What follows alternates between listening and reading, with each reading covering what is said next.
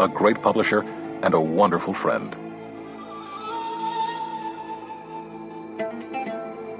Prologue. The Chevy Suburban sped down the road, enveloped by the hushed darkness of the Virginia countryside. 41-year-old Adnan al-Remi was hunched over the wheel as he concentrated on the windy road coming up. Deer were plentiful here, and Adnan had no desire to see the bloodied antlers of one slashing through the windshield. Indeed, the man was tired of things attacking him. He lifted a gloved hand from the steering wheel and felt for the gun in the holster under his jacket. A weapon was not just a comfort for Adnan, it was a necessity. He suddenly glanced out the window as he heard the sound overhead. There were 2 passengers in the back seat. The man talking animatedly in Farsi on a cell phone was Mohammed al-Zawahiri, an Iranian who had entered the country shortly before the terrorist attacks on 9/11. The man next to him was an Afghan named Gul Khan, who'd been in the States only a few months. Khan was large and muscular with a shaved head.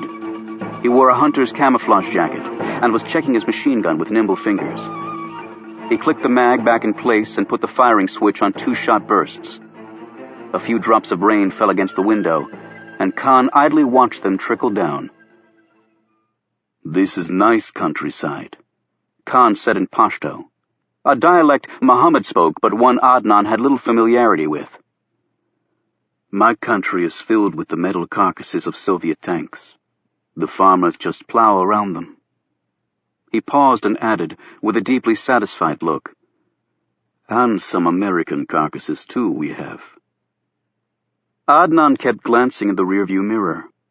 He didn't like a man with a machine gun sitting behind him, fellow Muslim or not, and neither was he overly trusting of the Iranian. Adnan had been born in Saudi Arabia, but migrated to Iraq as a young boy. He fought for Iraq in the horrific war between the 2 countries, and his enmity toward Iran still ran very deep. Ethnically, Mohammed al-Zawahiri was Persian, not Arab, like al-Remi. It was another difference between the 2 men that caused al-Remi not to trust him.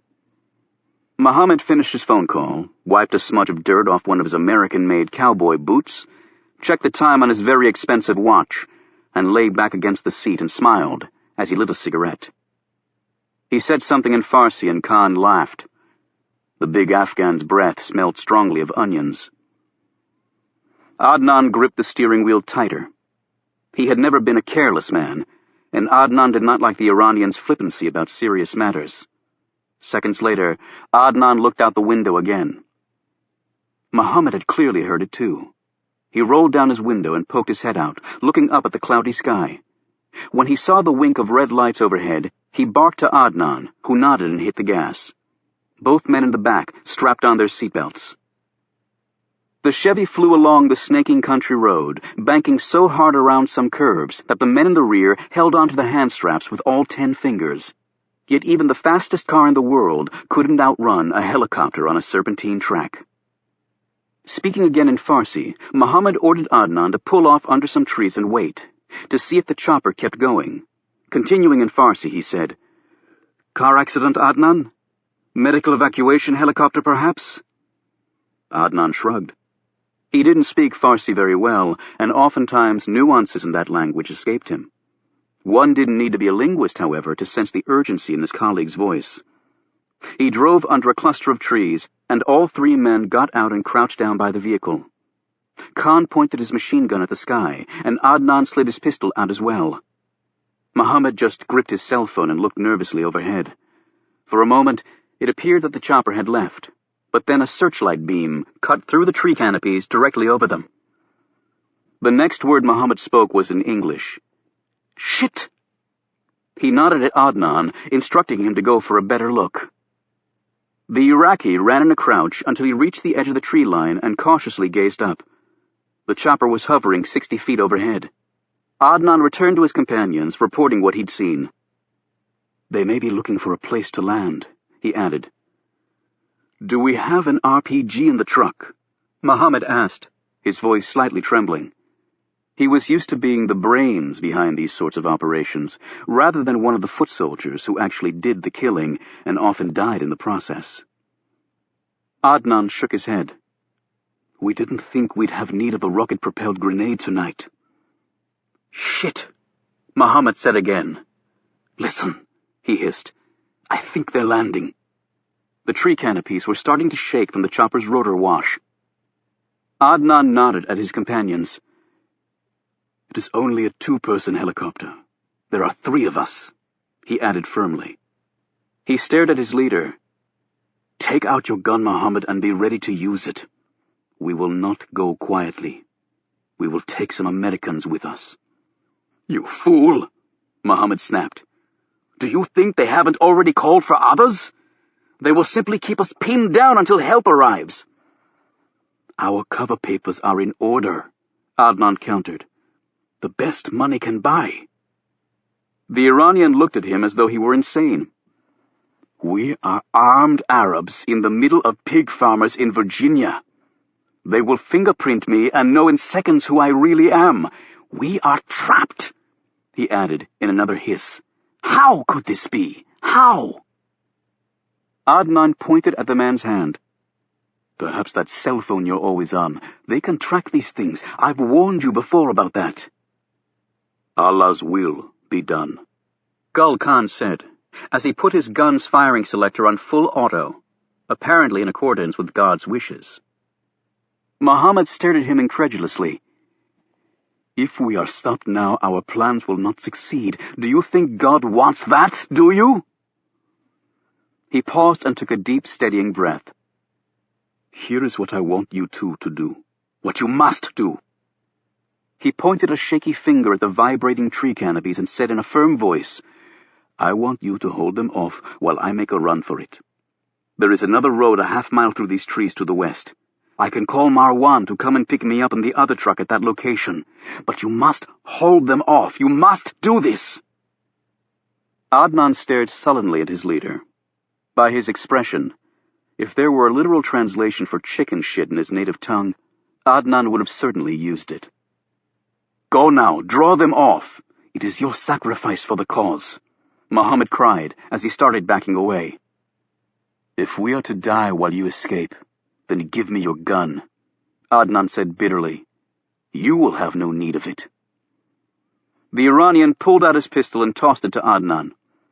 The burly Khan turned toward the chopper and smiled. How about this plan, Adnan? He said over his shoulder. Firing into their tailprop before they can land worked very well against the Americans in my country. Their spines snap like twigs when they hit the ground. The bullet hit him in the back of the neck, ironically snapping Khan's own spine like a twig, and the big Afghani fell dead. Adnan swiveled his pistol away from his first victim and pointed it at Muhammad, who, seeing this traitorous attack, had started to run. He was not fleet of foot, however, and the cowboy boots he favored were not built for running. Adnan caught up to him when Muhammad fell over a rotting tree trunk. Muhammad looked up at his colleague as Adnan pointed Muhammad's own pistol at him. The stream of invectives in Farsi from Muhammad was followed by pleas in halting Arabic, and then finally in English. Adnan, please. Why? Why? In Arabic, Adnan answered. You deal drugs, you say, to make money to support the effort.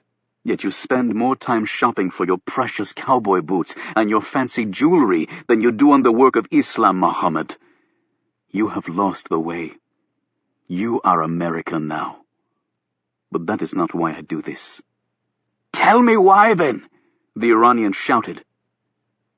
It is your sacrifice for a greater end. Adnan didn't smile, but the triumph was very clear in his eyes. He fired a contact shot into the man's left temple, and no more pleas in any language flowed from the Iranian.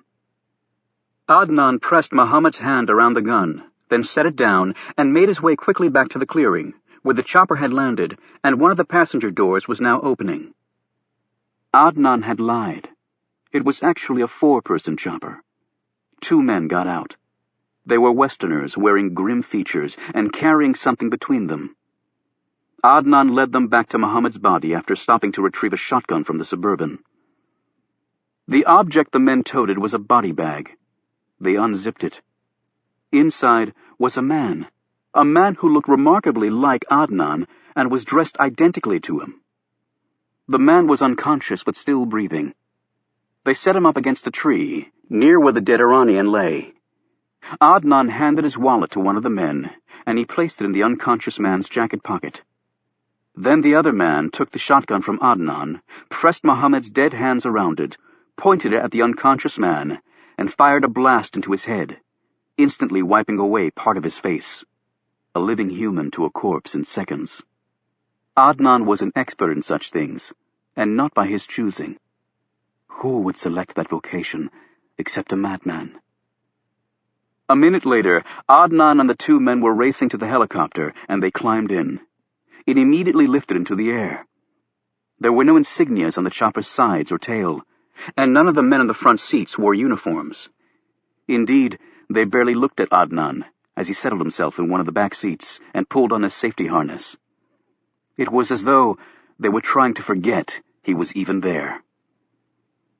Adnan was no longer thinking about his dead companions. His thoughts had pushed on to a far greater glory that awaited him. If they succeeded, humanity would speak of it for generations to come in awed tones. Adnan al-Remi was now officially a dead man, yet he would never be more valuable. The chopper took a northerly route on its way to western Pennsylvania, to a town called Brennan. A minute later, the rural Virginia sky was quiet once more, except for the fall of a gentle rain that took its time, washing away all the blood. Chapter 1. He was running hard, bullets embedding in things all around him. He couldn't see who was shooting, and he had no weapon to return fire. The woman next to him was his wife. The young girl next to her was their daughter. A bullet sliced through his wife's wrist, and he heard her scream. Then a second bullet found its target, and his wife's eyes widened slightly. It was the split-second bulge of the pupils that signaled death before one's brain could even register it. As his wife fell, he raced to his little girl's side to shield her. His fingers reached for hers, but missed. They always missed. He awoke and sat straight up, the sweat trickling down his cheeks, before finally creeping onto his long, bushy beard. He poured a bit of water from a bottle over his face, letting the cool drops push away the heat-filled pain of his recurrent nightmare. As he got up from the bed, his leg brushed against the old box he kept there. He hesitated, and then lifted the top off. Inside was a ragged photo album. One by one, he looked at the few pictures of the woman who'd been his wife. Then he turned to the photos of his daughter, of the baby and toddler she'd been. He had no more pictures of her after that. He would have given his life to have seen her, even for a moment as a young woman. Never a day went by that he didn't wonder what might have been. He looked around the cottage's sparsely furnished interior. Looking back at him were dusty shelves, crammed with books covering an array of subjects.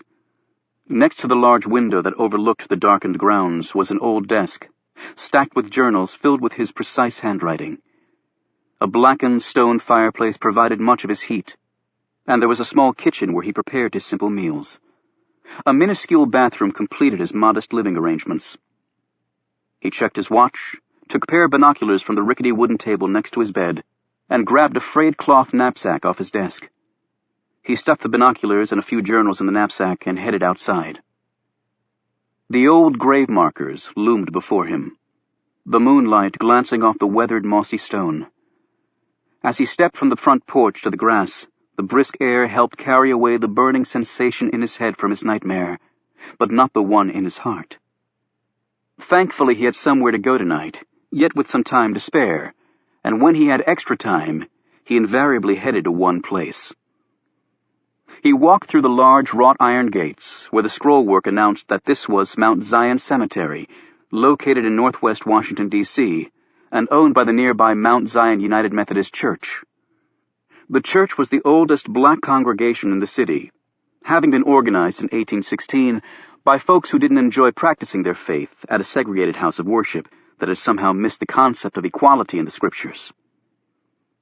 The 3-acre parcel had also been an important stop along the Underground Railroad, shepherding slaves from the South to freedom in the North during the Civil War.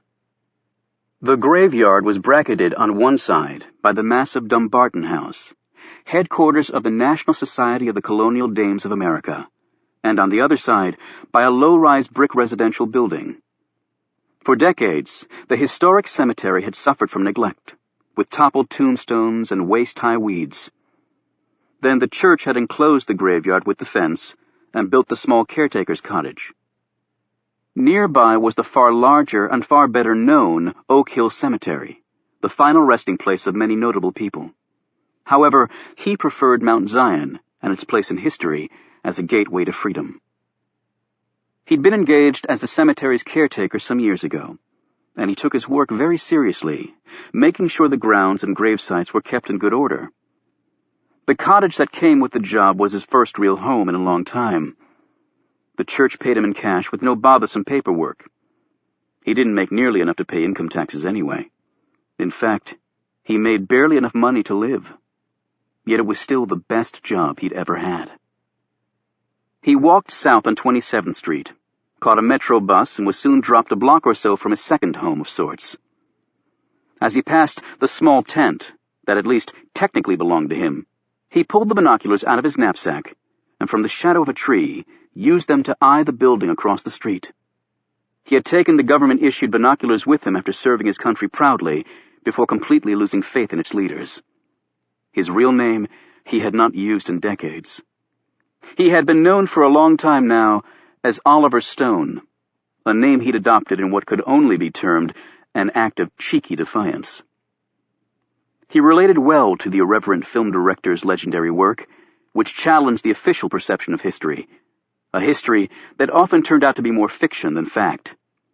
Taking the man's name as his own seemed appropriate, since this Oliver Stone was also very interested in the real truth. Through the binoculars, he continued to study the comings and goings of the mansion that never ceased to fascinate him. Then Stone entered his small tent, and, using an old flashlight, he carefully noted down his observations in one of the journals he'd brought in his knapsack. He kept some of these at the caretaker's cottage and many more at hiding places he maintained elsewhere. He stored nothing at the tent because he knew it was regularly searched. In his wallet, he always kept his official permit allowing him to have his tent here, and the right to protest in front of the building across the street. He took that right very seriously.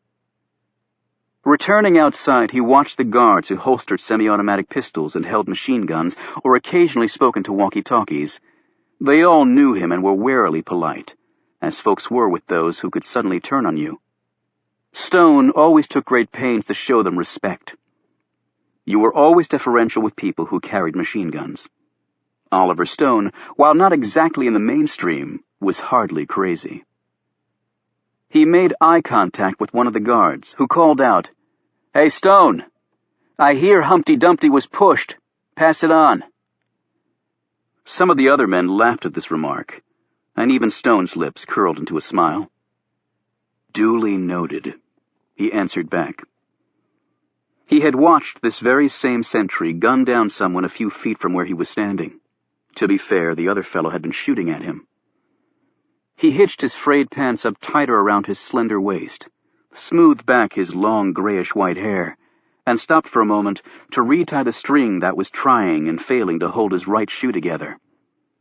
He was a tall and very lean man, and his shirt was too big and his trousers too short, and the shoes were always problematic. "It is new clothes that you need," a female voice said in the darkness. He looked up to see the speaker leaning against the statue of Major General Comte de Rochambeau, an American Revolutionary War hero. Rochambeau's stiff finger was pointing at something. Stone had never known what. Then there was a Prussian, Baron Steuben, to the northwest, and the Pole, General Kosciuszko, guarding the northeast flank of the 7-acre park that Stone was standing in. These statues always brought a smile to his face. Oliver Stone so loved being around revolutionaries. "It really is the new clothes that you need, Oliver," the woman said again, as she scratched her deeply tanned face. "And the haircut, too, yes. Oliver, it is a new everything that is needed." "I'm sure that I do," he replied quietly. "Yet it's all in one's priorities, I suppose, and Fortunately, vanity has never been one of mine. This woman called herself Adelphia. She had an accent that he'd never been able to exactly place, although it was definitely European, probably Slavic. She was particularly unsympathetic to her verbs, wedging them into very awkward places in her speech. She was tall and spare, with black hair shot through with gray that she wore long. Adelphia also had deeply set brooding eyes, and a mouth that was usually cast into a snarl, though Stone had sometimes found her to be kind-hearted in a grudging sort of way. It was difficult to gauge her age, but she was certainly younger than he. The 6-foot-long, freestanding banner outside her tent proclaimed, "A fetus is a life. If you don't believe it, you're going straight to hell." There was very little that was subtle about Adelphia. In life, she only saw the rigid lines of black and white.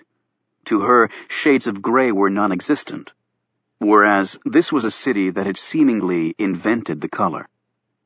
The small sign outside of Oliver Stone's tent read simply, "I want the truth." He had yet to find it, after all these years. Indeed, was there ever a city created where the truth was more difficult to discover than the one he was standing in right now? "I go to get the café, Oliver. You would like some? I have money." "No, thank you, Adelphia. I have to go somewhere." She scowled. "Another meeting is where you go. What good does it give you? It is not young you are no more, and you should no be walking in the dark. This is a dangerous place." He glanced at the armed men. "Actually, I think it's fairly secure here." "Many men with guns you say is safe? I say you crazy." She responded testily. "Perhaps you're right, and thank you for your concern," he said politely. Adelphia would much rather argue and looked for any opening to pounce on. He'd long since learned never to allow the woman such an opportunity. Adelphia stared at him angrily for another moment and then stalked off. Meanwhile, Stone glanced at a sign next to his that read, "Have a nice doomsday." Stone had not seen the gentleman who erected that sign for a long time. "Yes, we will, won't we?" he muttered. And then his attention was caught by the sudden activity across the street. Policemen in marked cruisers were assembling in groups. Stone could also see lawmen taking up positions at the various intersections. Across the street, the imposing black steel gates that could withstand the push of an M1 tank opened, and a black Suburban shot out, its red and blue grille lights blazing. Knowing instantly what was happening, Stone hurried down the street toward the nearest intersection. As he watched through his binoculars, the world's most elaborate motorcade streamed out onto 17th Street. In the middle of this imposing column was the most unique limousine ever built. It was a Cadillac DTS model, loaded with the latest in navigation and communication technology, and it could carry 6 passengers very comfortably in rich blue leather with wood trim accents. The limo boasted automatic sensor reclining seats and a fold-away storable desktop, and was fully airtight with its own internal air supply in case the outside oxygen wasn't up to par. The presidential seal was embroidered on the center of the rear seat, and presidential seals were also affixed on the inside and outside of the rear doors. On the right front fender rode the U.S. flag. The presidential standard flew from a post on the left front fender, signaling that America's chief executive was indeed inside. The exterior of the vehicle was constructed of anti-ballistic steel panels, and the windows were phone book-thick polycarbonate glass that no bullet could penetrate. It ran on 4 self-healing tires and sported 00 license plates. The car's gas mileage was lousy, but its price tag of $10 million did include a 10-disc CD changer with surround sound. Unfortunately, for those looking for a bargain, there was no dealer discount. It was known affectionately as the Beast. The limo had only 2 known weaknesses. It could neither fly nor float. A light came on inside the Beast, and Stone saw the man perusing some papers. Papers of enormous importance, no doubt. Another gentleman sat beside him. Stone had to smile. The agents must be furious over the light. Even with thick armor and bulletproof glass, you didn't make yourself such an easy target. The limo slowed as it passed through the intersection, and Stone tensed a bit as he saw the man glance his way. For a brief moment, the President of the United States, James H. Brennan, and conspiracy-minded citizen Oliver Stone made direct eye contact. The President grimaced and said something. The man next to him immediately turned the light out. Stone smiled again. "Yes, I will always be here. Longer than both of you." The man seated beside President Brennan was also well known to Stone. He was Carter Gray, the so-called intelligence czar, a recently created cabinet-level position that gave him iron-fisted control of a $50 billion budget and 120,000 highly trained personnel in all 15 American intelligence agencies. His empire included the spy satellite platform, the NSA's cryptologic expertise, the Pentagon's Defense Intelligence Agency, or DIA, and even the venerable CIA, an agency Gray had once headed.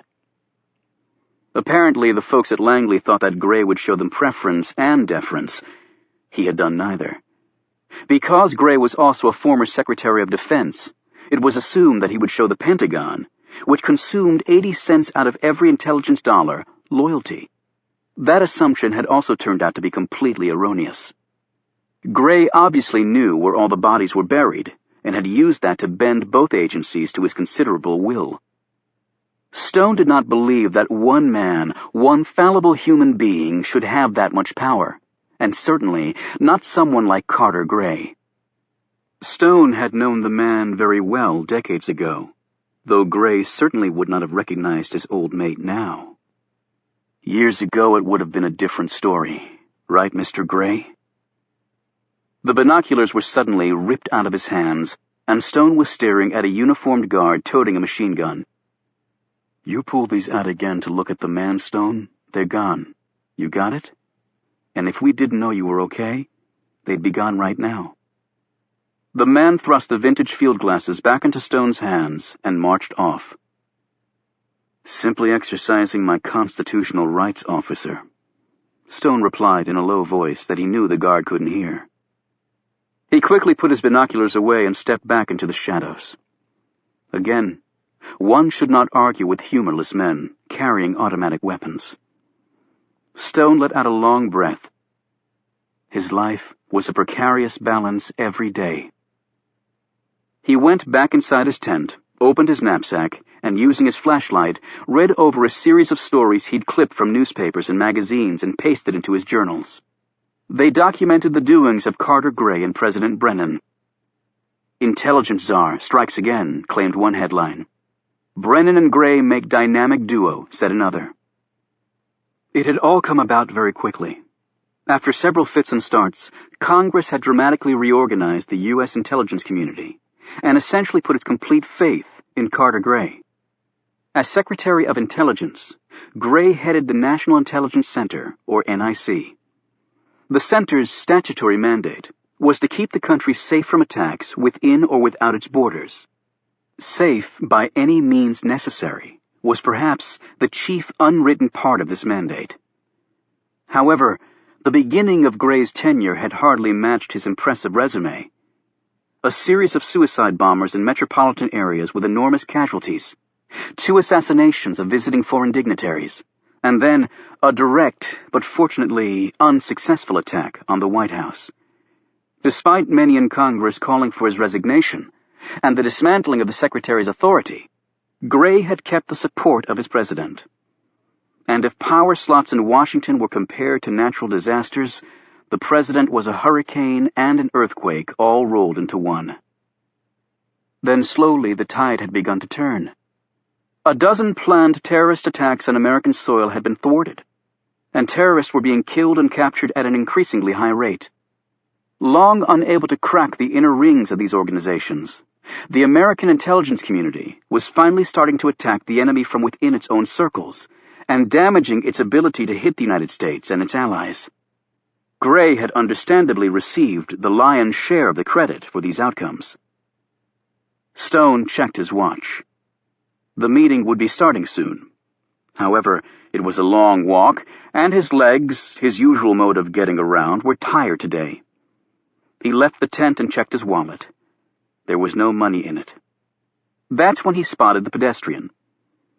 Stone immediately headed after this gentleman as he raised his hand and a taxi pulled up to the curb. Stone increased his pace, reaching the man as he climbed into the cab. His eyes downcast, his hand out, Stone said, "Can you spare some change, sir? Just a few dollars." This was said in a practiced, deferential tone, allowing the other man to adopt a magnanimous posture if he so chose. Adopt one, Stone thought, for it's a long walk. The man hesitated and then took the bait. He smiled and reached for his wallet. Stone's eyes widened as a crisp $20 bill was placed in his palm. "God bless you," Stone said, as he clutched the money tightly. Stone walked as quickly as he could to a nearby hotel's taxi stand. Normally, he'd have taken a bus, but with $20, he'd ride by himself for a change. After smoothing down his long, disheveled hair and prodding his equally stubborn beard into place, Stone walked up to the first cab in line. On seeing him, the cabbie hit the door lock and yelled, "Get the hell out of here!" Stone held up the $20 bill and said through the half-opened window, "The regulations under which you operate do not allow you to discriminate on any basis." It was clear from the cabbie's expression that he would discriminate on any basis he wanted to, and yet he eyed the cash greedily. "You speak pretty good for some homeless bum." He added suspiciously, "I thought all you people was nuts." "I am hardly a nut, and I'm not homeless," Stone replied. "But I am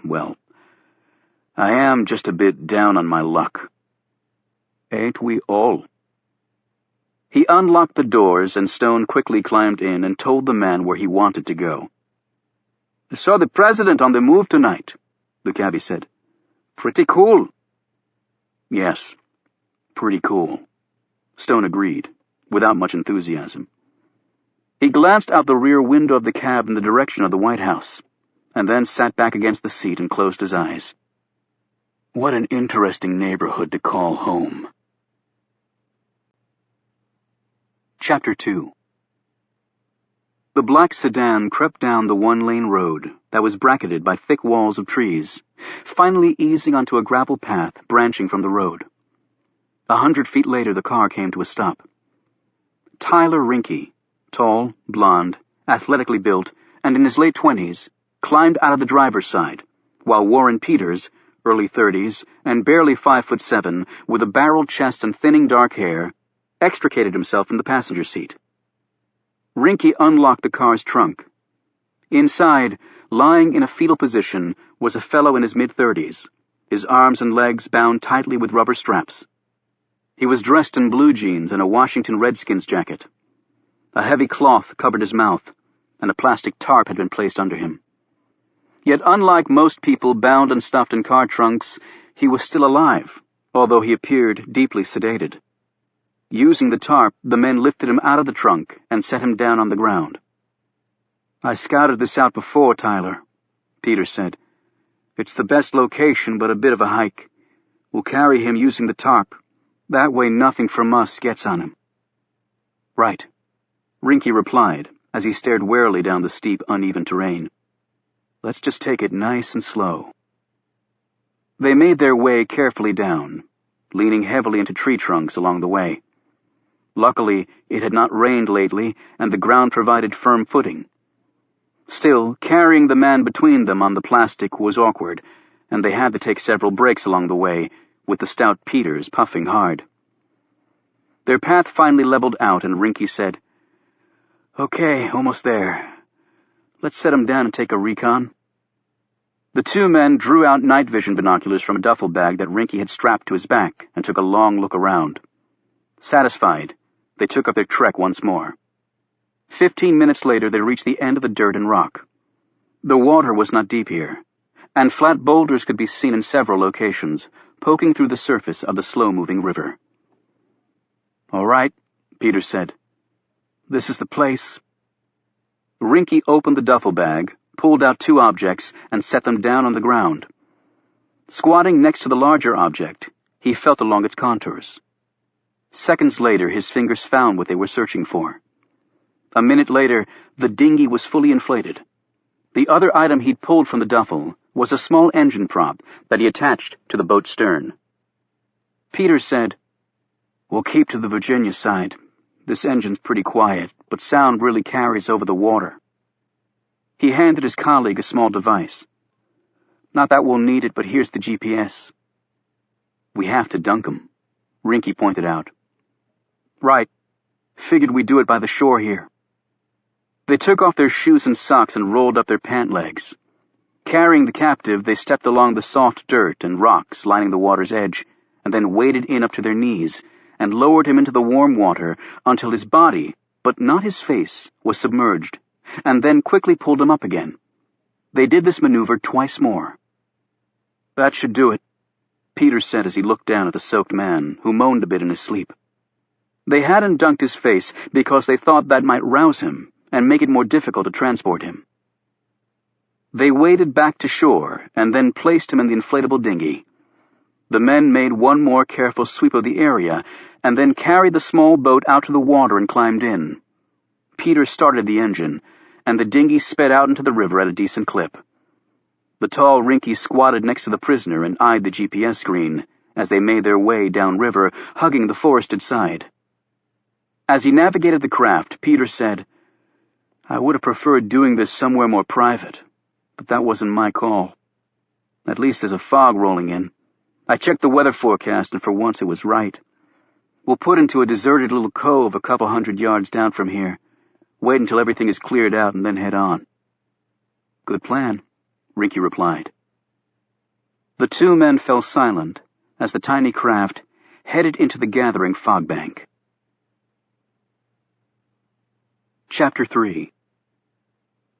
Alex Ford stifled a yawn and rubbed his tired eyes. A clear voice shot through his ear fob. "Stay alert, Ford." He gave a barely noticeable nod of his head and refocused. The room was hot, but at least he wasn't wearing the Kevlar body armor that was akin to strapping a microwave to your body. As usual, the wires leading from his surveillance kit to his ear fob and wrist mic were irritating his skin. The ear fob itself was even more aggravating, making his ear so sore it was painful to even touch. He touched the pistol in his shoulder holster. Like all Secret Service agents, his suits were designed a little big in the chest to disguise the bulge of the weapon. The service had recently converted to the .357 SIG from the 9mm version. The SIG was a good gun, with enough stopping power to do the job. However, some of his colleagues had complained about the switch, clearly preferring the old hardware. Alex, who wasn't a big gun buff, didn't care. In all his years with the service, he'd infrequently pulled his gun, and even more rarely fired it. This thought made Alex reflect on his career for a moment. How many doorways had he stood post at? The answer was clearly etched in the wrinkles on his face and the weariness in his eyes. Even after leaving protection detail and being reassigned to the Secret Service's Washington Field Office, or WFO, to do more investigative work at the tail end of his career, here he was again, taking up space between the door jambs, watching people, looking for the needle in a haystack that intended bodily harm to someone under his watch. Tonight was foreign dignitary protection at the low end of the threat assessment level. He'd been unlucky enough to draw the overtime assignment to protect a visiting head of government, finding out about it an hour before he was about to go off duty. So instead of having a drink in his favorite pub, he was making sure nobody took a shot at the Prime Minister of Latvia. Or was it Estonia?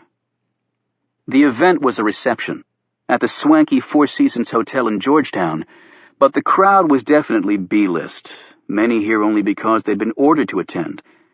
The few marginally important guests were a handful of junior levels from the White House, some local D.C. politicos, hoping for decent newsprint, and a portly congressman who was a member of some international relations committee.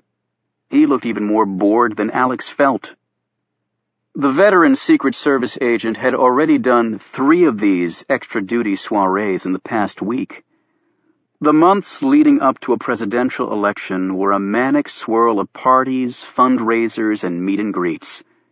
Members of Congress and their staffers would hit a half dozen of these events every evening, as much for the free food and drink as to shake constituents' hands, collect checks, and sometimes even discuss the issues. Whenever one of these parties had in attendance anyone under Secret Service protection, guys like Alex would trudge out after a long day's work and keep them safe. Alex glanced at his partner for the night, a tall, beefy kid out of WFO with a Marine Corps buzz cut who'd been called in at the last minute, too. Alex had a few more years until he could retire on his federal pension, but this kid was looking at more than 2 decades of riding the Secret Service's career roller coaster. Simpson got out of this again, the kid muttered. Second time in a row. Tell me this. Whose ass is getting kissed upstairs? Alex shrugged noncommittally. The thing about duty like this, it gave you time to think. In fact, way too much time. Secret Service agents were like jailhouse lawyers in that respect. A lot of clock on their hands to mull things over, creating complicated bitch lists as they silently guarded their charges.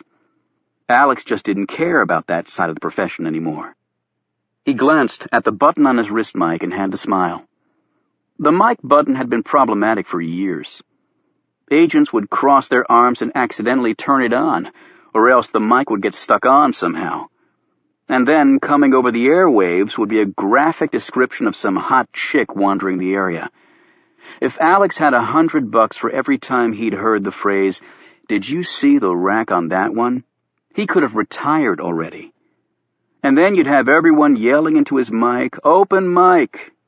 It was pretty funny to watch all the agents scrambling to make sure it wasn't them inadvertently broadcasting their lust. Alex repositioned his ear fob and rubbed at his neck. That part of his anatomy remained one large train wreck of cartilage and fused discs. He had been pulling motorcade duty on a presidential protection detail when the truck he'd been riding in rolled after the driver swerved to avoid a deer on a back road. That little tumble fractured Alex's neck. After a number of operations and the insertion of some very fine stainless steel, his 6'3" frame had been reduced by nearly a full inch, though his posture was much improved, since steel didn't bend. Being a little shorter didn't bother him nearly as much as the constant burn in his neck. He could have taken disability and left the service, but that wasn't the way he wanted to go out. Single and childless, he didn't have any place to go to. So he'd sweated and pushed himself back into shape and gotten the blessing of the Secret Service medicos to return to the field after months on desk duty. Right now, though, at age 43, after spending most of his adult life on constant high alert amid numbing tedium, a typical Secret Service agent's daily existence, he seriously wondered just how demented he'd been to keep going. Hell, he could have found a hobby, or at least a wife. Alex bit his lip to mitigate the smoldering heat in his neck and stoically watched the Prime Minister's wife cramming foie gras into her mouth. What a gig. Chapter 4. Oliver Stone got out of the taxi. Before driving off, the cabbie said with a snort, "In my book, you're still a bum no matter how fancy you talk." Stone gazed after the departing car. He'd long since stopped responding to such comments. People would think what they wanted to. Besides, he did look like a bum. He walked toward a small park next to the Georgetown waterfront complex and glanced down at the brownish waters of the Potomac River as they licked up against the seawall. Some very enterprising graffiti artists, who obviously didn't mind working with water right under their butts, had elaborately painted the concrete barrier. A little earlier, there would have been traffic racing along the elevated Whitehurst freeway that ran behind Stone, and a jet-fueled nightlife would have blared away near the intersection of M Street and Wisconsin Avenue. Georgetown had many Tony places that promised good times for those with lots of ready cash, or at least passable credit, neither of which Stone possessed. However, at this late hour, most revelers had called it a night. Washington was, above all, an early-to-bed and early-to-rise sort of town. The Potomac River was also quiet tonight. The police boat that regularly patrolled the waters must have headed south toward the Woodrow Wilson Bridge. That was very good, Stone thought. Thankfully, he didn't pass any police officers on land either. This was a free country, but somewhat less free for a man who lived in a cemetery, wore clothes only a couple of levels above rags, and was out after dark in an affluent area. Stone walked along the waterfront, skirted the Francis Scott Key Park, trudged under the Francis Scott Key Bridge, and finally passed a memorial to the famous composer. A bit of overkill, Stone thought, for a fellow who had written song lyrics no one could remember.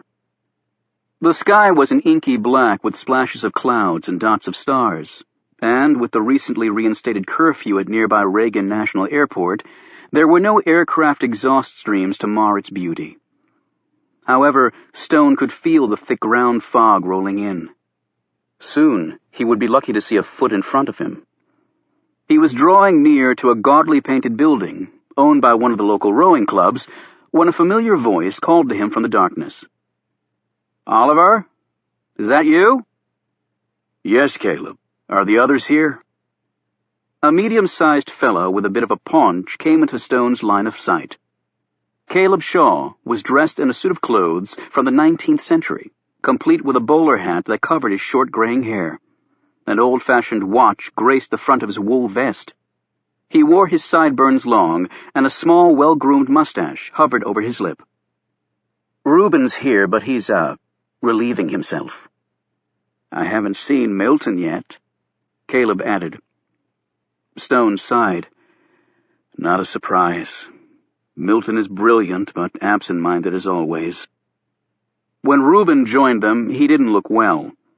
Reuben Rhodes stood over 6'4" and was a very powerfully built man of about 60, with a longish mass of curly dark hair dappled with gray and a matching short thick beard.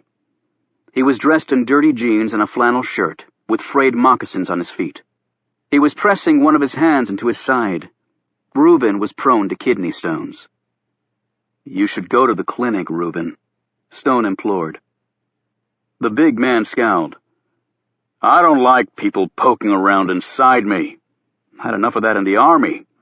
So I'll suffer in silence and in privacy, if you don't mind." As they were speaking, Milton Farb joined them. He stopped, pecked the dirt with his right foot 3 times, then with his left 2 times, and finished this off with a series of whistles and grunts. Then he recited a string of numbers that obviously had great significance for him. The other 3 waited patiently until he finished. They all knew if they interrupted their companion in the midst of his obsessive-compulsive ritual, he would have to start again, and it was getting rather late. "Hello, Milton," Stone said, after the grunts and whistles had ceased. Milton Farb looked up from the dirt and smiled. He had a leather backpack over his shoulder, and was dressed in a colorful sweater and crisp-pressed khaki pants. He was 5'11" and thin with wire-rimmed glasses. He wore his graying, sandy blonde hair on the long side, which made him resemble an aging hippie. However, there was an impish look in his twinkling eyes that made him appear younger than he was. Milton patted his backpack. "I have some good stuff, Oliver." "Well, let's get going," said Reuben, who was still holding his side. "I've got the early shift at the loading dock tomorrow." As the 4 headed off, Reuben drew next to Stone and slipped some money into his friend's shirt pocket. "You don't have to do that, Reuben," Stone protested. "I have the stipend from the church." "Right. I know they don't pay much to pull weeds and polish tombstones, especially when they throw in a roof over your head." "Yes, but it's not like you have much to spare yourself." "You did the same for me for many a year when I couldn't pay anyone to hire me." He then added gruffly, "Look at us. What a ragtag regiment we are. When the hell did we get so old and pathetic?" Caleb laughed, although Milton looked stunned for a moment, until he realized Reuben was joking.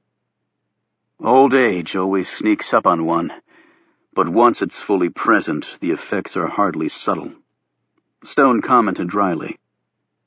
As they walked along, Stone studied each of his companions, men he'd known for years, and who'd been with him through both good and bad times. Reuben had graduated from West Point and served 3 distinguished tours in Vietnam, earning virtually every medal and commendation the military could confer. After that, he'd been assigned to the Defense Intelligence Agency, essentially the military counterpart of the CIA. However, he eventually quit the DIA and became a vocal protester of war in general, and the Vietnam War in particular. When the country quit caring about that little skirmish in Southeast Asia, Reuben found himself a man without a cause. He lived in England for a time before returning to the States. After that, heavy doses of drugs and burned bridges left him with few options in life. He'd been fortunate to run into Oliver Stone, who helped turn his life around. Reuben was currently on the payroll of a warehouse company where he unloaded trucks, exercising his muscles instead of his mind. Caleb Shaw held twin doctorates in political science and 18th century literature, though his bohemian nature found comfort in the fashions of the 19th century. Like Reuben, he'd been an active protester during Vietnam, where he lost his brother. Caleb had also been a strident voice against the administration during Watergate, when the nation lost the last vestiges of its political innocence. Despite his academic prowess, his eccentricities had long since banished him from the mainstream of scholarship. He currently worked in the Rare Books and Special Collections Division at the Library of Congress. His membership in the organization he was meeting with tonight had not been included on his resume when he sought the position. Federal authorities frowned on people who affiliated with conspiracy theory groups that held their meetings in the middle of the night. Milton Farb probably possessed more sheer brilliance than the other members put together. Even if he often forgot to eat, thought that Paris Hilton was a place to stay in France, and believed that so long as he possessed an ATM card, that he also had money. A child prodigy, he had the innate capacity to add enormous numbers in his head, and a pure photographic memory. He could read or see something once and never forget it. His parents had worked in a traveling carnival, and Milton became a very popular sideshow, adding numbers in his head faster than someone else could on a calculator, and reciting back, without faltering, the exact text of any book shown him. Years later, after completing graduate school in record time, he was employed at the National Institutes of Health, or NIH. The only things that had prevented him from having a successful life were his worsening obsessive-compulsive disorder, or OCD, and a strong paranoia complex, both problems probably caused by his unorthodox childhood on the carnival circuit. Unfortunately, these twin demons tended to erupt at inappropriate times. After sending a threatening letter to the President of the United States decades ago and being investigated by the Secret Service, his NIH career quickly came to an end. Stone first met Milton in a mental health facility, where Stone worked as an orderly and Milton was a patient. While he was hospitalized, Milton's parents died and left their son penniless. Stone, who'd come to know of Milton's extraordinary intellectual ability, persuaded his destitute friend to try out for, of all things, Jeopardy!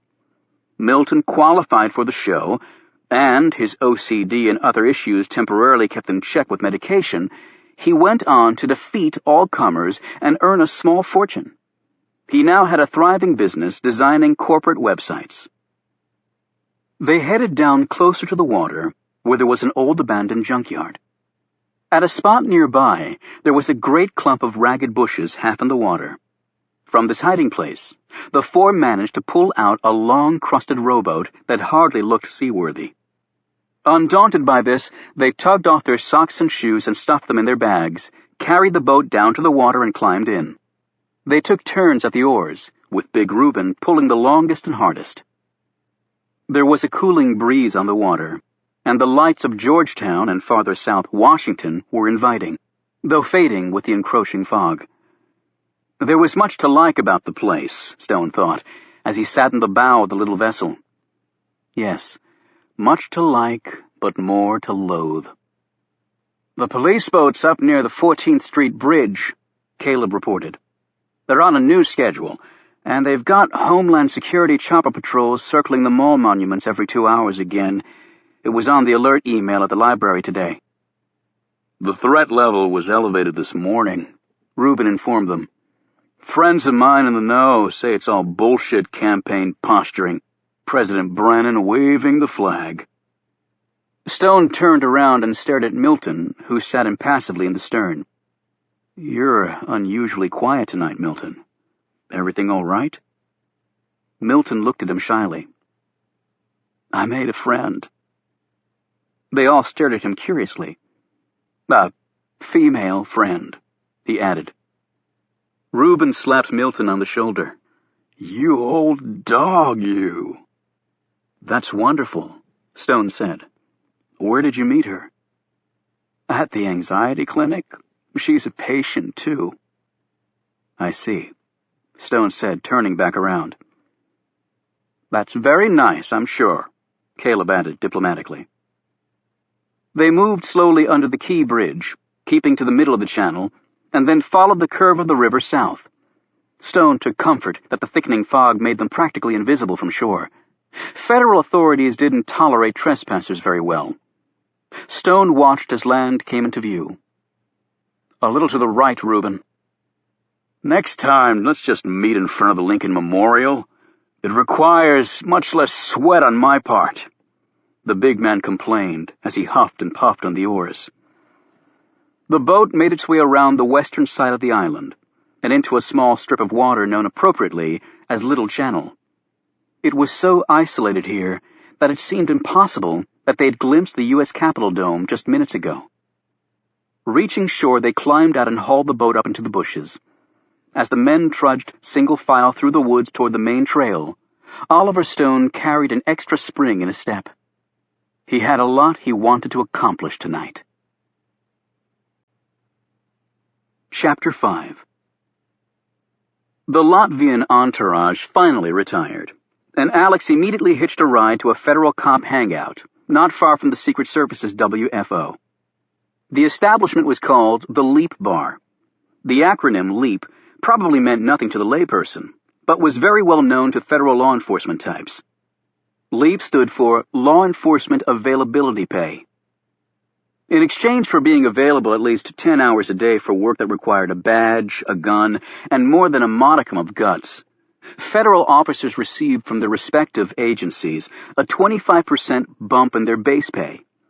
Naming the bar Leap was a brilliant marketing move by the saloon owners, because the place had been packed from day one with pistol-toting men and women. Alex passed through the front door and edged up to the bar. On the wall facing him were dozens of arm patches with the insignias of law enforcement agencies. Adorning the other walls were framed newspaper articles of heroic deeds by the FBI, DEA, ATF, FAM, and other such agencies. When Alex saw her, he grinned, in spite of wanting to remain cool and unaffected by her presence. Beef eater martini on the rocks with not 2 or 4, but 3 plump olives, she said, eyeing him with an accompanying smile. Good memory. Yeah, it's really tough considering you never order anything else. How's DOJ treating you? Kate Adams was the only bartender of his acquaintance who was also a Department of Justice lawyer. She handed him his drink. Hunky-dory. How's the service treating you? The paychecks keep coming and I keep breathing. That's all I ask. You really should raise your standards. Kate mopped up the bar as Alex kept shooting discreet glances her way. She was 5'7", with slender curves and shoulder-length blonde hair curling around a long neck. She had high cheekbones with a slim, straight nose between, leading down to a shapely chin. In fact, everything about her was cool and classical, until you got to the eyes. They were large and green, and to Alex evidenced a fiery, passionate soul lurking within. Single, a GS-15, and in her mid-30s, he checked on the government database. Kate looked 5 years younger than that. It was a pity, Alex thought, since he looked every bit his age, though his black hair had not yet started to thin or gray. Why, he didn't know. You're getting skinny, she remarked, breaking into his thoughts. Being out of protection, I'm not standing around shoveling in hotel food. And I actually get to work out instead of sitting my butt on a plane for 10 hours at a crack. He had been coming here for over a month and chit-chatting with the woman. He wanted to do more than that, though, and now tried to think of something that would hold her attention. He suddenly glanced at her hands. "So, how long have you played the piano?" "What?" Kate said in a surprised tone. "Your fingers are calloused," he observed. "A sure sign of a piano player." She looked at her hands. "Or from a computer keyboard?" "No. Computer keys callous the tips only. Piano keys hit the full upper part of the finger. And that's not all. You chew your nails down to the nubs. You have a dent in your left thumbnail, a scar on your right index finger, and your left pinky is a little crooked, probably from a break when you were a kid." Kate stared at her fingers.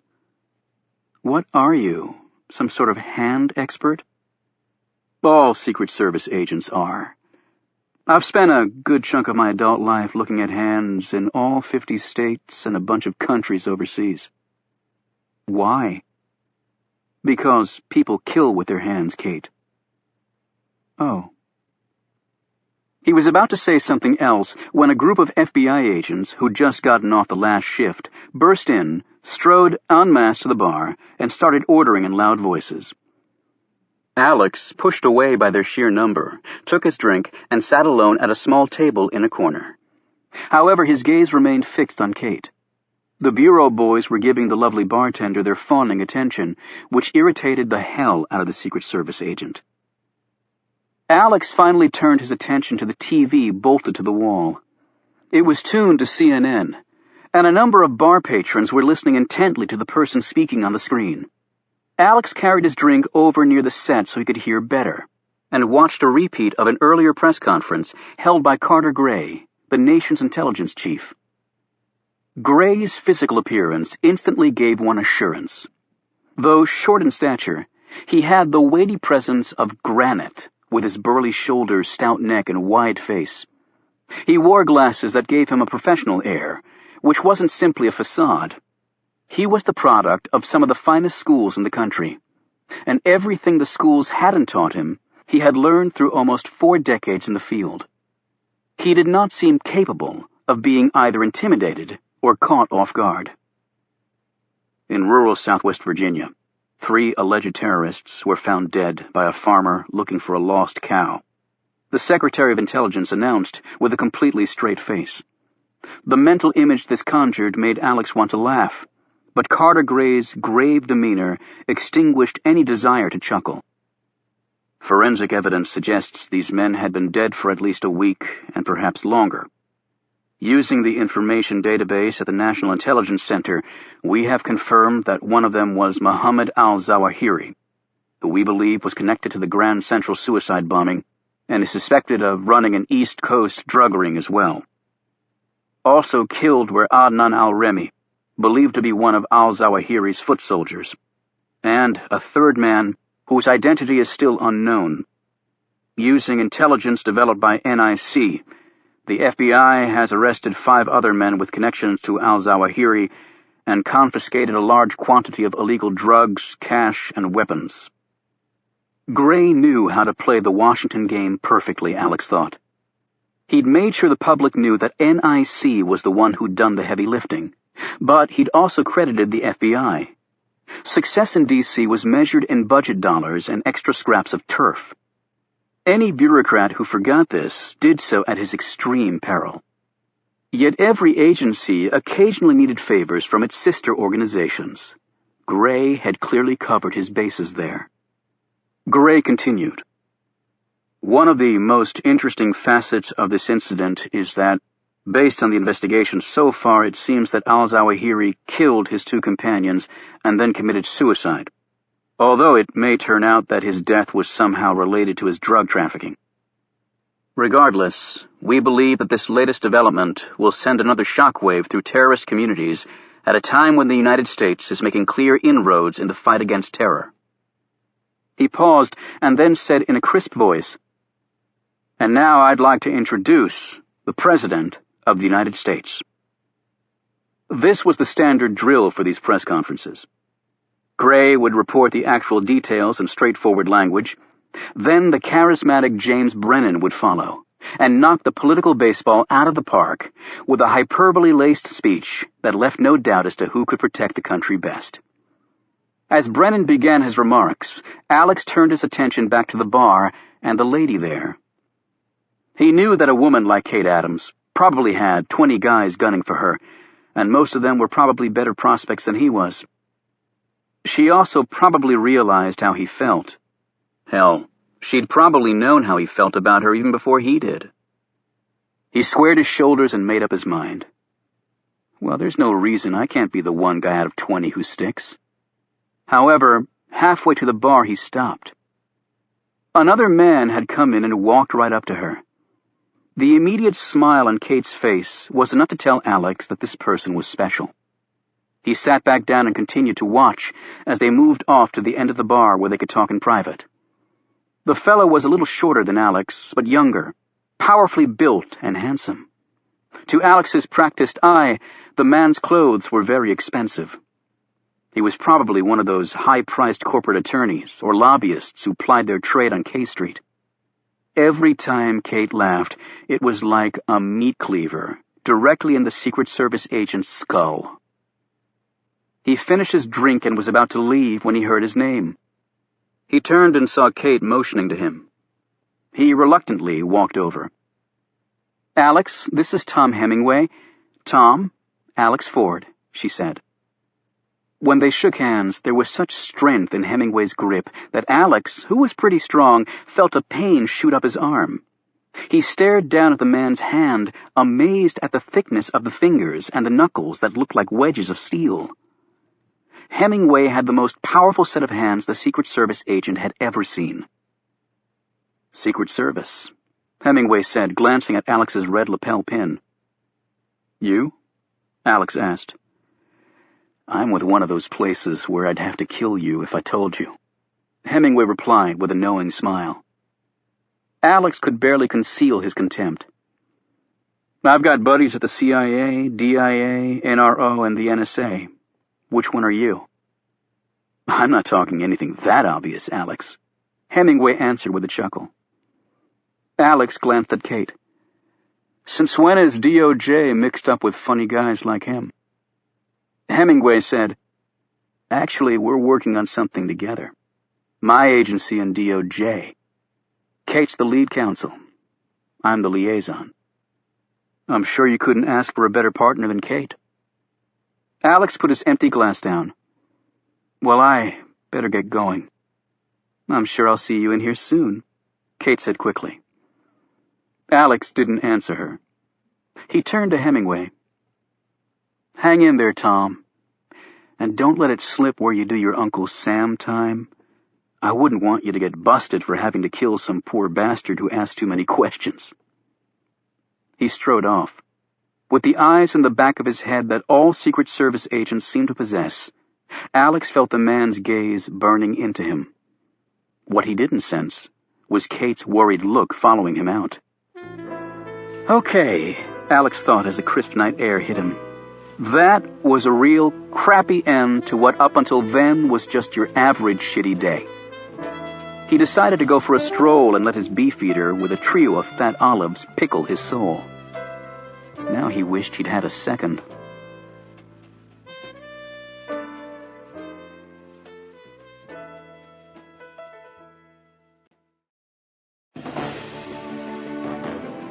Chapter 6. The presidential motorcade was returning to the White House after the fundraising event, passing swiftly through empty streets and closed intersections.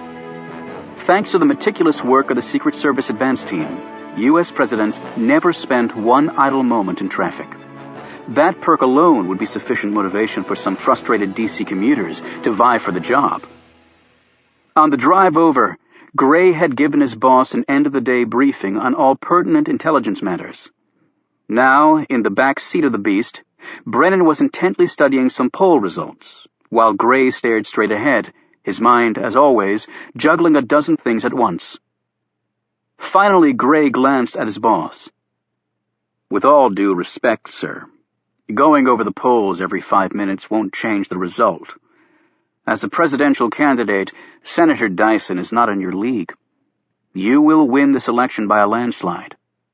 Gray added diplomatically, "Thus you have the luxury of focusing on other concerns of critical importance." Brennan chuckled and put the poll results away. "Carter, you're a brilliant man, but clearly no politician.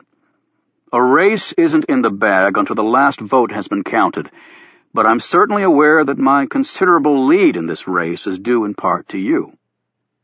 I truly appreciated your support during my very rough beginning." Actually, Brennan had considered dumping Gray on multiple occasions during that rough period, a fact Gray knew well. However, while Gray had never been an ass-kisser, if one were inclined to smooch someone's buttocks on occasion, the derriere of the leader of the free world wasn't a bad place to target. "Are you on to any more al-Zawahiris out there?" "That incident was a very rare thing, Mr. President." Gray still wasn't sure why al-Zawahiri had seemingly turned like that. The NIC chief wanted to assume that his strategy of infiltrating terrorist organizations and employing other tactics to turn them against each other was really starting to pay dividends. However, Gray was far too suspicious a man to rule out alternatives. "Well, it got us some great press." As he had in the past, Gray mastered an urge to say what he really thought about such a comment. The veteran spy had served under several presidents, and they were all much like Brennan. They were not inherently bad people. However, considering their exalted status, Gray found them far more prone to traditional human failings than their fellow citizens. At their core, Gray considered them to be selfish and egotistical creatures, formed and then hardened in the heat of political battle. All presidents could claim it was about doing good, about furthering the right agendas, about leading their political party, but in Gray's experience, it really all came down to the throne of the Oval Office. Power was the greatest high in the world, and the presidency of the United States represented the greatest power there was. Its potency made heroin seem like a placebo. However, if Brennan dropped dead tonight, there was an adequate vice president ready to step into his shoes, and the country would continue to run. In Gray's opinion, if Brennan somehow lost the upcoming election, his opponent would simply move into the White House and America wouldn't miss a beat. Presidents weren't indispensable, the NIC chief knew. They only thought they were. "Rest assured, Mr. President, you would know of any more al-Zawahiris the moment I did." Brennan was far too wily a politician to accept that statement at face value. It was a Washington tradition that intelligence chiefs kept things from their president. Yet Brennan had every incentive to allow the very popular Gray free rein to do his job. And Carter Gray was a spy, and spies always held things back. It was apparently in their genes never to be entirely forthcoming. It was as though, if they did reveal all, they'd disappear.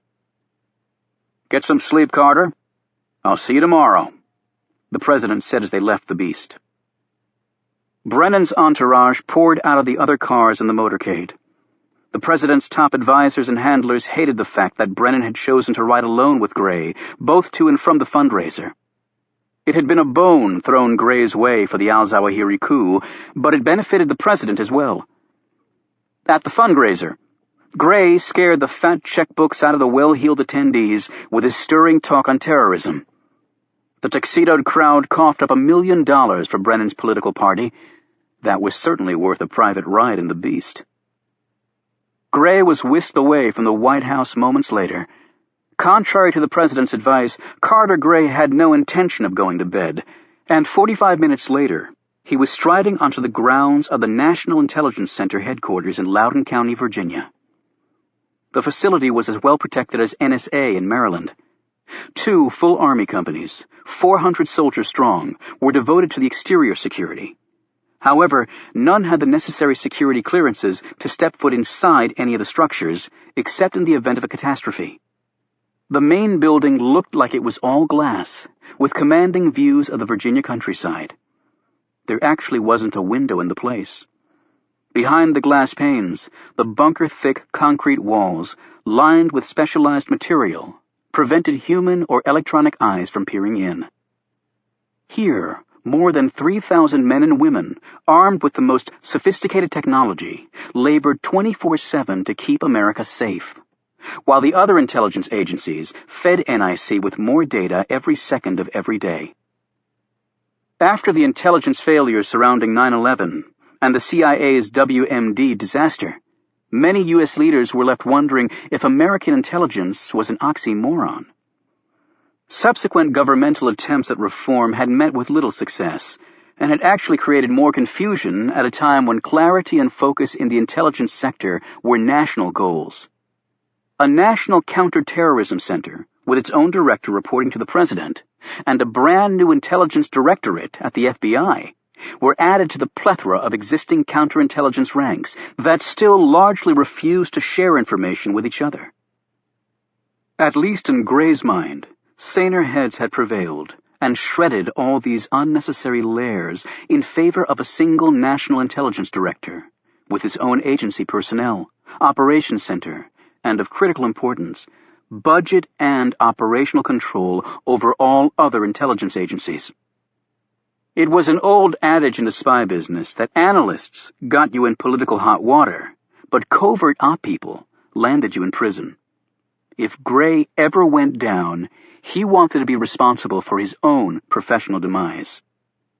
Gray entered the main building, went through the biometric identification process, and stepped into an elevator that whisked him to the top floor. The room was small and well-lighted. He entered, took a seat, and put on a headset. There were 4 other people in the room. On one wall was a video screen, and on the table in front of Gray was a dossier labeled with the name Salem al-Omari. He knew the file contents by heart. "It's late, so let's get to it," Gray said. The lights dimmed, the screen came to life, and they saw a man sitting in a chair in the middle of a room. He was dressed in blue scrubs with neither hands nor feet bound. His features were Middle Eastern, his eyes haunted, but also defiant. They were all defiant, Gray had found. When he looked at someone like Al-Omari, Gray couldn't help but think of a Dostoevsky creation, the displaced outsider, brooding, plotting, and methodically stroking a weapon of anarchy. It was the face of a fanatic, of one possessed by a deranged evil. It was the same type of person who'd taken away forever the 2 people Gray had loved most in the world. Though Al-Omari was thousands of miles away, in a facility only a very few people even knew existed, the picture and sound were crystal clear, thanks to the satellite downlink. Through his headset, he asked Al-Omari a question in English. The man promptly answered in Arabic, and then smiled triumphantly.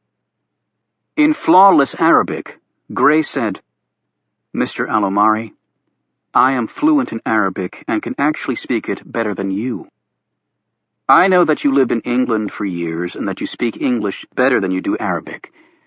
I strongly suggest that we communicate in that language, so there is absolutely no misunderstanding between us." Al-Omari's smile faded, and he sat straighter in his chair. Gray explained his proposal. Al-Omari was to become a spy for the United States, infiltrating one of the deadliest terrorist organizations operating in the Middle East. The man promptly refused. Gray persisted, and Al-Omari refused yet again, adding that, "I have no idea what you're talking about." There are currently 93 terrorist organizations in the world as recognized by the U.S. State Department, most of them originating in the Middle East. Gray responded, "You have confirmed membership in at least 3 of them. In addition, you were found with forged passports, structural plans to the Woodrow Wilson Bridge, and bomb-making material. Now you're going to work for us, or it will become distinctly unpleasant." Al-Omari smiled and leaned toward the camera. "I was interrogated years ago in Jordan by your CIA and your military and your FBI, your so-called tiger teams. They sent females in wearing only their underwear.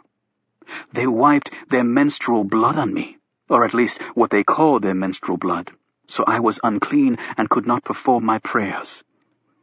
They rubbed their bodies against me, offered me sex if I talk. I say no to them, and I am beaten afterward." He sat back. "I have been threatened with rape, and they say I will get AIDS from it and die. I do not care.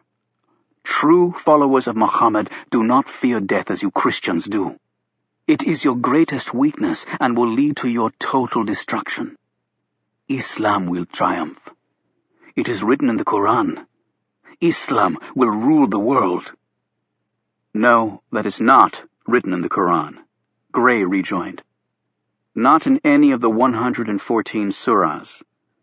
And neither is world domination mentioned in the sayings of Muhammad." "You've read the Hadith?" Al-Omari said incredulously, referring to the collections of sayings in the life of the Prophet Muhammad and the first Muslims. "And I've read the Quran in Arabic. Western scholars have never done a good job of translating that language, unfortunately. Thus, Mr. Al-Omari, you should know that Islam is actually a peaceful, tolerant religion, though it is a religion that defends itself vigorously. That's understandable, since some civilized cultures have been trying to convert Muslims to their faith ever since the Crusades, first with the sword and then the gun. But the Hadith says that even in jihad, innocent women and children must be spared." "As if any of you are innocent," Al-Omari shot back. "All of Islam must fight back against those who would oppress us." "Islam represents 1/5 of the face of humanity, and the overwhelming numbers of your brethren believe in the freedoms of speech and press and also equal protection under law, and more than half of the world's Muslims live under democratically constituted governments. I know that you were trained at a madrasa in Afghanistan, so that your knowledge of the Quran is limited to rote memory. Thus I'll forgive your seeming ignorance on these issues." Gray didn't add that at the madrasa Al-Omari's training would have also included automatic weapons and how to fight holy wars, earning such a training center the dubious title of Islamic West Point. Gray continued, "You aspired to be a shaheed, but you had neither the nerve nor the zealotry to be a suicide bomber, nor did you have the backbone or instincts to be a mujahid. You shall see whether I have the courage to die for Islam. Killing you does me no good. I want you to work for me." "Go to hell!" "We can do this easy or hard," Gray said, checking his watch. He had been up for 30 hours now, and there are many ways to attain jhana. Al-Omari leaned forward. "I will get to heaven my way," he said, sneering. "You have a wife and children living back in England," Gray noted. Al-Omari folded his arms across his chest and assumed a stony look. "Bastards like you will serve us well in the next life." "A son and a daughter," Gray continued, as though he hadn't heard the man's retort. "I realize that the women's fate may not overly concern you, however, the boy—" "My son will gladly die," Gray interrupted in a very firm voice. "I will not kill your son. I have other plans for him." "He just turned 18 months old?" A trace of concern crossed Al-Omari's face. "How did you know that?" "You will raise him in the Muslim faith?" Al-Omari did not answer. He simply stared at the camera. Gray continued, "Well, if you do not agree to work with us, I will take your son from his mother, and he will be adopted by a loving couple who will raise him as their own." Gray paused for the emphasis he would place on his next words. "He will be raised in the Christian faith in America by Americans. Or not. It's all up to you." So stunned was Al-Omari that he rose from the chair and staggered toward the camera, until hands appeared and forced him back into his chair. The next words out of his mouth were in Arabic, but were nonetheless clear enough. Moments later, his rage uncontrollable, Al-Omari had to be physically restrained as the threats continued to flow. Finally, his mouth was taped shut. Gray pushed the man's file away. Over the last few years, 7,816 Americans have died at the hands of people like you. All of these deaths have taken place on American soil. Counting attacks overseas, the death toll is nearly 10,000. Some of these victims were children who were denied the opportunity to grow up to practice any religious faith at all.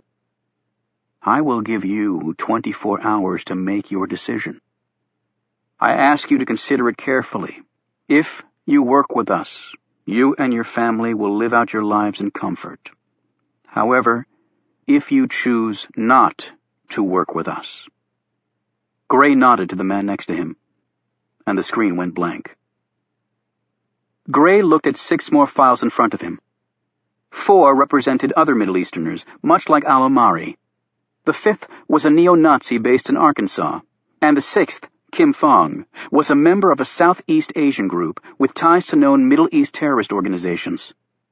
These men were ghost detainees in the unofficial nomenclature. No one other than Gray and a few select people at NIC knew they were even in custody. Like the CIA, NIC maintained clandestine paramilitary squads in hotspots all over the world. One of their tasks was to capture alleged enemies of America and afford them no due process whatsoever. Gray would put similar proposals to all the ghost detainees, although the inducements would vary depending on the intelligence Gray had gathered on each man's background. Money worked with more of them than one would think. Rich people rarely blew themselves and others to bits for religious or any other reasons. However, they often manipulated other people to do it for them. Gray would be lucky if half accepted his offer, but he would gladly take those odds. An hour later, Gray left NIC. Only the skinhead had agreed outright to help, doubtless spurred on by Gray's threat to turn him over to a radically violent anti-Nazi group headquartered in South America if he didn't cooperate. Other than that, the night had been a disappointment. As Gray walked to his car, he reflected on the situation confronting him.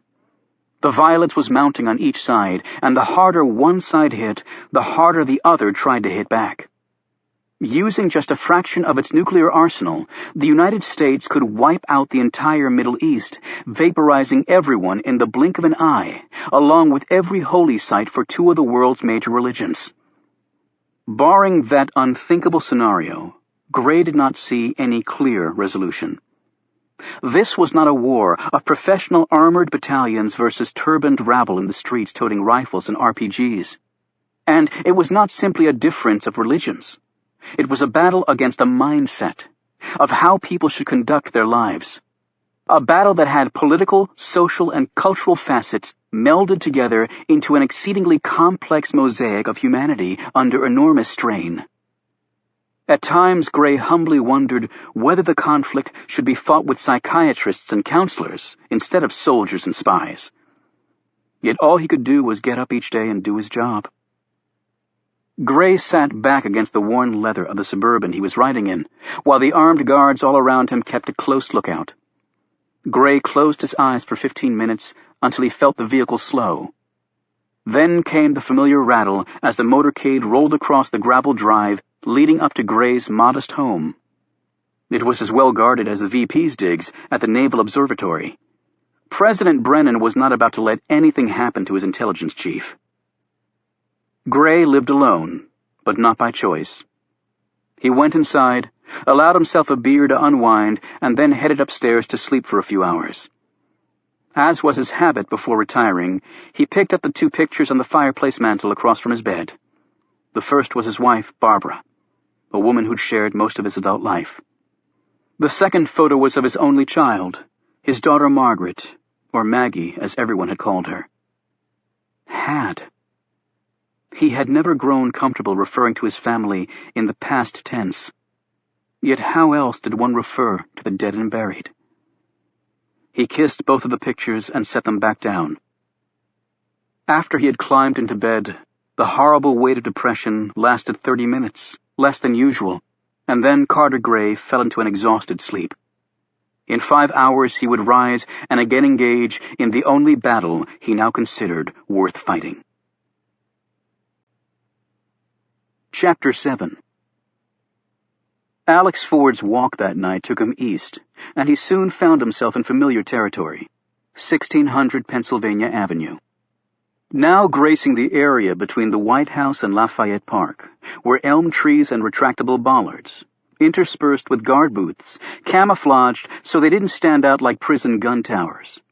However, the key here was and always would be security, regardless of how many new trees and pretty flowers they planted. "Hey, Alex," a man in a suit said as he walked out of the front security gate. "You going on or off duty, Bobby?" Bobby smiled. "You see an ear fob sticking out of my ass? I'm going home to the little woman and kids, unless they moved out and forgot to tell me, which isn't exactly beyond the realm of possibility, since I'm never there. What brings you back here?" Alex shrugged. "You know, once you get POTUS duty inside you, you can't get it out." "Right.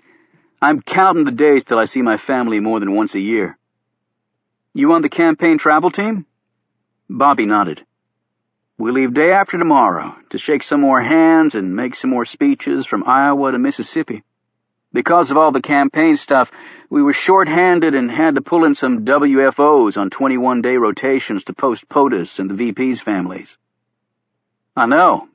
The halls at work are pretty empty. Brannon did a fundraiser tonight. Kiss up for dollars. Lucky me, I got to stay here." "Yeah, lucky you." Bobby laughed. "I don't know if you heard, but the man's hometown in Pennsylvania changed its name to Brennan. He's going up there during the campaign to attend the dedication. Talk about your ego trips." Bobby drew closer and said in a low voice, "He's not a bad guy. Hell, I voted for him. But he's a slick one. Some of the stuff he's done on the side, he's not the first. If John Q. Public knew what we did, huh?" As he headed off, Alex glanced over at Lafayette Park, where the remaining White House protesters were located, or at least that's how Alex and other Secret Service agents politely referred to them. The signs and tents and odd-looking folks had always held a fascination for him. There used to be far more of them, with elaborate signs erected everywhere. Yet even before 9/11, a crackdown had been enforced, and when the area in front of the White House was redone, this created a good excuse to shove these people away. Yet even the powerless in America had rights, and a few of them hooked up with the ACLU and sued in court for the right to return, and the Supreme Court eventually sided with them. However, only 2 of the protesters had elected to come back. During his stint at the White House, Alex got to know some of the protesters. Most were certifiably crazy, and therefore closely watched by the Secret Service. There was one fellow he remembered who dressed only in neckties, strategically placing them over his body. Yet not all of the protesters were asylum candidates, including the man he'd come to visit. Alex stopped by one tent and called out, "Oliver? It's Alex Ford. You there?" "He no here," a female voice said contemptuously. Alex glanced over at the woman as she walked up with a paper cup of coffee in hand. "How's it going, Adelphia?" "Doctors are immorally killing babies all over this country. That's how it goes." The woman was nothing if not passionate, Alex thought. Adelphia might have carried her passion somewhat to an extreme, but Alex still respected her for at least having one. "Yeah, that's what I hear." He paused respectfully. Where's Oliver?" "I tell you he no here. He have somewhere to go." "Where?" Alex knew where both Stone and Adelphia lived, but didn't want to let on to the woman that he had this information. Adelphia, he'd come to learn, was paranoid enough. "Not am I his keeper." She turned away. Alex smiled. When he'd been on presidential protection detail, he'd always suspected that the lady had a thing for Mr. Stone. Most of the agents who knew Oliver Stone had written him off as a harmless crackpot, who adopted the name of a famous film director for some ridiculous reason. Alex had taken the time to get to know the man, however, finding Stone erudite and thoughtful, and more in touch with the political and economic complexities of the world than some wonks who worked across the street. In particular, the man knew by heart every detail of seemingly every conspiracy ever reported on. Some of the agents called him King Khan for this attribute, and Stone played one hell of a game of chess. Alex called out to Adelphia, "If you see Oliver, tell him Agent Ford was looking for him. You remember me, right?" Adelphia made no sign that she'd heard him, but then again, that was just Adelphia. He headed back on foot to where his car was parked. Along the way, Alex passed something that made him stop. On the far corner, two men, one black and one white, were working on a freestanding ATM housed in a sliver between two buildings. They were dressed in overalls that had service staff printed across the back. Their van was parked at the curb. It had a company name and phone number printed on the side. Alex slipped into the shadows, pulled out his cell phone, and called the number shown on the van. An official-sounding recording answered, giving the business hours for the company and so on. Alex did a quick look-see in the van, then pulled out his Secret Service badge and walked over to the men. "Hey, fellows, you servicing the machine?" The short man eyed the badge and nodded. "Yeah, lucky us." Alex looked at the ATM, and his very experienced eyes saw what he thought he would see. "Hope you guys are union." "Proud members of Local 453, the smaller man said with a laugh. "At least we're getting double time to do this crap." "Okay, here we go again." Alex drew his pistol and pointed it at them. "Pop the machine open." The black guy said irately, "You Secret Service? What business you got checking out an ATM?" "Not that I need to give you a reason, but the Secret Service was originally formed to protect the official currency of the United States." Alex pointed the gun directly at the black man's head. "Open it." Stuffed inside the ATM were no fewer than 100 cards. Alex gave the pair their Miranda speech while he put plastic cuffs on them. Then he called the arrest in. As they were waiting, the black guy looked over at him. "We've been doing this a long time and had no trouble. How the hell you figure it?" "There's a skimmer reader attached to the card slot.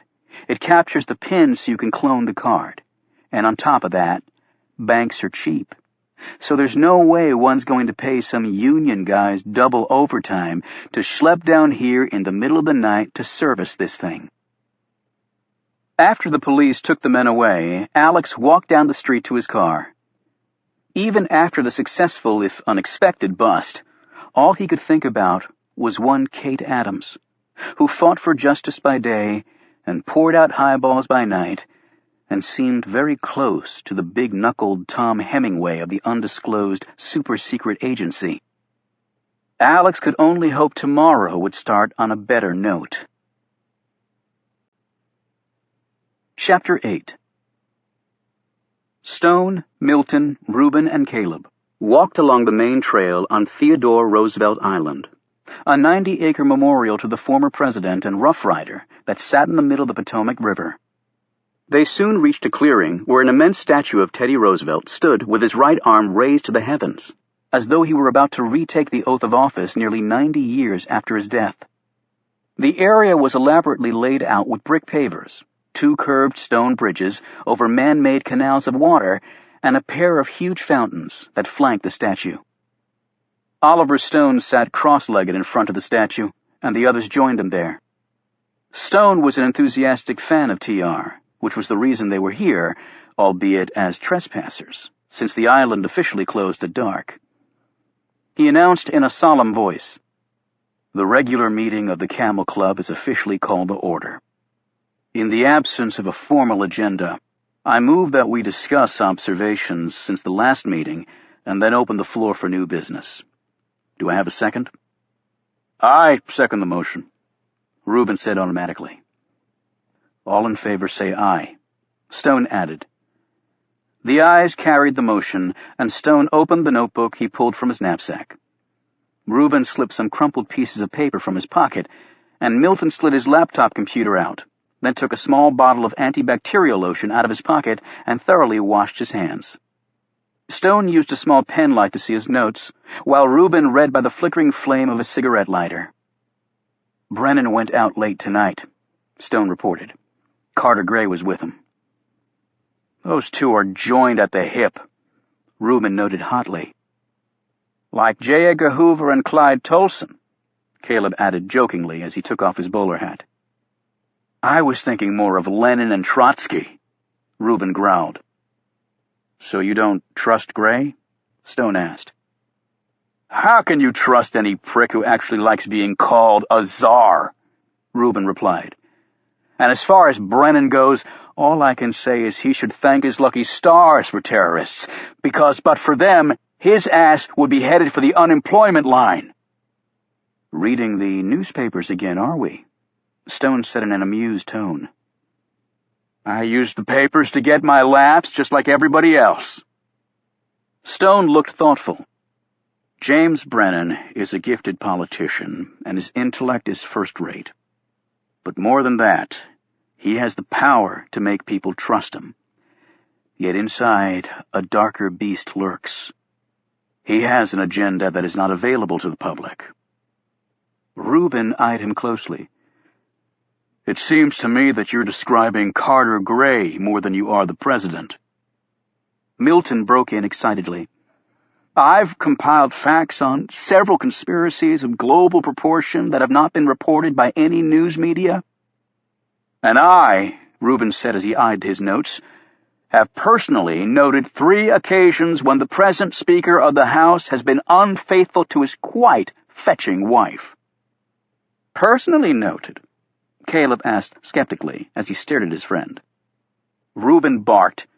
"2 of my close acquaintances in the know keep me abreast of things. Clearly, despite the trouble some of his amorous predecessors have gotten into, it still seems our esteemed congressman continues to cavalierly insert his dinky in places it should not be." He waved his notes. "It's all here." "What close acquaintances?" Caleb persisted. "High-placed sources that desire to remain anonymous, if you must damn well know," Reuben snapped, as he stuffed these allegedly libidinous revelations back in his pocket. Milton interrupted impatiently. "Yes, but let me tell you about my theories."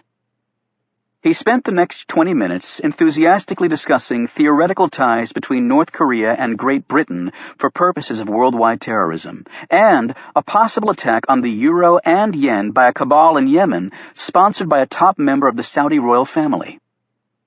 "I consider these facts material to the worldwide apocalypse that is most certainly on the horizon," Milton concluded. The other members of the Camel Club sat there looking a bit overwhelmed. It was a normal reaction after Milton had delivered one of his convoluted diatribes. Finally, Reuben said, "Yes, but that North Korea-Great Britain thing is a bit of a stretch, don't you think, Milton? I mean, the bloody Koreans are absolutely humorless, and whatever else you say about the Brits, they are a very witty people." Stone looked at Caleb. "Anything interesting on your end?" Caleb thought for a moment. "Well, we had a real scare when we couldn't find our Dutch Bible." They all looked at him expectantly. Caleb exclaimed, "Our Dutch Bible! It has hand-colored illustrations by Romein de Hoog. He's generally thought to be the most important Dutch illustrator of the late 17th and early 18th centuries. But it turned out all right. It was there the whole time, simply a clerical error." "Thank God," Reuben said sarcastically. "We wouldn't want a de Hoos on the loose." Disappointed, Stone turned back to Reuben. "Other than your lascivious congressman, do you have anything of real interest?" Reuben shrugged. "I've been out of the loop too long, Oliver. People forget you." "Then why don't we move on to something a little more concrete?" The other men eyed him curiously. Stone drew a long breath. So many birthdays had passed by uncelebrated that he had to actually think about how old he was. 61, he said to himself. I am 61 years old. He'd founded the Camel Club long ago with the purpose of scrutinizing those in power and raising the public cry when they believed things to be awry, which they very often were. He had kept vigil outside 1600 Pennsylvania Avenue, watching and noting his observations and fighting for things that other people apparently didn't believe were important anymore, like truth and accountability. He was beginning to wonder if it was worth it. Yet he said aloud, "Have you noticed what is going on in this country?" He stared at his friends, who didn't answer. "They may have us believing that we're better protected. Yet being safer doesn't necessarily mean that we're more free." "You sometimes have to sacrifice freedom for security, Oliver," Caleb said, as he fiddled with his heavy watch. "I don't necessarily like it, but what's the alternative?" "The alternative is not living in fear," Stone answered, "especially in a state of fear from exaggerated circumstances. Men like Carter Gray are quite good at that." "Well, Gray's first year on the job, you would have thought the man would have been run out on a rail, but he somehow managed to turn it around," Reuben admitted grudgingly. "Which proves my point," Stone retorted, "because I don't think anyone is that good or that lucky." He paused, obviously choosing his words with care. "My opinion is that Carter Gray is bad for this country's future. I opened the meeting to discuss relevant possibilities." His three companions simply stared dully at him. Finally, Caleb found his voice. What exactly do you mean, Oliver?" "I mean, what can the Camel Club do to make sure that Carter Gray is relieved of his post as Intelligence Secretary?" "You want us to take down Carter Gray?" Caleb exclaimed. "Yes." "Oh, good," Reuben added in mock relief, "because I thought it might be something difficult you were wanting." "There is ample historical precedent for the powerless overcoming the powerful," Stone noted. "Yeah, but in real life, Goliath kicks the shit out of David 9 times out of 10. Reuben replied grimly. Stone said, "Then what exactly is the purpose of continuing the club? We meet once a week and compare notes, observations, and theories. To what end?" Caleb answered, "Well, we've done some good, although we never got any credit for it.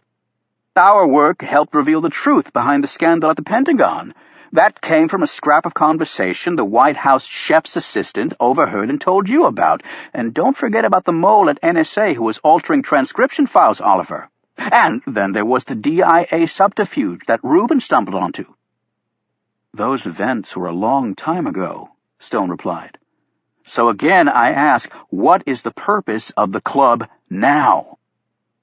Reuben said, "Well, maybe it's like lots of other clubs, except without a building, refreshments, or the pleasure of female companionship. But what can you expect when you don't pay any dues?" he added, grinning. Before Stone could answer, all four of them had turned their heads in the direction of the sounds filtering through the woods. Stone instantly put a finger to his lips and listened. There it was again, a boat's engine, and it sounded as though it was right at the edge of the island. They all took their bags and made their way quietly into the surrounding brush. Chapter 9.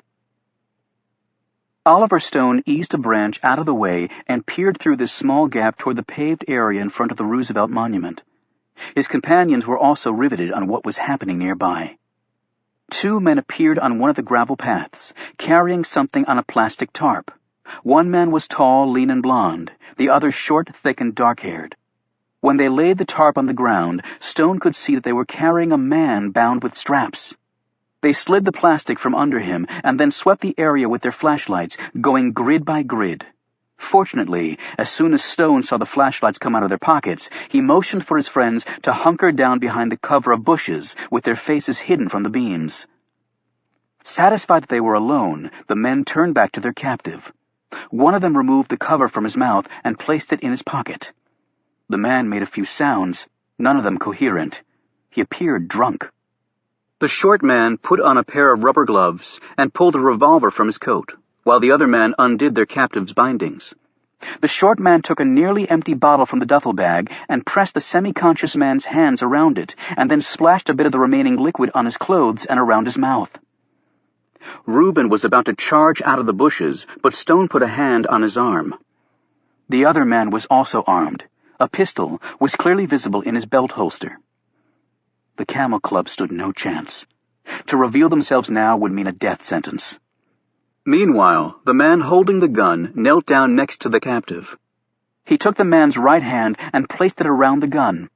Perhaps because of the touch of the cold metal, the captive opened his eyes. As he stared up at the other man, he suddenly cried out, "I'm sorry. Please don't. I'm sorry." The short man slid the pistol into the man's mouth, pushing it against the roof of the mouth. The captive choked for an instant, and then the short man forced the trigger down. At the sound of the shot, all 4 members of the Camel Club closed their eyes. When they reopened them, the 4 men continued to stare transfixed as the gun and bottle were placed near the body. A plastic baggie was taken out of the knapsack carried by the other man, and this was laid next to the murder weapon. Finally, a piece of folded paper was placed in the pocket of the dead man's windbreaker. Finished, the 2 men looked around the area even as the Camel Club members shrank farther back in the bushes. A minute later, the killers trudged off. As soon as the sounds of their footfalls disappeared, the Camel Club let out a collective sigh of relief. Holding his finger to his lips, Stone quietly led the way out of their hiding place and into the clearing. Reuben squatted down next to the body. He shook his head and said in a very low voice, "At least he was killed instantly. As if that somehow makes up for being murdered." He looked at the nearly empty bottle. "Doers. Looks like they got the poor bastard drunk so he couldn't fight back." "Is there any ID on the body?" Stone asked. "This is a crime scene," Caleb said shakily. "We shouldn't touch anything." "He's right," Reuben agreed. He glanced over at Milton, who was making frantic motions with his hands as he sped silently through his OCD ritual. Reuben sighed. "We should get the hell out of here, Oliver, is what we should do." Stone knelt down beside him and spoke quietly but urgently. "This was an execution made to look like suicide, Reuben. Those were professional killers, and I'd like to know who the target was and what he knew that led to his death." As he was speaking, he wrapped a handkerchief pulled from his pocket around his hand, searched the dead man's pockets, and slid out a wallet. He nimbly flipped it open, and they all gazed at the driver's license in the see-through plastic. Reuben pulled out his lighter and flicked it on so Stone could read the information on the license. Patrick Johnson, Stone read. He lived in Bethesda. Stone put the wallet back, searched the other pocket, and pulled out the piece of paper the killer had placed there. By the flickering flame of the lighter, he read the contents of the letter in a soft voice. "I'm sorry. It's all too much. I can't live with this anymore. This is the only way. I'm sorry. So sorry." And it's signed Patrick Johnson. Caleb slowly took his bowler hat off in respect for the dead and mouthed a prayer. Stone continued. "The writing is very legible. I suppose the police will assume it was written before he supposedly drank himself into a suicidal stupor." Reuben said, "He said he was sorry right before they killed him." Stone shook his head. "I think he was speaking about something else he was sorry for. The note's words are just a subterfuge, a typical suicide's last plea." Stone put the note back. As he was doing so, his hand nudged against something else in the dead man's pocket. He pulled out a small red lapel pin and squinted at it in the darkness. "What's that?" Reuben asked, holding his lighter closer. Caleb said in a hushed whisper, "What if they come back?" Stone put the pin back and felt Johnson's clothes. "They're soaked through." Reuben pointed to the plastic baggie. "What do you make of that?" Stone thought for a moment. "I think I understand its purpose and the soaked clothes as well. But Caleb's right. We should leave." They set off and then realized that Milton wasn't with them. They turned back and found him crouched over the dead man, counting, with his hand reaching over the body. Milton, we really need to leave," Caleb said urgently. However, Milton was apparently so traumatized that he couldn't stop counting. "Oh, for Christ's sakes," Reuben moaned. "Why don't we all just bloody well count together until they come back and give us some bullets to suck on?" Stone put a steadying hand on Reuben's arm and stepped forward next to Milton. He looked down at Patrick Johnson's face. He was young, though death had already begun to hollow him.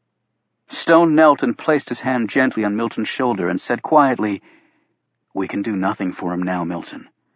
And the comfort you take in your counting, the safety and security that you're striving for, can be defeated if those two men come back." He added bluntly, "They have guns, Milton. We don't." Milton halted his ritual, stifled a sob, and said in a quivering voice, "I don't like violence, Oliver." Milton clutched his knapsack closer to his chest and then pointed at the corpse. "I don't like that."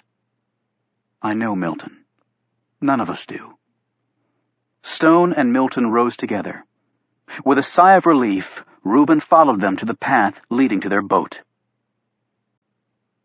Warren Peters, who'd fired the shot that killed Patrick Johnson, was walking along the trail back to their dinghy when he stopped short. "Shit," he whispered. "What?" Tyler Rinke asked as he nervously looked around. "Police boat?" "No.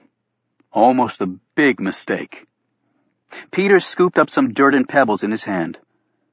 "When we dunked him, it cleaned his shoe soles off. If you walked here through the woods, his soles wouldn't be clean. The FBI won't miss that." The two men hurried back along the path and over to the body. Peters squatted down next to the murdered man's shoe and pressed dirt and pebbles into the soles. "Good catch," Rinke said. "I don't want to even think about what would have happened if I'd blown that." He finished his task and started to rise, but his gaze caught on something. "Son of a bitch!" Peters exclaimed between clenched teeth. He pointed to the note he had pressed into the victim's pocket. A corner of it was sticking out. "I shoved that all the way in because I didn't want it to look too obvious. So why is it visible now?" He pushed the note back in the pocket and looked at his partner searchingly. Could an animal have taken a go at the body? After a few minutes? And why would an animal go after paper instead of flesh? He rose, pulled a flashlight from his pocket, and checked the stone floor. Rinke said, "You must have made a mistake with the paper. You probably didn't push it in as far as you thought." Peters continued to search the area, and then stiffened. "What now?" his companion asked impatiently. "Listen. Do you hear that?" Rinke remained still and silent, and then his mouth gaped. "Somebody running. That way." He pointed to the right, down one of the trails in the opposite direction they had come. The two men pulled their weapons and sprinted toward the sound. Chapter 10. Stone and the others had just jumped into their boat and pushed off. The fog was now dense enough to make navigation tricky. They were perhaps 10 feet from the island in the little channel when the two men burst out of the trees and saw them. "Pull as hard as you can and keep your face turned down," Stone said to Reuben, who needed no such prompting. His broad shoulders and thick arms moved with a Herculean effort, and the little boat sprang away from the shore. Stone turned to the others in the boat and whispered, "Don't let them see your faces. Caleb, take off your hat." They all immediately bent low, and Caleb swept off his bowler and jammed it between his quivering knees. Milton had started counting the minute he climbed onto the boat. The two men on shore took aim at their quarry, but the fog made their targets very elusive. They both fired, but their shots splattered harmlessly into the water, a good foot from the boat. "Pull, Reuben, pull!" a terrified Caleb gasped as he ducked even farther down. "What the hell do you think I'm doing?" Reuben snapped, sweat trickling down his face. The pursuers took careful aim and fired twice more. One slug found its mark, and splintered wood flew up and hit Stone in the right hand. The blood trickled down his fingers and onto the boat's gunwale. He quickly staunched the flow with the same handkerchief he'd used to search the body of Patrick Johnson. "Oliver!" a frantic Milton called out. "I'm all right," Stone answered. "Just stay down." The two gunmen, realizing the futility of their attack, raced away. "They're going to get their boat," Stone warned. "Well, then we have a bit of a problem because their boat has a motor," Reuben retorted. "I'm going as fast as I can, but there's not much gas left in my tank."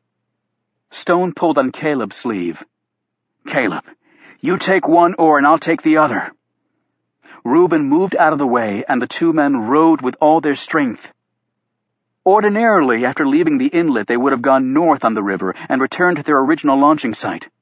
Now they simply wanted to get to the mainland as fast as possible, which meant a straight path east.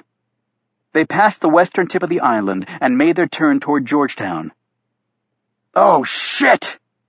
Reuben was staring back toward the island as he heard the boat engine coming. "Row like your lives depend on it," he bellowed to Stone and Caleb. "Because they sure as hell do." Seeing that Caleb and Stone were growing tired, Reuben pushed them out of the way and took up the oars again, pulling with all his considerable strength. "I think they're gaining," Caleb said breathlessly.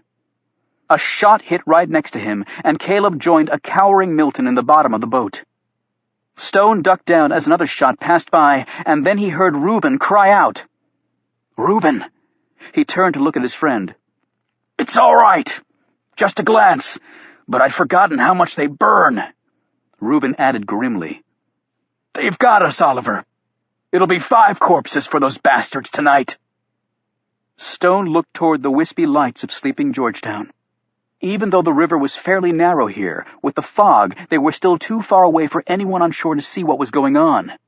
He glanced back at the oncoming boat. He could now make out the silhouettes of the two men on board. His mind raced back to the businesslike manner in which the unfortunate Patrick Johnson had been dispatched. Stone envisioned the gun being placed inside his own mouth, the trigger pulled. Suddenly, the motorboat veered away from them. "What the?" Reuben said. "It must be the police boat. Listen," Stone whispered, pointing south of their position and cupping his ear. In a relieved voice, Caleb cried out, "The police! Quick! Get their attention!" "No," Stone said firmly. "I want everyone to remain as silent as possible. Reuben, stop rowing." Reuben looked curiously at his friend, but stopped pulling at the oars and just sat there. "We'll be damn lucky if they don't run right into us," he complained in a low voice. All of them could now clearly hear the whine of the big engine. Through the fog, they saw the green, starboard-side running lights of the patrol boat passing by less than 30 feet away. The policemen on board wouldn't have been able to hear the engine of the other boat over their own, nor could they have seen the rowboat, which had no lights. The members of the Camel Club held their collective breath and watched as the patrol boat slowly glided along. When it was finally out of sight, Stone said, "Okay, Reuben, get us to shore." Caleb sat up. "Why didn't you want us to alert the police?" Stone waited until the sharp outline of land came into view before answering. "We're out on a boat we're not supposed to have, going to a place we're not supposed to be. A man has been killed and his body left on Roosevelt Island. If we tell the police we witnessed a murder, we're admitting that we were there. We can tell them we saw 2 men who then tried to kill us, but we have no proof of that." Now Milton sat up. "But you and Reuben were hurt." "My hand is only scratched, and Reuben's was just a glance, so there's no conclusive proof a bullet was involved. Thus the police are left with the fact that there's a dead body that was transported by boat to the island we were on. We have a boat that could have performed that task quite easily. And there isn't another such vessel around, since that motorboat will be long gone by the time we explain things. We are persons whom the police might not put much credibility in. So what do you think would be the most logical result of our telling them our story?" Stone looked at each of them expectantly. "They'd arrest us and throw away the key," Reuben muttered, as he ripped off a piece of his shirt and tied it around the minor wound on his arm. "What I'd like to know is how those 2 bastards suddenly realized we were on the island." "They must have heard us," Stone said. "Or else they came back for some other reason and noticed something amiss. Maybe I didn't put the note or the pin back properly." "You didn't say what the pin was," Caleb noted. "It was the lapel pin customarily worn by Secret Service agents." "You think he was an agent?" Reuben asked as they drifted to shore. "Presumably he has some connection." When they reached land, they swiftly pulled the boat ashore and hid it in an old drainage ditch near the seawall. "So now what?" Reuben asked, as they trudged along through the quiet streets of Georgetown. Stone ticked the points off on his fingers. "We find out who the murdered man was. We find out why someone would want to kill him. And we find out who killed him." Reuben looked incredulous. "And I thought your idea of bringing down Carter Gray was a toughie. Jesus, man, do you understand what you're saying?" "Yes, I do," Stone replied impassively. "But why do we have to do anything?" Caleb asked. Stone stared at him. "Men who kill like that tend to clean up all loose ends, which means they'll do everything they can to track us down and kill us too. We can't go to the police for the reasons I've already outlined, so my very strong suggestion is—" Reuben broke in. "That we get them before they get us." Stone walked on, the rest of the Camel Club hurrying along in his wake. Chapter 11. As the van passed around a bend in the road, the elaborate sign set in foot-high reflective letters came into view. "Welcome to Brennan, Pennsylvania, birthplace of President James H. Brennan." A rendering of Brennan had been carved into the wood beside these words. It was a good likeness. The man in the van's passenger seat looked at his two companions and smiled. Then he raised an imaginary gun, pointed it at Brennan's head, and fired, placing 3 shots right into the brain of the most powerful man on Earth. The van entered the downtown area. With a population of 50,000 and fast becoming a major bedroom community of Pittsburgh, Brennan had high hopes for a major renaissance, and the new jobs, emerging business and construction going on around town were a testament to this dream becoming a reality. Much of this hope was based upon it being the hometown of the very popular incumbent president. Even the unused water tower, situated in the middle of downtown, had not escaped this push for greatness. At first, the town fathers had wanted to put Brennan's picture and the seal of the President of the United States on the tower. When told that this would neither be legal nor in good taste, they instead painted it in the stars and stripes, thereby connecting the man and the town. The 3 men in the van were also very interested in the nation's chief executive, for an entirely different reason. The 3 men were tall and possessed the leanness of people unfamiliar with a Western diet of saturated fat and sugar. 2 were Arab and the other Persian, though they had downplayed their Middle Eastern origins by shaving off their beards and assuming the style typical of college students, namely baggy jeans, sweaters, athletic shoes, and plenty of attitude. They were enrolled as part-time students at the local community college, studying basic engineering.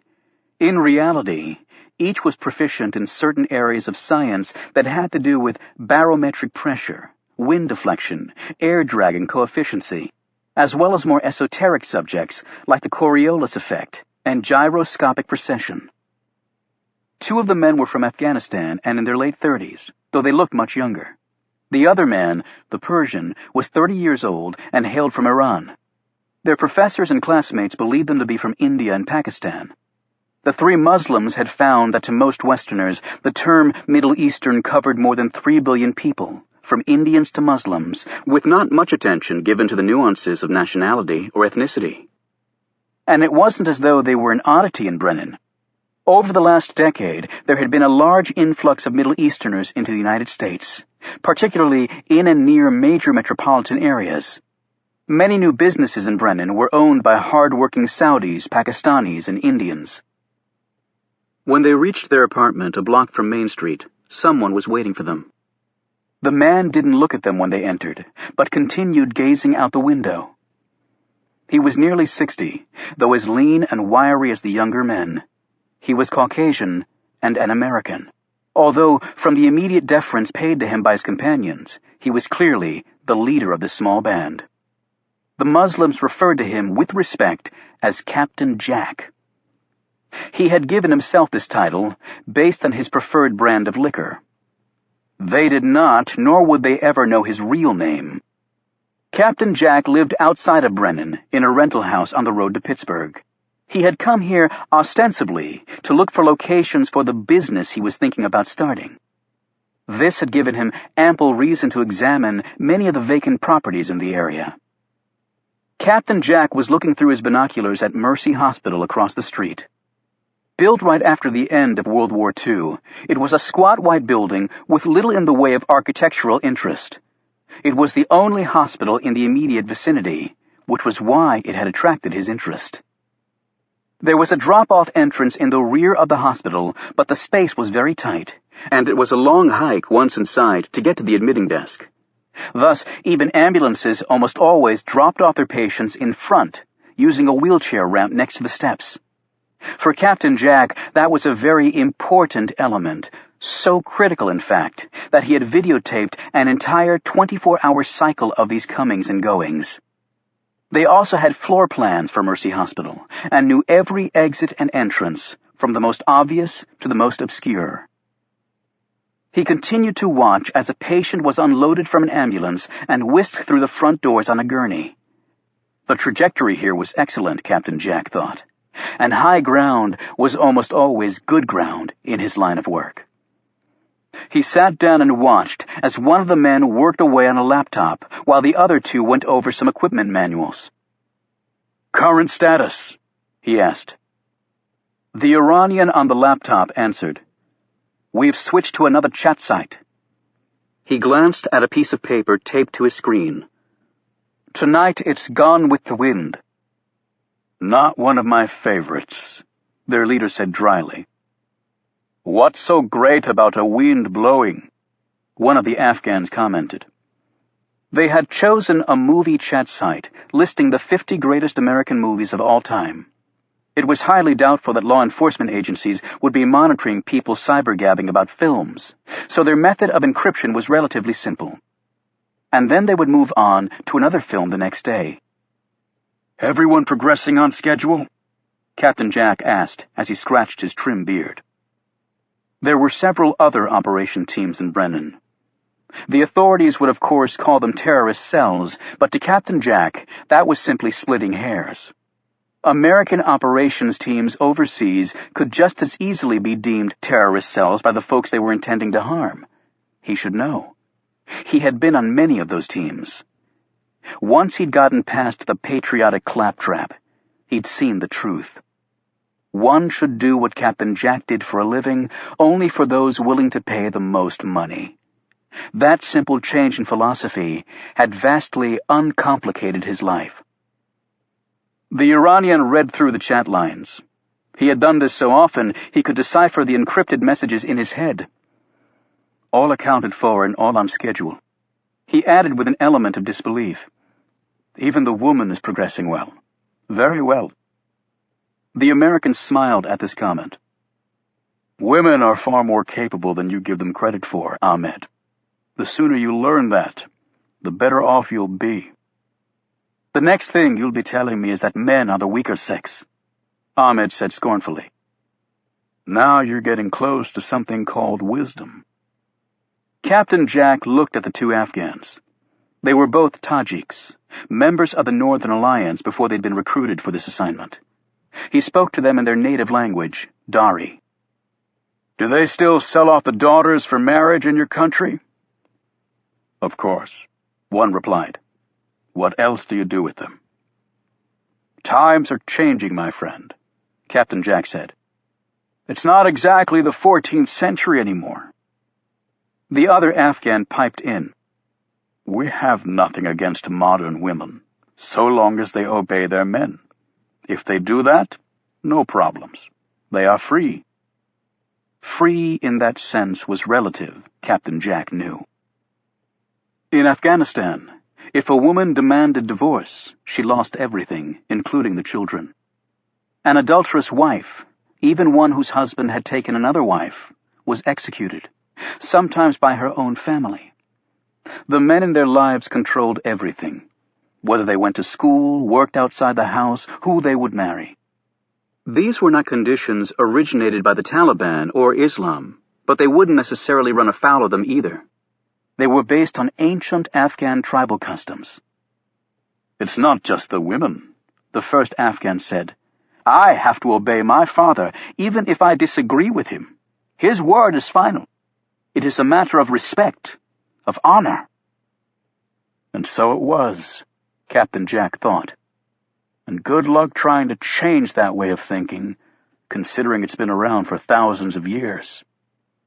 Captain Jack rose. "We don't have a lot of time before the advance team arrives. If we have to work 24 hours a day, it will be done," Ahmed declared. "You're in school, remember?" Captain Jack said. "Only part-time." "Brennan, Pennsylvania. I thought only despots named places after themselves," one of the Afghans said. Captain Jack smiled. "Brennan didn't do it. The people named it after him. This is a democracy, after all." "Does that make Brennan any less of a dictator?" the other Afghan said. Captain Jack stopped smiling. "I don't really care. All you have to remember is we only get one chance at this." Across the street at Mercy Hospital, an emergency room doctor was walking down the hallway with one of the hospital administrators. The physician was a recent and welcome addition to Mercy, since the hospital was habitually understaffed. As they walked along, the doctor glanced nervously at an armed security guard posted at a doorway. "Armed guards? Is that really necessary?" he asked. The administrator shrugged. "Afraid so. Our pharmacy has been burglarized twice in the last 6 months. We can't afford another hit." "Why wasn't I told this before I agreed to come here?" "Well, it's not exactly something we wanted to publicize." "But I thought Brennan was a peaceful town," the doctor said. "Oh, it is, but, drugs are everywhere. But no one will try anything with armed guards here." The physician glanced over his shoulder at the security man, who stood rigidly against a wall. From the look on the doctor's face, he didn't appear to share the positive sentiments of his colleague. As the men passed down the hallway, a uniformed Adnan al-Remi, his appearance much changed since his death in rural Virginia, walked off to patrol another part of the hospital. There were many such dead men walking the streets of Brennan right now.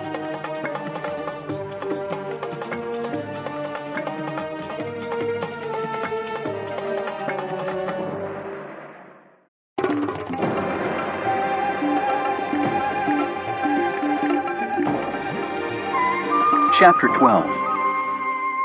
On the outskirts of Brennan, Pennsylvania, was a faded strip mall that had as its meager tenants a pawn shop, several low-rent mom-and-pop operations, a bail bondsman's establishment, and a fried chicken eatery. All of the other lease space was empty, except for one office. The windows of this unit were still covered up, as the build-out had not yet been completed. Actually, the work had never been started, nor would it ever be.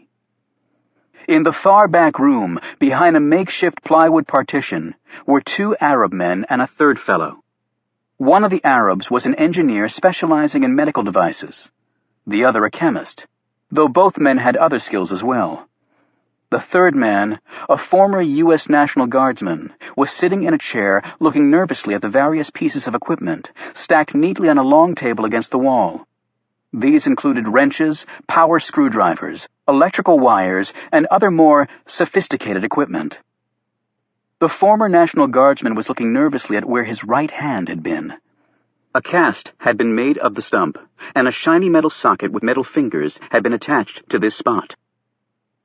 "Just relax," the chemist advised, and he put a gentle hand on the nervous fellow's shoulder. The engineer lifted an object out of a long box and held it up. It looked like a human hand.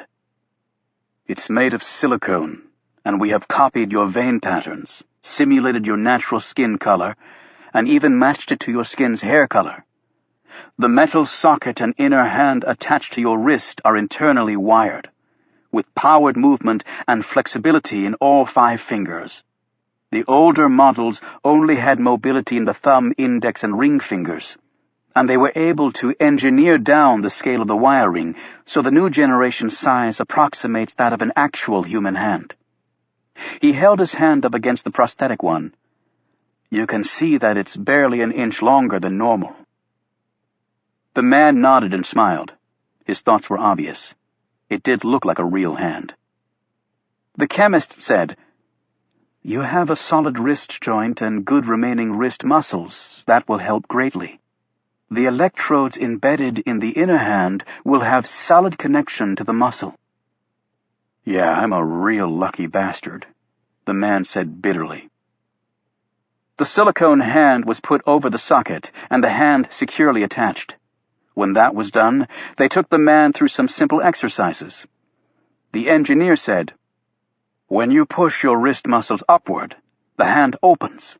When you relax your wrist muscles, the hand closes. Practice that."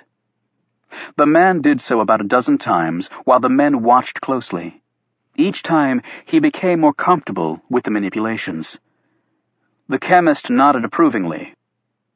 "That is good. You're getting it. But you must keep practicing. Soon you will be able to do it without thinking. It will feel natural." The man in the chair rubbed the fake hand with the steel hook that constituted his other hand. "Does it feel real?" he asked. "I can't tell." The engineer said, "Someone shaking hands with you will be able to tell it's not real simply by the texture and the colder temperature of the skin. But in all other respects, it will look very real." The man seemed disappointed by this explanation and stopped looking at his new hand. "You can never be what you were," the chemist said bluntly. "But it is better than what you had, and we can do your other hand too if you want." The man shook his head and held up his hook. "I want to keep this one. I don't want to forget what happened to me." "You have your uniform?" the engineer asked. The man nodded as he rose from the chair, still opening and closing his new hand. "That's another memory. Not that I need it." "What was your rank?" "Sergeant, National Guard." He flexed his new hand again. "And after it's over?" "You will be taken care of, as agreed," the engineer answered. "It's nice to be finally taken care of. We will be in touch, in the usual way."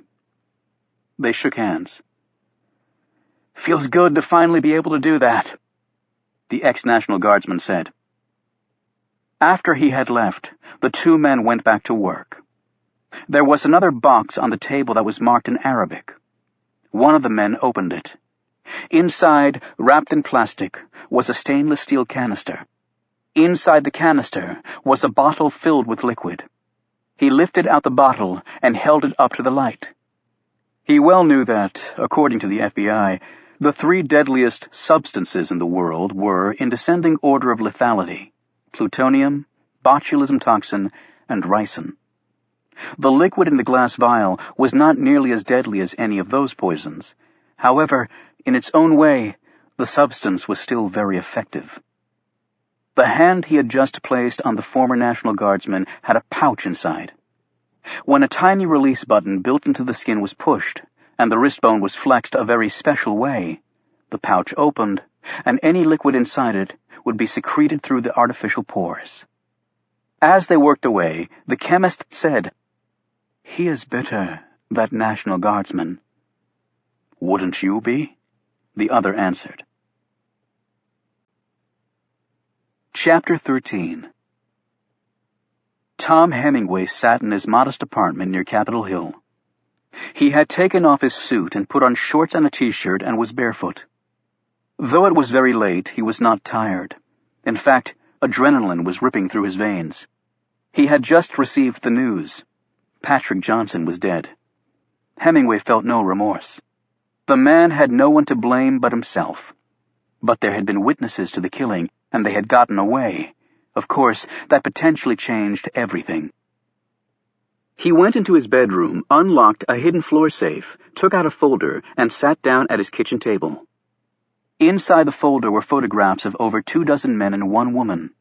All were Muslims. The authorities would classify them as enemies of America. The assembling of these people represented 2 full years of Tom Hemingway's life, and for those in the group who had run afoul of the law in some way, Hemingway had achieved a miracle. He had made the living appear to be dead.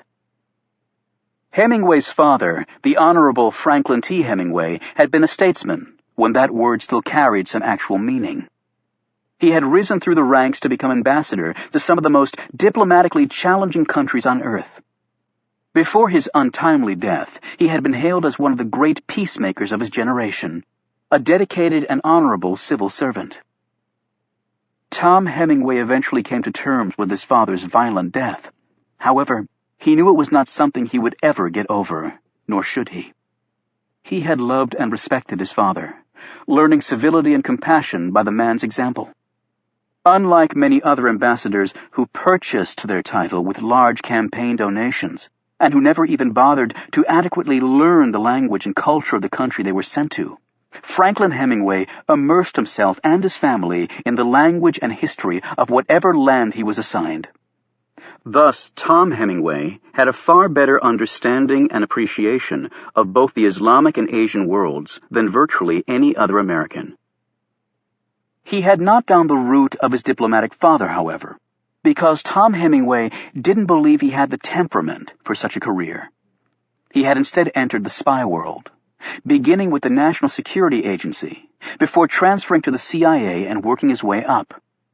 It seemed an important, even honorable career, and he'd thrown himself at it with the work ethic his father had instilled in him. He'd become a superb field agent, assigned to some of the most dangerous hotspots in the world. He had survived, sometimes just by minutes, attempts to kill him. He had in turn killed on behalf of his government. He helped orchestrate coups that toppled popularly elected governments. He also oversaw operations that created instability in fragile third-world countries because this was deemed the best way to foster an atmosphere most beneficial to the United States. He had done all that was asked of him and more. And ultimately, it had been for nothing. The precious work that he'd performed was a sham, fueled more by business interests than national ones, accomplishing nothing other than making a bad situation worse. The world was as close to destruction as he had ever seen, and Tom Hemingway had seen a lot.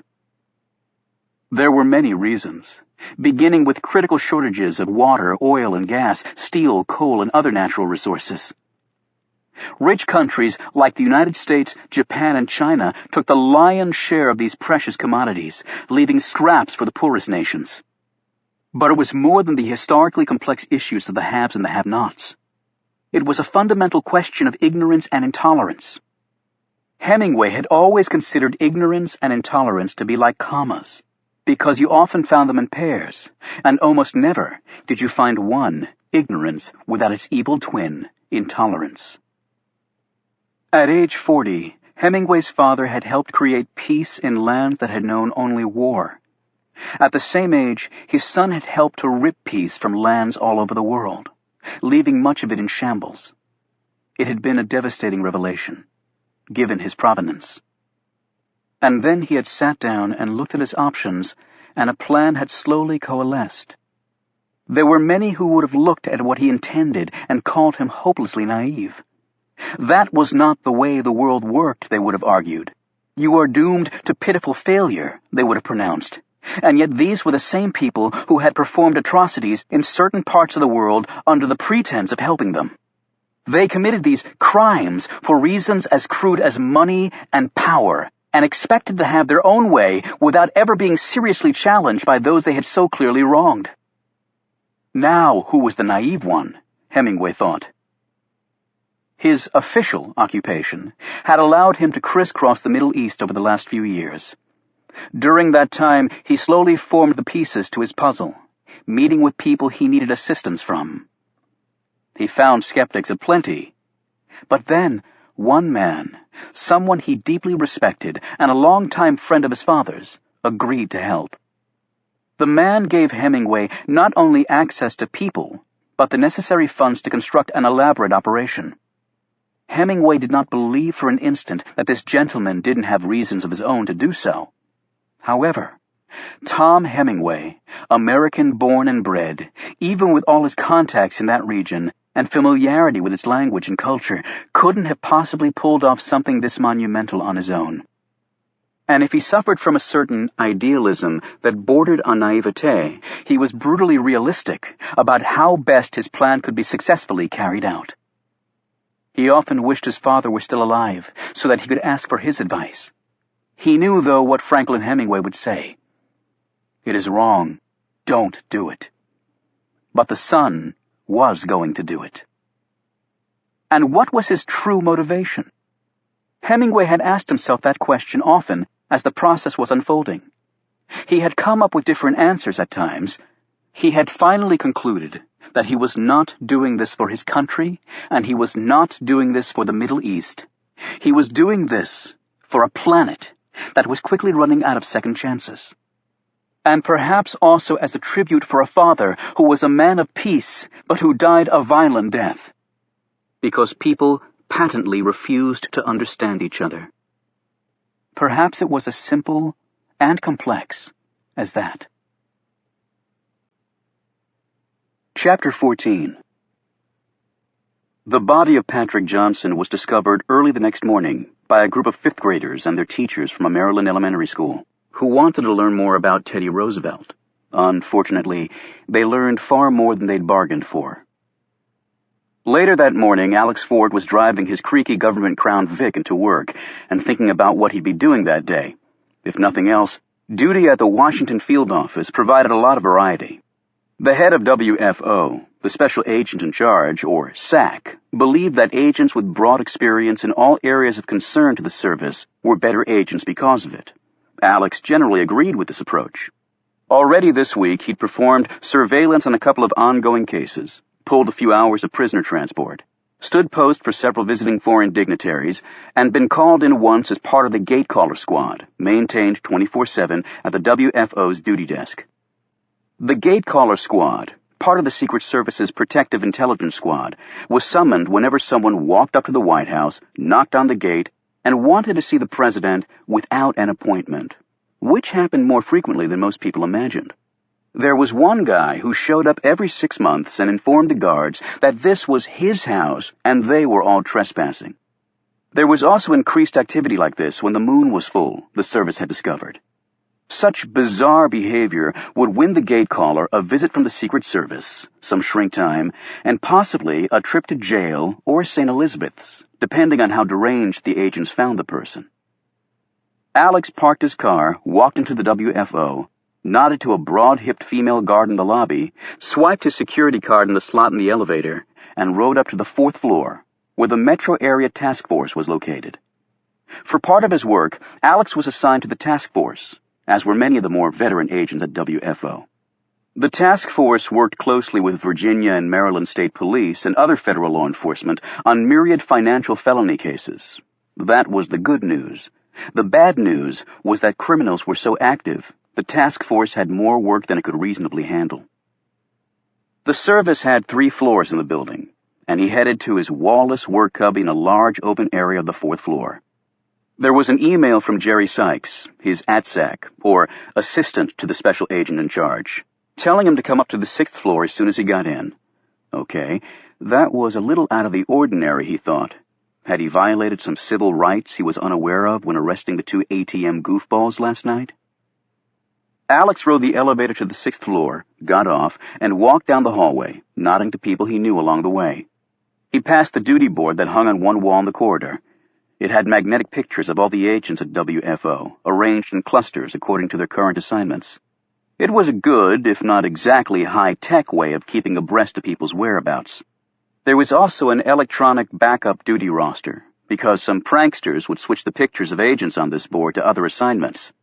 So an agent tasked to criminal could suddenly find himself, at least according to the board, being in the desk-bound insomniac land of the recruitment division. A few of the pictures were hung upside down. That meant that an agent was leaving the WFO for an assignment elsewhere. There were also red or blue dots on many of the pictures. This didn't designate whether an agent was a Republican or Democrat, though some agents tried to sell that line to their friends and families who visited here. It designated whether the agent lived in Virginia or Maryland. Sykes rose from his desk when Alex appeared in the doorway. "Have a seat, Alex," Sykes said, motioning to a chair. Alex sat and unbuttoned his suit jacket. "So am I in trouble, or is this just a fun date?" Alex smiled, and thankfully Sykes grinned in return. "I heard about your heroics last night. We love agents who work unpaid overtime like that. Feel free to do it more often." "Well, I wouldn't turn down a nice bump in salary as a thank you." "In your dreams. Got a brand new toy for you, something really hot." He tapped a file lying on his desk. "This came on a slingshot from HQ to the SAC here and then on to me." Alex looked doubtful. "My load's pretty full, Jerry. So long as people use money, other people will try and steal it or forge it. Forget that for now. How about making a run at a homicide?" "I don't remember that being in our statutory mandate," Alex said slowly. "Check your badge and your paycheck. It says Homeland Security now, and not Treasury. So we have lots of new goodies in our bag to hand out." Sykes glanced at the file. "A man named Patrick Johnson was found this morning on Roosevelt Island with a gunshot wound in his mouth, a revolver, and a bottle of scotch next to him, and a suicide note in his pocket." "And he is," Alex asked. "Employed at NTAC," Sykes replied, referring to the National Threat Assessment Center. "In other words, he's one of us. That's where you come in. But NTAC's not really part of the service anymore. Not after the intelligence shakeup. It's with NIC now, along with damn near everything else." "Right, but we still have our fingers in that pie, and Johnson, at least technically, was a joint employee of the Secret Service and NIC. Gunshot wound to the mouth, guy was probably drunk, revolver right there and a note. What's to investigate?" "Suicide is what it looks like so far, and it'll probably stick. Since it occurred on federal property and he was a federal employee, the FBI and Park Police are investigating. But we want somebody looking out for our interests, too. If it was a suicide, we can handle the spin okay. But if it's something else, well, then we need to run that down. That's where you come in." "Why Roosevelt Island? Was Johnson a TR freak?" "That's for you to find out. But don't let the Bureau run you off." "So why am I so lucky, Jerry?" Alex asked. "I mean, isn't this something for the inspections division to do?" "Yes, but I like you," Sykes replied sarcastically. "And after all that time on protection, you really need as much real work as you can get." "Funny, that's what they said when I went into protection detail." "Whoever said life was fair?" "No one who's ever worn a badge," Alex shot back. Sykes took on a serious expression. "You've seen the kids running around here. They're good and they're smart and they work their butts off, but their average experience is less than 6 years. You've got 3 times that. And speaking of baby agents, take Simpson with you. Rookie needs some breaking in." "I'm curious," Alex said. "Has Simpson got any strings upstairs?" "Why?" Sykes asked, although Alex thought he saw a smile flit across the man's face. "Because the crap duty doesn't seem to stick to that rook, that's why. All I can say is Simpson's the blessed relation of some big muckety-muck, and people tend to give that rook a little slack. Do not feel so inclined. Here's the file. The crime scene awaits you. Go get 'em." As Alex rose, Sykes added, "The 90-day report cycle is out on this one. We want daily, detailed emails, and, just so you know, they'll be going directly to the SAC and HQ." "Okay. Like I said, Alex, this one is hot. Treat it accordingly." "I get the point, Jerry." Alex returned to his desk, hung his jacket over his chair, and opened the file. The first thing he encountered was a photo of Patrick Johnson looking very much alive. There was a hand-scribbled note that said Johnson was engaged to be married. The name and phone number of his fiancée were underneath this note. Alex assumed the woman had already been told of the man's death. Johnson's employment history looked pretty routine. Johnson had been with the NTAC division of the National Intelligence Center, or NIC, as the D.C. bureaucrats referred to it. In layman's terms, NTAC put together information and strategies that cops could use to prevent everything from presidential assassinations to terrorist attacks to another Columbine. No Secret Service agent ever wanted to arrest an assassin. That meant the person you were guarding was dead. Alex remembered the huge battle that erupted when NIC made clear it wanted to absorb NTAC into its intelligence empire. The service had put up a vigorous counterattack, but in the end, the president sided with Gray and NIC. However, because the service had such a unique relationship with the president, it had been able to keep some connection to NTAC, which was why Johnson had still technically been a joint employee of the service, if in name only. Alex flipped through the rest of the file, making mental notes. Finally, he stood and put on his jacket. He grabbed Simpson on the way out. Jackie Simpson was petite and dark-haired, with an olive complexion and strong facial features, dominated by a pair of startling blue eyes. Though a rookie at the Secret Service, she was no novice when it came to detective work, having spent nearly 8 years as a police officer before joining the service. When she spoke, no one could miss Simpson's southern origins, in her case, Alabama. She was dressed in a dark pantsuit and carried her sidearm on a belt clip riding near her left hand. Alex raised his eyebrows at the 3-inch blocky heels she wore that still left her 6 inches shorter than he was. Then his gaze took in the wedge of red handkerchief poking out from the lady's breast pocket. That was a little fashion statement that could get you killed. Alex also knew that her pistol was a custom piece that she had somehow gotten approval for. The service liked uniformity when it came to its agents' weapons, in the event they had to share ammo during a shootout. Like many people in a new job, she was full of bountiful enthusiasm, as well as a startling lack of tact. When told of their new assignment, she responded, "Sweet." It wasn't too sweet for Patrick Johnson, Alex pointed out. "I didn't mean it that way."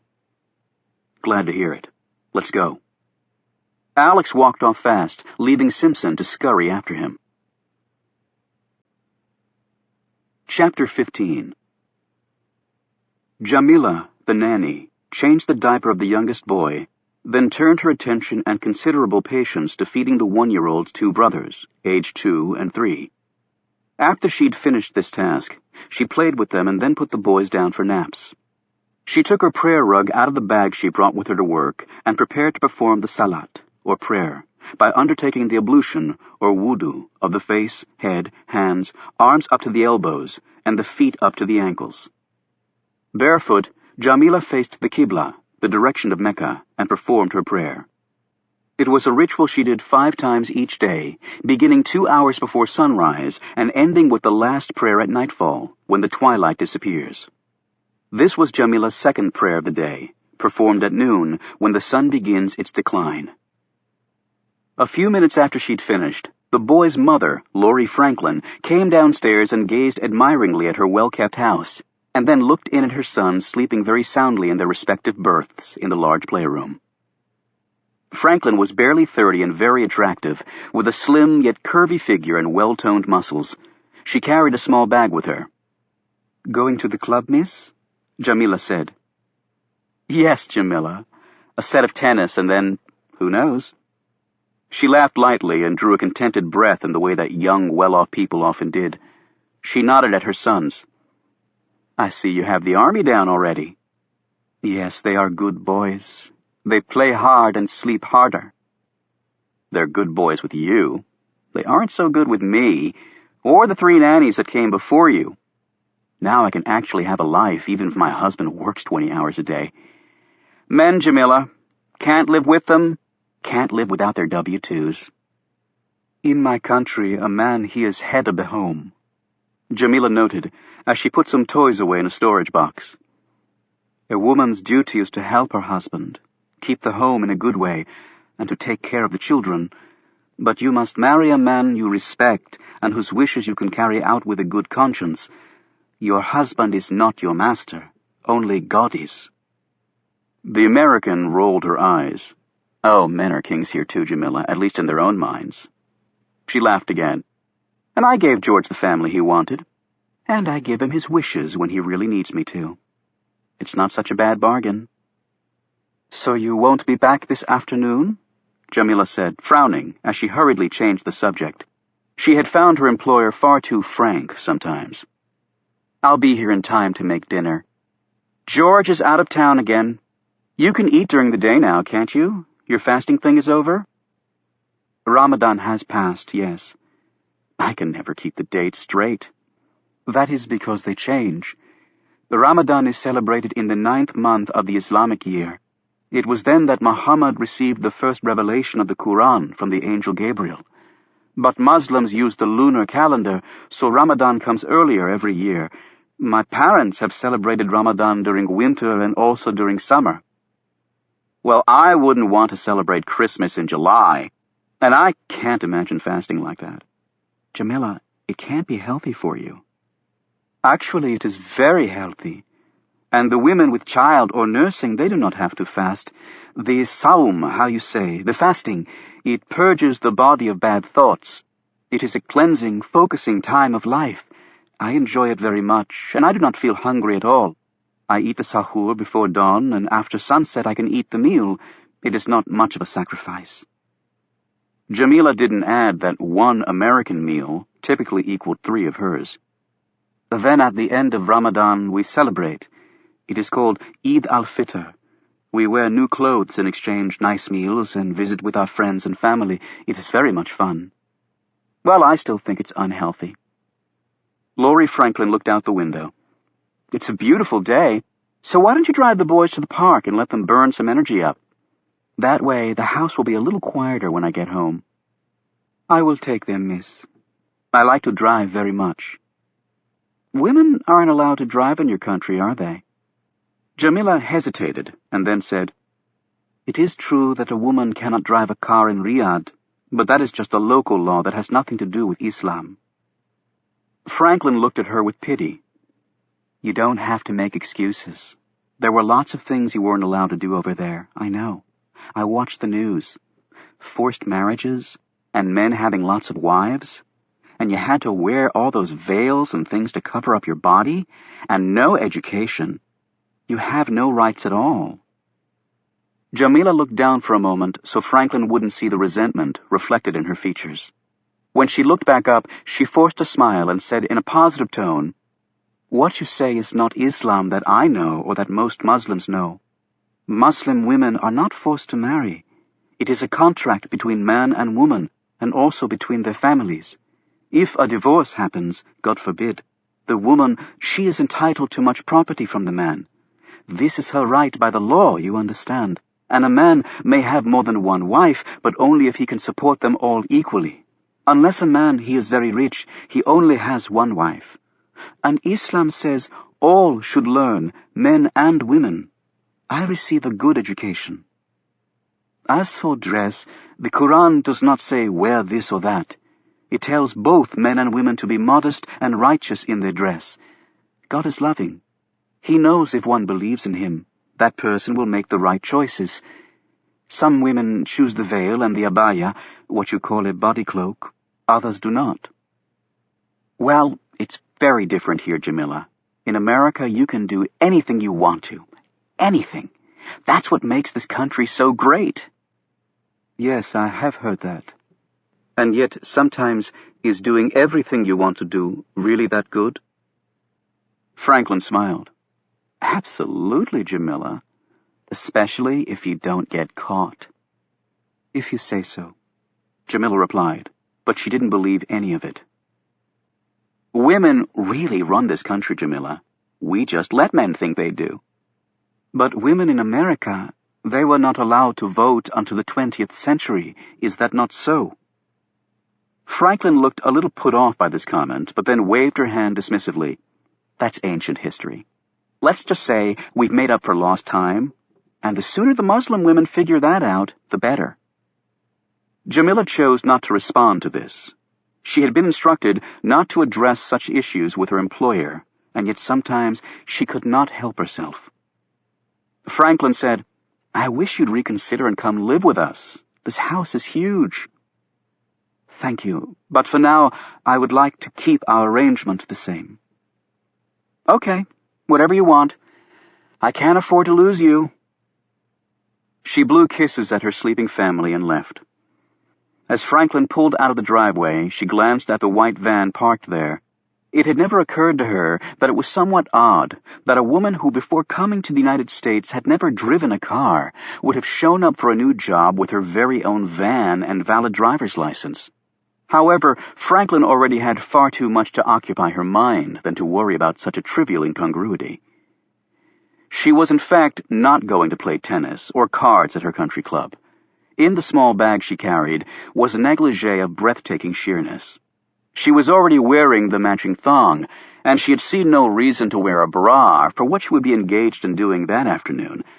Her only problem would be convincing her very young lover not to tear them off her body. Jamila went to the window and watched her employer drive away in her little Mercedes sports car. On one afternoon, when George Franklin took the day off to spend some time with his sons, Jamila followed Laurie Franklin to the country club, where she got into the car of a man who was not her husband. Jamila followed them to a motel. She suspected that that was where the woman was heading now. After all, it was a bit difficult to play tennis without a tennis racket, and Franklin's was still hanging on a peg in the garage. Men were clearly not kings in America, Jamila had concluded after only a few weeks in the States. They were fools, and their women were whores. After her charges and nap, she took them to the park, where they played to exhaustion. Jamila smiled as she watched the oldest boy take great pleasure in running circles around his brothers. Jamila wanted sons, lots of them, and then her smile faded. She doubted that she would ever live to become a mother. She fed the boys snacks from a picnic basket she'd prepared. After that, Jamila had to chase down the oldest boy, Timmy, to retrieve her cell phone and car keys from him. He'd done this before whenever she left her purse in a place he could reach. She didn't mind. All children were curious. She loaded the boys into the van, where they immediately fell asleep. Then she took out her rug and performed her mid-afternoon prayer next to the van. She had brought a small bottle of water and a pan with her to perform her ablution. While the boys slept, she drove all around Brennan, Pennsylvania. As had often been the case in this area, the town existed because the railroad gods had long ago decided to put a station stop here. These trains carried some passengers, but mostly coal and coke to the steel mills and the eastern ports. Now Brennan was rebuilding itself into a posh suburb of Pittsburgh. The town had quaint shops and restaurants, regentrified homes, and a sparkling new country club. Jamila stopped often to take pictures with a small digital camera, no bigger than her index finger. As she did so, she spoke into a small recorder, describing things that should have held little importance to a foreign-born nanny, shepherding 3 slumbering boys around. However, all of it interested her. Then she covered the outlying areas, paying particular attention to road configurations. Finally, she pulled up in front of a beautiful fieldstone estate that was set well back from the road and behind a low wall of locally quarried stone. Such a pretty home, she thought, but far too big. In America, everything was too big. From the meals, to the houses, to the cars, to the people. The only things that weren't big were the clothes. Jamila had seen more butts, breasts, and bellies in the last few months than she had seen in all the preceding years of her life. It disgusted her. Give Jamila the jilbab and a kimmer to cover her body. Give her even 3 other wives to compete with over such freedom. She frowned as she glanced at the sleeping children. Yes, her employers disgusted her with their money and loveless marriage. Even the children in the back seat in one sense disgusted her, because they would grow up one day and believe they ruled the world simply because they were Americans. She put the van in gear and drove off. Jamila would report in tonight on her computer, at the movie site. According to a memorized schedule, the chat room for this night dealt with a film called To Kill a Mockingbird. It was a strange name for a movie, but Americans, she knew, were strange. Yes, strange, violent, and most frightening of all, completely unpredictable. Chapter 16. Oliver Stone had returned to his cottage in attempted sleep, but the night's extraordinary events rendered that act impossible. He built a small fire to battle the chill in the air, and sat and read until dawn, though his thoughts continually wandered to the death of Patrick Johnson, or rather, murder. Then he made some coffee and had a bit of breakfast. After that, he spent the next several hours attending to his duties in the cemetery. As he weeded, cut the grass, cleared debris, and cleaned off aged tombstones, he focused on how close he and his friends had come to losing their lives last night. It was a feeling he'd had many times earlier in his life, and he'd learned to deal with it. Now, it would not go away so easily. After he'd finished his work, he went inside the cottage and showered. Looking at his appearance in the mirror, Stone made a decision. Only he didn't have the necessary tools to implement that decision. Caleb and Reuben would be at work by now, and he just didn't trust Milton to do the job properly. There was only one alternative. He headed to Chinatown. "Adelphia?" Stone called out. It was 45 minutes later, and he was standing outside her apartment, which was situated over a dry cleaner's. "Adelphia?" he said again. He wondered if she'd already gone out. Then he heard approaching footsteps, and Adelphia opened the door, dressed in a pair of black pants and a long sweater, her hair pulled back in a bun. She looked at him crossly. "How you know where I live?" she demanded. "You told me." "Oh." She scowled at him. "How did meeting go?" she said irritably. Actually, there were a few surprises. "What is it you want, Oliver?" Stone cleared his throat and launched into his lie. "I've thought about your advice about my appearance, so I was wondering if you could give me a haircut. I suppose I could do it myself, but I'm afraid the result would be worse than how I look right now." "It is not so bad you look." This comment seemed to slip out before the lady realized it. She coughed self-consciously and then gazed at him in mild surprise. "So, you take my advice?" He nodded. "I'm going to get some new clothes, too. Well, new in the sense that they'll be new to me. And shoes." She looked at him suspiciously. "And the beard? That thing that makes you look to be, how you say, that Rumpelstein person?" "Yes, the beard will go too, but I can shave that off myself." She waved dismissively. "No, I do. I have dreamed many times of disappearing that beard." She motioned him into her apartment. Come, we do it now, before your mind it is changed." Stone followed her in and looked around. The inside of Adelphia's apartment was very clean and organized, which surprised him. The woman's personality seemed far too impulsive and fractured to manufacture such order. She led him into the bathroom and pointed to the toilet. "Sit." He did so, while she busied herself with getting necessary instruments. From where he was sitting, Stone could see a shelf in the hallway that held books on many subjects, a few in languages Stone did not recognize, though he had spent many years traveling the world. "Do you know all those languages, Adelphia?" he asked, pointing at the books. She stopped assembling her tools and looked at him suspiciously. "And why would books like that I keep if I could not read them? Does my apartment look so big that I keep things I no use?" "I see your point." She draped a sheet over him and knotted it behind his neck. "How much cutting is it you want?" "Over the ears and off the neck will do nicely." "You are sure of this?" "Absolutely sure." She started clipping. Finished, she combed his hair into place, gelling down a few stubborn cowlicks. Next, she attacked his thick beard with her shears, whittling it down quickly, then picked up another object. "It is this I use on my legs," she said, holding up a lady's razor. "But it will do too for your face." When he saw what he looked like in a small mirror Adelphia handed him after she'd finished, Stone almost didn't recognize his reflection. He rubbed at facial skin he had not seen in years. With the bundle of long, scraggly hair and beard gone, he noted that he had a long forehead with stacks of wrinkles and a smooth, slender neck. "It is a nice face you have," Adelphia said sincerely. "And your neck is like baby skin." "Me, I have got no nice neck. It is old woman's, like the turkey. I think you have very pleasing features, Adelphia, he said. Stone was still looking at his face in the mirror, so he didn't see her blush and quickly looked down. You have visitor last night. Stone glanced up at her. A visitor? Who? A man in suit. His name it is Fort, or is something like that. I not remember exactly. He say to tell you of his coming by. Fort? I see him talking to those men, the ones across the street. You know him, Oliver, the secret man. The Secret Service. Do you mean Ford? Agent Alex Ford? Adelphia pointed at him. That is it. A big man he is, taller than you.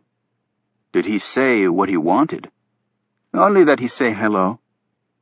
What time was this? Do I look like keeper of time? I tell you he say hello. She hesitated. I think it is midnight he come by. It is nothing else I know.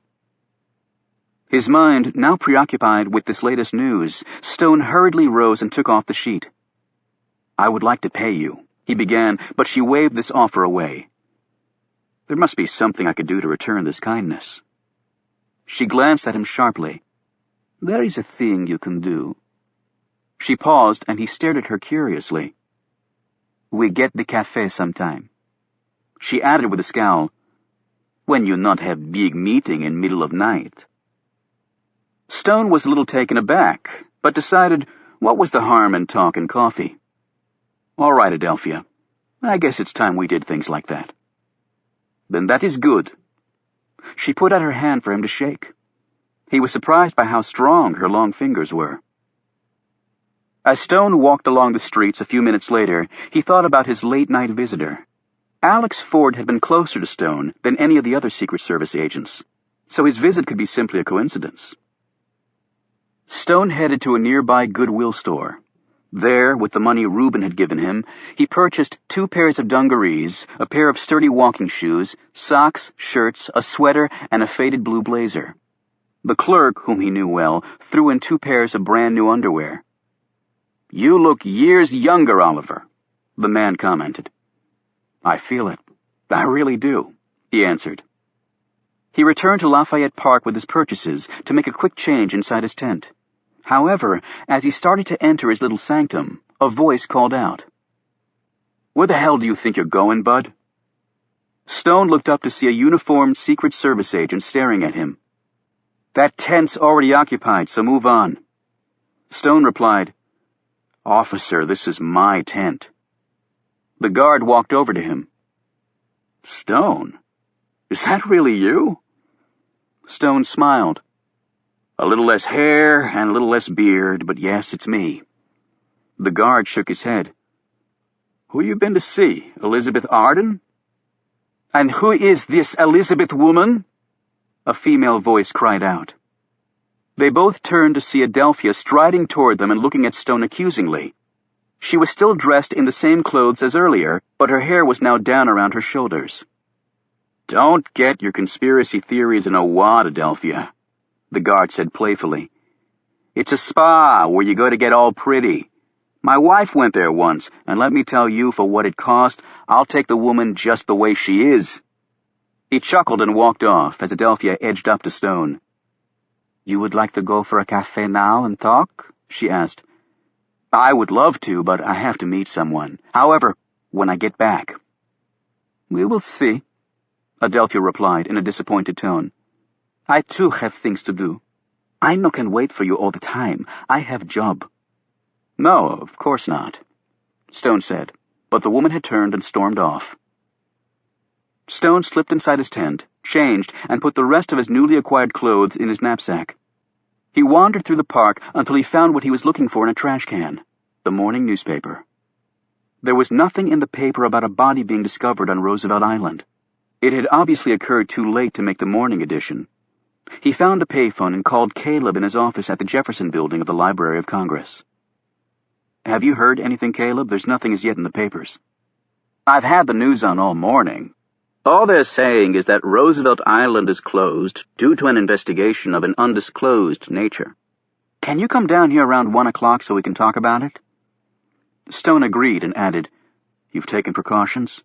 Yes, and so have the others. Reuben's at work, but he called on a break. I spoke with Milton. He's staying inside his house. He's really terrified. Fear is a natural reaction to what we all saw. And then Stone remembered. Caleb, you might not recognize me immediately. I've changed my appearance somewhat.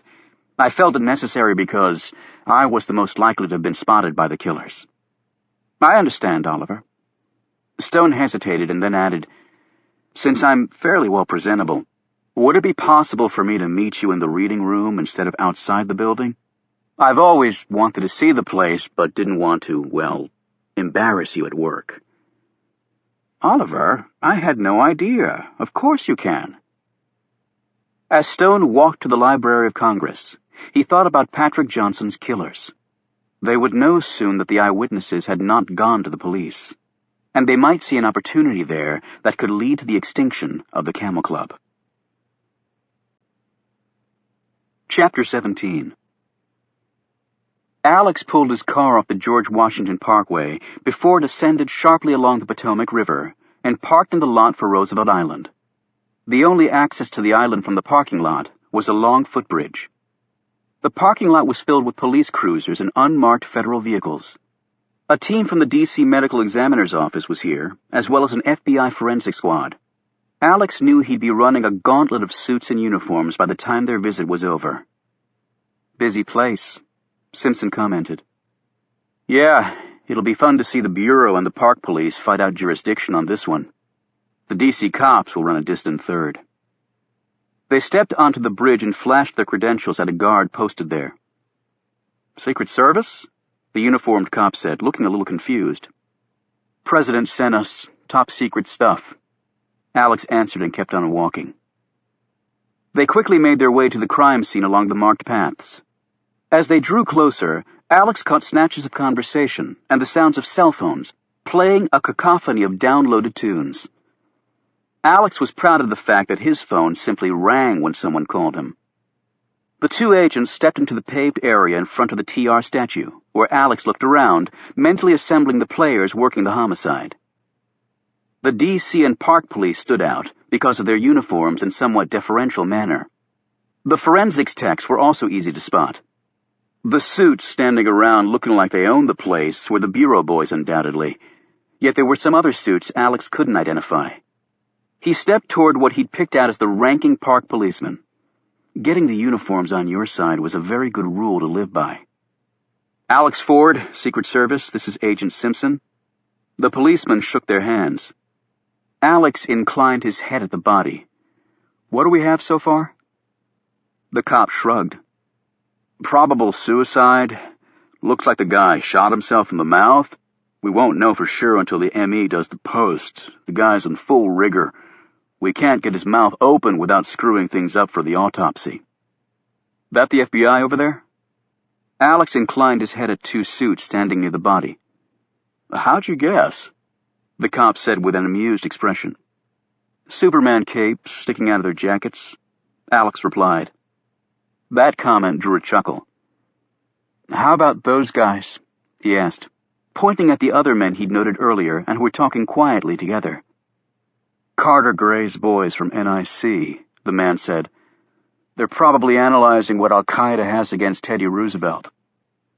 Alex grinned and said, You mind copying us on whatever you find? My boss is one of those real anal retentive types. Sure thing. Though we don't have much of an interest in the case so far. His wallet's still on him, and there's a suicide note and a handgun with one round fired. And it looks like the guy sucked down nearly a quart of scotch. You can still smell it. There are prints on the gun and bottle, and the revolver's registered to him. We'll run the prints to confirm they match the deceased. Gunpowder residue on the hand? Simpson asked. None that we could see, but the weapon looks very new and well-maintained, and even with a revolver you may not get residue. Any sign of a struggle? Alex asked. The cop shook his head. One thing, Simpson said. Did he drive here to do the deed? No car in the parking lot, the cop said. Well, somebody could have shot him and driven off, said Simpson. But if it was a suicide, how else could he have gotten here? There's an elevated pedestrian bridge on the north end of the parking lot that crosses the GW Parkway and connects to the Heritage Trail and Chain Bridge, the cop said. And a bike path crosses the bridge and ends in the parking lot for the island. But we don't think that's how he came. Somebody would have seen him if he'd used those routes. He hesitated. We have another theory. His clothes are soaked. Too much for it to be just dew. Alex finally got it. What? You're saying he swam here? Looks that way. Why? If he was in the water already and wanted to commit suicide, why not just go out by sucking in a bunch of the Potomac? Well, if he just swam across Little Channel from the Virginia side, it's not very far, the cop pointed out. Yeah, Alex retorted. But if you're going to come from that direction, why not just take the footbridge that goes over Little Channel, instead of sloughing through it? And if he was stone drunk, he would have drowned. Not if he drank the scotch when he got here, the cop answered. And there's something else. He called out some instructions to a member of the forensics team canvassing the area. The man brought over something and handed it to the cop, who held it up. We found this. It was a plastic evidence baggie, with another plastic baggie inside it. Alex and Simpson studied it. Alex got the answer first. He used this to put his gun in so his ammo wouldn't get wet while he was swimming here. You win the prize. It was a .22 revolver with jacketed rounds. I understand there was a suicide note, Alex said. The cop pulled out his memo book. I wrote it down verbatim. He read it to the two Secret Service agents, and Simpson copied it down in her notebook. Do you have the original note? Alex asked. And you are? A strident voice asked. Alex turned and was confronted by a short, compact man in a two-piece Brooks Brothers, muted tie, and shiny banker wingtips. Alex flashed his creds and introduced himself and his partner. The man barely glanced at the creds before announcing, I'm FBI Special Agent Lloyd. We already have agents from NIC here to represent the service's interests. Alex assumed his beleaguered federal lawman pose. Just following orders, Agent Lloyd. And quite honestly, the service likes to rep its own interests. I'm sure the Bureau can understand that losing someone from NTAC is a sensitive area, what with us being part of Homeland Security instead of Treasury now. Alex knew that Homeland Security carried a lot more beef than Treasury ever had in law enforcement circles. And if nothing else, the 800-pound gorilla Bureau tended to respect the 900-pound gorilla that Homeland Security had become. Lloyd looked like he was going to shoot back some ripping comment, but then seemed to think better of it. He shrugged. Fine, go play Sherlock Holmes. The body's right over there. Just don't contaminate the crime scene. I really appreciate it, Agent Lloyd. I was asking about the note that was found. Lloyd motioned to one of the other FBI suits, and the note was brought over. Lloyd said, They're going to fume the clothes and other stuff for latent prints, but I'm not confident they'll find much. It's a suicide. Simpson spoke up. Cloth isn't great for capturing latents, but that jacket he's wearing isn't a bad surface, particularly since it was damp and the weather last night was good for holding prints. Your tech guys have a superfume stick in the truck? You can't beat cyano for popping latents on surfaces like that. I don't know if they do or not, Lloyd said. It might actually be better if you take the clothes to the lab. You can fume them in a heat-accelerated chamber or a megafume. I know the FBI lab has those. She pointed to the suicide note. Pop that in a heat chamber with an anhydrous or DFO spray, and it'll pull whatever's there right out. Thanks for the pointer, Lloyd said tersely. Although it was obvious he was impressed with her knowledge of fingerprint lift techniques. Alex looked at Simpson with new respect, and then his gaze returned to Lloyd, who was staring darkly at her. You'll need to confirm it's his handwriting on the note, Alex added. I'm aware of that, Lloyd said. I can get the services lab to run it, and whatever fingerprints that might be there. The FBI lab has no peer, Lloyd shot back. But our lab has less of a backlog. We are on the same team here, Agent Lloyd. This comment seemed to strike some cooperative nerve buried deeply within the stubborn FBI man. After a few moments, his manner totally changed. "I appreciate that, Agent Ford." "Make it Alex. She's Jackie," Alex said, inclining his head at Simpson. "Good enough. I'm Don. We'll actually take you up on that offer. The FBI lab is pretty full with terrorist-related matters. You'll have to sign for it for chain of custody. The ME's a stickler for that." Alex did so and then examined the paper closely through the plastic before giving it to Simpson to hold. "So we have any motive for the suicide? I heard he was getting married." "That should drive some men to kill themselves," the cop said. That comment drew a laugh from everyone except Simpson, who looked for a moment like she might pull her gun and produce some dead men of her own. Lloyd said, "Too early to tell. We'll investigate, but it certainly looks like Patrick Johnson killed himself." "No signs of anyone else having been here?" Simpson asked. The cop answered, "There might have been, but then 50 school kids came marching through. It was still foggy here this morning. They almost tripped over the body, scared the crap out of them. The stone pavers here won't be of much help for footprints or other trace." "What path did he use to get here?" Alex asked. "Probably that one." The cop pointed to his left. "If he swam across Little Channel, that path would have been the one he'd use after he walked through the trees and crap." Lloyd added, "We're making a search along the shore for his car. He lived in Bethesda, Maryland. He had to drive down here reasonably close and then swim for the island. If we find his car, we can better pinpoint where he entered the water." Alex glanced toward the Virginia side. "Guys, if he swam across Little Channel, the only place to leave his car would be in the parking lot." The cop shrugged. "But he didn't. Unless someone drove him to his suicide spot and then left. That doesn't make much sense." "The police boat usually runs through here," Simpson noted. Lloyd nodded. "They did in fact come by here last night, but the fog was so thick they didn't see anything. Certainly no swimmer in the water." "How long has he been dead?" Alex asked. "Emmy thinks about 12 hours, give or take." "Any thoughts on why he picked Roosevelt Island?" "It's private, quiet, but still close to everything. And maybe he was a Roosevelt groupie," Lloyd added. The FBI agent glanced over at the men from NIC, frowned, and then turned back to Alex. "We'll be heading over to NIC to ask some questions, see if we can find out why Johnson would want to kill himself.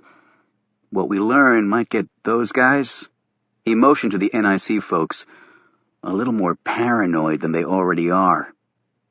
"Meaning Johnson might have been doing something at NIC he shouldn't have?" Alex said. "Hard for me to say, since I'm not really sure what it is they do over at NIC," Lloyd commented before walking off. "Join the club," Alex muttered. He motioned Simpson to follow him over to the body. "Your stomach going to be okay with this?" he asked her. "I was a homicide detective in Alabama. I've seen plenty of gunshot wounds and dead bodies." "I didn't know Bama was such a killing field." "Are you kidding? Alabama has more guns than the entire United States military." Alex squatted down and looked at Johnson's body. He felt one of the stiffened arms. The sleeve was soaked through, and the body was still in full rigor. There was dried blood coming from the ears, nose, and around the mouth. "Basilar fracture," Simpson deduced. "The blood seeps down from the base of the fractured skull. The ME will probably find the slug near the top or the back of the head. Since it was only a .22 caliber, he would have had to really shove it up there to get a clean trajectory. There's some blood spatter on the sleeve, but only one small blood drop on the right hand," Alex added. "That's a little surprising." "Yeah, but sometimes there's less bleeding when the slug stays in the head." "Probably right." Over his shoulder, Alex called out, "Where was the gun and note found?" The cop answered, "Gun was on the right side of the body, about 6 inches away. The note was in the right side pocket of his windbreaker." When Alex rose, he bit back a searing pain in his neck. It almost always gave him a jolt when he stood quickly. Simpson looked at him. "You okay?" "Old yoga injury. What do your Alabama homicide detective instincts think?" Simpson shrugged. "I learned that the prelim manner of death was usually right." "That's not what I asked you. What does your gut say?" She spoke quickly. "That we need to know a lot more before we close the book on this one. This wouldn't be the first case where the preliminary findings were misleading." She nodded over at the NIC guys. "I doubt they're going to be very cooperative." Alex stared at the men. If there was one agency that was more shrouded in secrecy than the CIA and even the NSA, it was NIC. He could easily envision the roadblocks being erected, with a foundation of national security interests outweighing everything else. While it was true that the Secret Service used that tactic at times, Alex had a lot more confidence in his agency invoking that authority properly. He wasn't nearly as comfortable with NIC chambering that particular silver bullet. "So what do you think?" Simpson asked him. Alex studied the ground for a long minute and then looked up at her. "Not to sound too selfish about it, but I think this is going to be a pain in my ass that I don't really need at this point in my career." As Alex and Simpson were leaving Roosevelt Island, the two men who'd been identified as being with NIC hustled over to them. "We understand you're Secret Service," the tall blonde one said. "That's right," Alex replied. "Agents Ford and Simpson out of WFO. I'm Tyler Rinke, and this is Warren Peters. We're with NIC. Since Johnson was a shared employee between our two agencies, it'll probably be best if we work together." "Well, it's pretty early on in the game, but I don't mind sharing, so long as I get something in return," Alex answered. Rinke smiled. "That's the only way we play the game." "Okay, so can you arrange for us to interview the people Johnson worked with?" Peter said, "I think so. Do you know anyone at NIC?" "Well, you're the first two I've ever found who would admit you worked there." Both Rinke and Peters looked a little chagrined at this comment. "Here's my card," Alex said. "Let me know when you've got it set up." He pointed to the bagged note in Simpson's hand. "We'll also run a comparison on the handwriting on the note to make sure it's Johnson's." Peters said, "I actually wanted to talk to you about the note. We've got lots of handwriting experts on staff. They can turn that around pretty fast. The service can get it done quickly, too," Alex countered. "But NIC has 100 samples of Johnson's handwriting at work. I'm just offering to help make things go faster. Cooperation is the key these days, right?" Simpson piped in. "That note is evidence in a homicide investigation. The ME might have a problem letting you take it. It's one thing to give it to the FBI or Secret Service. We're sworn law enforcement." "Actually, we are too," Rinke said. "And I've already talked to the ME and pointed out that there are national security interests here. He was fine with us taking custody of it, so long as the chain of evidence was properly maintained." "Well, I'm sure that scared the hell out of him," Alex said. He pondered for a moment and then shrugged. "Okay, let us know ASAP, and check it for prints, too." After Peters had filled out the appropriate paperwork with the ME, he gingerly took the note. "Carter Gray is going to be on the warpath. Probably already is." "I can see that," Alex replied. After the NIC men had left them, Simpson asked, "So what do you really think?" "I think they're assholes who are going to pitch my card in the nearest trash can." "So why'd you give them the note then?" "Because now that they have control of material evidence in a homicide case, that gives us a great excuse to go to NIC and see things for ourselves."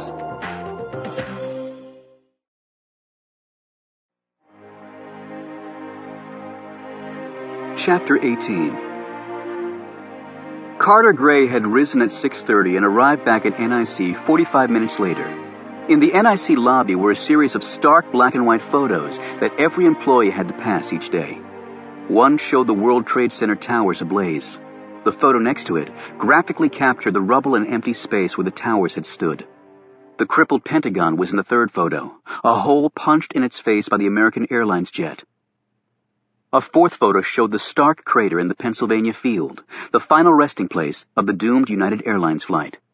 The picture beside that one captured the blackened and blistered skin of the White House, where 2 rocket-propelled grenades had hit and actually entered the east room of the president's house, and the one next to it showed the devastation of the Oklahoma City bombing. These horrific pictures continued down one side of the NIC lobby and then marched down the opposite wall. For many, though, the last photo was the most devastating. Virtually all of the victims had been under the age of 16. Their lives ripped from them by a squad of 4 suicide bombers who detonated simultaneously during a special ceremony overseas honoring America's best and brightest schoolchildren. They had won the trip to France because of their academic prowess and stellar community service back home. They returned to the States, wrapped in coffins instead of accolades. Never forget, Gray had lectured his people. And do all you can to make certain these things never ever happen again. NIC kept an unofficial tally of how many lives and property had been saved by its stopping potential terrorist attacks in the United States and overseas. The estimated number of deaths prevented stood at 93,000 Americans and 31,000 foreigners, and the value of property saved at nearly $100 billion. No one outside the highest intelligence circles knew of these statistics. Certainly, the American public would never know, and for good reason. If they ever found out how many near misses there had been, the American people would probably never leave their homes again. Gray rode the elevator to the same floor as he had the night before, but entered a different room. In here were 5 men and 2 women seated around a rectangular conference table. Gray sat and opened a laptop in front of him. "Results of last night?" he said. "Al-Omari refused to cooperate," one of his lieutenants answered. "Not that surprising, actually." "About Al-Omari's son, Mr. Secretary? Do you want us to take him?" "No. The boy can stay with his mother. A child needs at least one parent." "Understood, sir," the man said, acknowledging the death sentence just handed out to the unfortunate father. "Take 1 week, and by any means at your disposal, you will extract as much useful intelligence as possible from Mr. Al-Omari." "Done," one of the women said. "Ronald Tyrus, our resident neo-Nazi?" Gray asked. "We've already started debriefing him." "And the others?" "Kim Fong has given us a confirmed lead on a shipment of a new generation explosive, allegedly invisible to airport X-ray. According to him, it's being smuggled into L.A. next week. Follow it to the buyer. I want the scientists, equipment, and their financial backers, the whole spectrum. The others? None of them would cooperate." The man paused. "The usual exit strategy?" Each of the people in this room had worked with Gray before, in some capacity, and stood in awe of the man.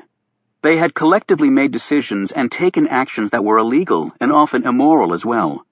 Over the years, these highly educated and trained men and women had been given orders to find and kill those persons deemed to be enemies of the United States, and they had dutifully carried out those commands because that was their job. Yet the potential death of another human being, while certainly not new territory for this group, never failed to garner the respectful attention.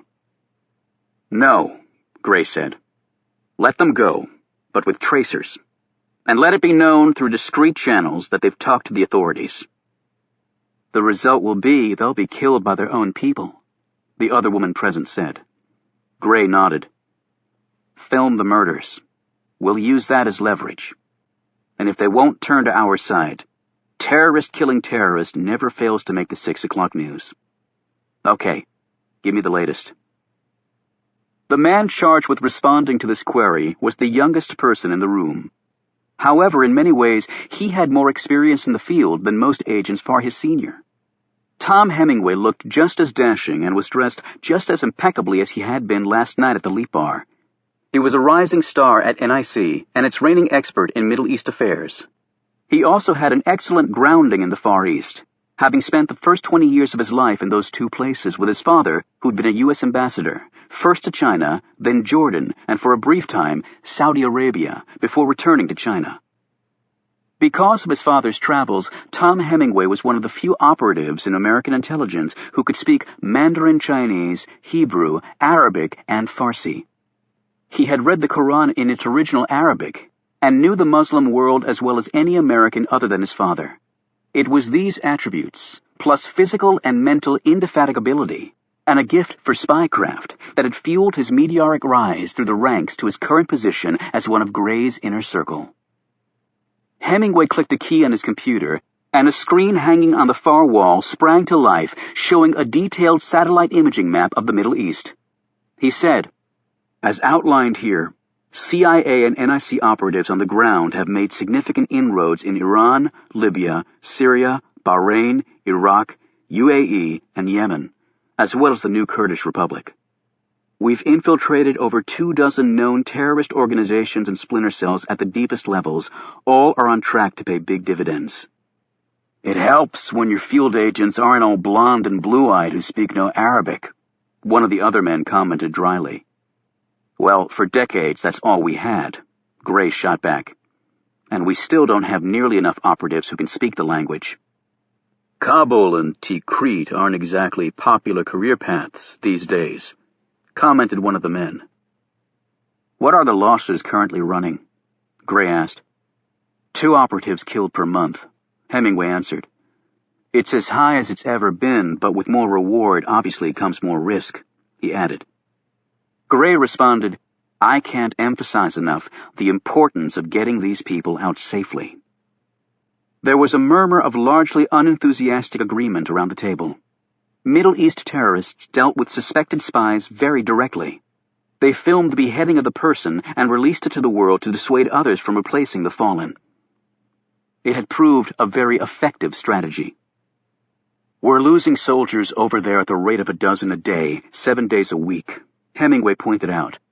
"And with a new front that just opened on the Syrian border, the casualty rate will only get worse. Meanwhile, the Muslim independence movements in Chechnya, Kashmir, Thailand, and Mindanao are allowing the spread of radical Islamic ideology to grow unabated. And Africa's a whole other problem. Most of northern Nigeria has adopted strict Sharia law. They're stoning women to death for committing adultery and cutting the limbs off petty thieves. The terrorists' recruiting and training operations are largely conducted over the internet, and they use identity theft and other scams to hide their movements and conduct financing through the Hawala system of informal money transfers. There's no centralized command for our military to hit. Clandestine, undercover operations are the only viable strategy. There's a democratic government in power in Iraq, duly elected by the people," another man said. "Despite suicide bombers and bullets flying everywhere, the people came out and voted. And look at the gains in Lebanon, Kuwait, Afghanistan, and Morocco. In fact, democracy is slowly spreading across the region. That truly is a miracle and something both we and the Muslim community can be proud of." Hemingway looked at Gray. "It's cost this country $500 billion and counting to get to the election stage in Iraq. At that rate, we'll be bankrupt in 5 years. And when the Kurds declared their independence, it hardly set well in Baghdad, and the Sunnis may not be far behind in revolting from the Shia control. Meanwhile, the Ba'athist exiles and foreign insurgents are continuing to escalate the violence. On top of that, word is the Iraqi government will soon be asking the U.S. to leave because it struck a deal with the Ba'athists for a bloodless coup. And then the Ba'athists will fight a final battle with the insurgents who favor a Taliban-style government. Iraq will end up far more destabilized than it ever was, with a legion of newly minted terrorists ready to attack us. So what has our money and the blood of our soldiers really bought us?" Gray said, "I'm aware of that. We knew the day would come. Unfortunately, from our side, we really can't leave. The situation is far too volatile." Hemingway threw his hands up. "That's what happens when you have a country that was artificially created by a colonial power, jamming 3 distinct and incompatible groups into one boundary. A one-size-fits-all democracy is not an effective foreign policy when you're dealing with such different cultures. Western democracy is predicated on separation of church and state. That's a difficult sell to Muslims. That's why Mali and Senegal are the only Muslim nations rated fully free." Gray said calmly, We don't make the foreign policy of this government, Tom. We just try and clean up the mess and limit the damage. India and Pakistan? Hemingway drew a deep breath. Situation continues to worsen. The current casualty estimates of a nuclear war between the two countries have 25 million dying the first day, with another 20 million critically injured. That is a disaster beyond the world's collective ability to respond. And China and India are closer every day, both economically and militarily. That's a real concern. Egypt? Gray asked. Ready to erupt, along with Indonesia and Saudi Arabia. Hemingway responded. Ever since the Temple of Hatshepsut massacre, Egypt's tourist trade's been in the toilet, and a bad economy equals opportunities for an overthrow. Gray sat back in his chair. Well, understandably, people on vacation are averse to being shot and hacked to death. And then there's North Korea, Hemingway said. Gray nodded. A madman in charge, the world's third largest army, with nukes that can hit Seattle, and whose lead export is counterfeit American money. I want the updated detailed scenarios on my desk in 24 hours. Okay, narco-terrorism. Hemingway clicked another key and the wall screen changed. In the highlighted areas, Middle East terrorists are hooking up with Far East drug cartels in a much more formal way. In some cases, they're actually taking over the drug operations completely. The Central Asian republics are imploding. Drug production is the fastest-growing part of the economy. And since the republics were the former Soviet Union's toxic waste dumps, we could soon have Middle East terrorist groups selling radioactive heroin and crack in the States. Ironic, considering Muslims don't even touch liquor, much less crack, another man said. Hemingway shook his head.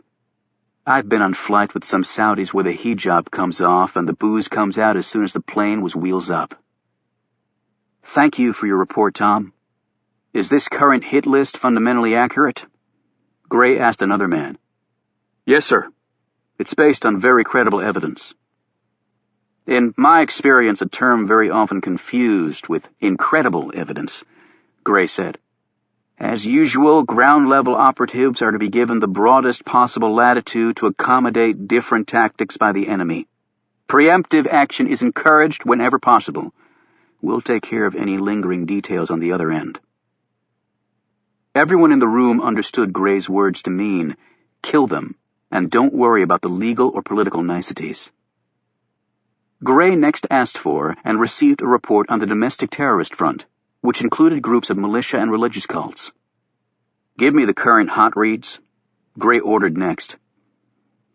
And on it went for the next 2 hours, as one potential crisis after another was carefully dissected. And yet at any moment, all this analysis could be thrown out the window as another building or world leader toppled or a jumbo jet exploded in midair. Gray was about to adjourn when one of the women who'd left the room in response to a hurried summons returned and handed him a new file. Gray took 2 minutes to scan the 4 pages. When he looked up, he was clearly not pleased. This happened last night. The police and FBI have been investigating since 8:45 this morning, and this is the first I hear of it. I don't think its potential importance was appreciated as quickly as it should have been. Patrick Johnson? Gray asked. He's an analyst with... I know that, Gray said impatiently. It's in the report you just handed me. Regardless of how he died, does it have something to do with his work? The FBI's heading up the investigation. That gives me no comfort whatsoever. Gray said bluntly, Do we at least have people on the scene? This report was inexplicably silent on that. Yes. I want Patrick Johnson's entire life history in 1 hour. Get on it. The woman shot out of the room. After she'd gone, Gray rose and walked down the hall to another conference room where representatives from CIA, NSA, and Homeland Security were waiting. For the next hour, Gray received a briefing and asked a series of questions that made half the people in the room feel uncomfortable and the other half seriously intimidated. After that, he walked to his office, a modest room wedged between 2 far larger ones used for crisis command centers that were full of activity on most days. His office was devoid of any personal mementos, or the ubiquitous photo wall of fame. Gray had no time to consider his past triumphs. Sitting at his desk, he stared for a moment at a wall where windows would normally be. He had vetoed them out of the NIC facility's design. Windows were a weakness, an avenue for spies, and a source of distraction. Still, it had not been an easy decision, because Gray was an avid outdoorsman. Yet here he was, spending his golden years in a place without windows and sunlight, trying to prevent the destruction of his world. Ironic, he mused. The mightiest intelligence agency ever created could not even see out of its own building. A noise sounded on his computer. He hit a key and started to read about Patrick Johnson with great interest. Chapter 19. The Rare Books Division at the Library of Congress Jefferson Building holds more than 800,000 precious volumes. For many bibliophiles, the crown jewel of this literary treasure was the Lessing J. Rosenwald collection of antique books and prints. Many of these were classified as incunabula, meaning they were created before 1501 and without benefit of the Gutenberg printing press technology. The Rosenwald collection, along with over 100 others, is housed in numerous vaults next to the Rare Books reading room. It was in this sanctuary that patrons were allowed to read, and occasionally touch, volumes that were more works of art than simply books. Although the reading room is open to the public, security is very tight. The entire area is monitored 24/7 by closed-circuit camera with timestamp. Clerks monitor the usage of all books in the room, and no volume is ever allowed out of the room except on loan to another institution or by order of the Librarian of Congress. The most rare publications are often not even taken out of the vault, except under special circumstances. In many of these exceptional cases, the staff handles the books, while the visitor merely reads the exalted pages from a few inches safe distance. No bags or notebooks that could be used to secrete the precious tomes are allowed, nor are pens, as they could smudge the ancient pages. Only pencils and loose-leaf paper are permitted in this sanctified place, and even then, some clerks will often draw nervous breaths when a lead pencil draws within a foot of one of their cherished wards. Oliver Stone made his way to the reading room on the second floor and passed through the large leather and brass inner doors with porthole windows. Enormous bronze metal doors, which some claimed were symbolically stamped with 3 panels to show the importance of the history of printing, were open against the inner wall. When the reading room was closed, these doors were locked over the inner ones, creating a formidable barrier, even if one could get past all the electronic security and armed guards. The room itself was one of the most beautiful in the whole of the Library of Congress. It had been fashioned after the Georgian simplicity of Independence Hall in Philadelphia, with the intent of creating a soothing environment for scholarship and contemplation. This result had been achieved, because as soon as Stone entered the space, he felt a wondrous sense of calm. Caleb Shaw was working at his desk at the far end of the room. As a reference specialist, he was an expert in several antiquarian periods, and he also helped scholars with important research. When Caleb saw his friend, he came forward to meet him, buttoning up his cardigan as he did so. The room was very cool. "Oliver, you're right. I'm not sure I would have recognized you," he said, gazing at his friend's altered appearance. "It actually feels good." Stone eyed one of the security cameras. "This place seems very well guarded." "It has to be. The collection is priceless, the only one like it in the world. The safeguards they go through to make sure nothing is lost, you wouldn't believe it. If a book gets misplaced, no one leaves until it's found. The person who buys the books for the collection can't access the database and alter the descriptions in the catalog, and the person who accesses the database can't purchase books. Because otherwise a person could buy a book for the collection and make it disappear on the database, and then take the book and sell it and no one the wiser?" "Exactly. My goodness, what a morning it's been!" Caleb exclaimed. A very elderly gentleman came in, not a scholar known to anyone here, just someone off the street, and he wanted to see a William Blake. A William Blake! "Any William Blake will do," he said. Well, that was a red flag right there. You might as well have asked to see our Mormon Bible for all the sirens that set off. No one gets to see a Blake without senior-level approval, and that is not frequently given, I can tell you. "Blake is rare?" Stone said. "Rare doesn't even begin to describe the situation with Blake. Godlike, perhaps." "So what did you do?" "When we talked to him a little further, we discovered that he was quite probably descended from one of Blake's siblings. So we brought out some of his illuminated works, his engravings, you know. He wasn't allowed to touch them, of course, because very few people know how to handle old books. But this episode had a nice ending. The gentleman was quite overwhelmed by the entire experience. In fact, I thought he might start weeping. But many of our volumes are things of beauty. I think that's why I love working here." All of this came thundering out in the fashion of a man passionately engaged with his work and eager to spread this enthusiasm to others. Caleb and Stone took a staff elevator to the lower level, where they walked through the tunnels that connected the Jefferson, Adams, and Madison buildings of the Library of Congress complex, arriving at the cafeteria in the lower level of the Madison. They purchased lunch there and carried it outside, where they ate on a picnic table set up on the Madison's raised frontage that looked out on Independence Avenue. The massive Jefferson building was on the other side of the street, and just beyond that was the U.S. Capitol. "Not a bad view," Stone commented. "I'm afraid it gets taken for granted by most." Stone finished his sandwich and then leaned toward his friend. "Patrick Johnson?" "I looked him up in the government database, but found nothing. I don't have the security clearances to make a really thorough probe. You thought he might be with the Secret Service because of that pin you found. If so, that's out of my league. Law enforcement and librarians don't share the same databases, I'm afraid." "There's a new development. That Secret Service agent I'm friendly with, Alex Ford, he came by to visit me last night at my tent." "Last night? Do you think there's a connection?" "I don't see how there can be, since he came by before the murder even happened. But it is troubling." There was a buzzing sound, and Caleb pulled out his cell phone and answered it. His features became very animated as he listened. When he clicked off, he said, "That was Milton. He was able to hack into the Secret Service's database." Stone's eyes widened. "He was able to do that? Already?" "Milton can do anything with a computer, Oliver. He could make a fortune doing illegal things on the Internet.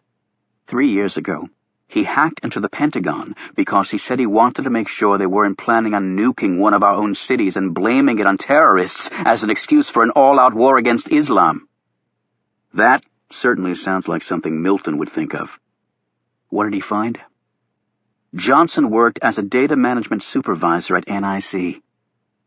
"NIC? Carter Gray." "Exactly." Stone rose. "I want you to call Reuben and Milton and tell them to be ready to go out tonight. And we'll need your car. You can pick me up at the usual spot. We'll meet Reuben at Milton's house. It's closest to where we're going." "And where is that?" "Bethesda. To the late Patrick Johnson's home." "But Oliver, the police will be there. It's a murder investigation." "No," Stone corrected.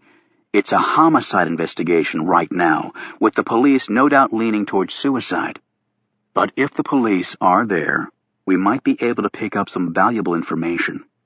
Oh, and Caleb, bring Goff." As his friend walked off, a puzzled Caleb stared after him. Goff was Caleb's dog. However, Caleb was well acquainted with his friend's odd requests. He threw his trash away in a garbage can and headed back to his world of rare books. Chapter 20. As soon as Tyler Rinke and Warren Peters left Roosevelt Island, they headed directly back to NIC. They dropped the suicide note off to have it compared against samples of Patrick Johnson's handwriting and to have it checked for fingerprints. They instructed the labs that there might be useful latent fingerprints on the paper that would rule out suicide. That's what they said, but not, of course, what the NIC men intended. If any of the witnesses last night had touched the note, and they were on a database somewhere, Peters and Rinke would have a golden opportunity to tie up the loose ends. After that, they drove to Georgetown, parked their car, and began walking toward the riverbank. "They haven't come forward," Peters said. "We'd know if they had." "Which might give us some breathing room," Rinke replied. "How much do you think they saw?" "Let's just go with worst-case scenario and assume they saw enough to pick us out of a police lineup." Peters thought for a bit. All right, let's also go with the theory that they haven't told the police what they saw because they were on the island doing something illegal, or else they're scared to for some other reason. You were in the bow of the inflatable. How good a look did you get? It was so damn foggy I didn't see much of them. If I had, they wouldn't be a problem. Boat they were in? Old and wooden, and long enough to accommodate at least 4. Is that how many you saw? Only 2. Maybe 3. I'm not really certain. I might have winged one of them. I thought I heard somebody cry out. One was an old guy. I remember seeing a whitish beard. Pretty crappy clothes. Homeless? Maybe. Yeah, that could be it. Now we've got the police, FBI, and Secret Service to worry about. We knew that going in, Peters replied. A homicide gets investigated. But the original plan didn't take into account eyewitnesses. What's your take on this Ford character? He's no kid, so he probably knows how to hedge with the best of them. We'll find out more on him and his partner later. I'm more worried about the Bureau.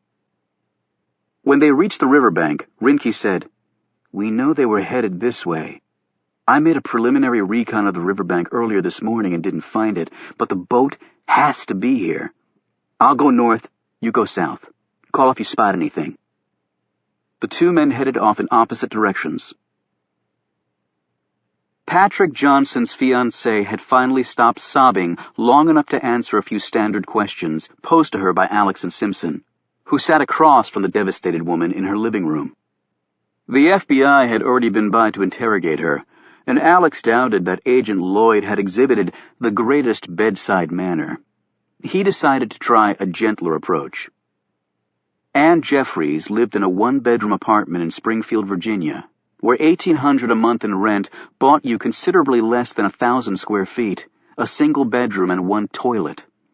She was medium height and a little on the plump side, with a puffy face engraved with small features. She wore her brunette hair long, and her teeth had been bleached to a startling white. Our wedding was to be on May 1st of next year, Jeffrey said. She sat dressed in a rumpled sweatsuit, with her hair unkempt, her face unmade, and a pile of used Kleenex next to her feet. And there were no problems that you were aware of? Alex asked. None, she answered. We were very happy together. My job was going great. However, she made each of these statements as though they were questions. What is it that you do? Simpson asked. I'm a director of development for a non-profit healthcare group based in Old Town Alexandria. I've been there about 2 years. It's a great position. And Pat loved his job. So he spoke about it to you? Alex asked. Jeffries lowered her tissue. No, not really. I mean, I knew he worked for the Secret Service or something like that. I knew he wasn't an agent like you two, but he never spoke about what he did or even where he did it. It used to be that old joke between us, the if he told me he'd have to kill me thing. God, what a stupid line. The tissue went back up, and the eyes filled with fresh tears. Yeah, it is a stupid line. Alex agreed. As I'm sure you know, your fiancé was found on Roosevelt Island. Jeffries took a deep breath. That was where we had our first date. It was a picnic.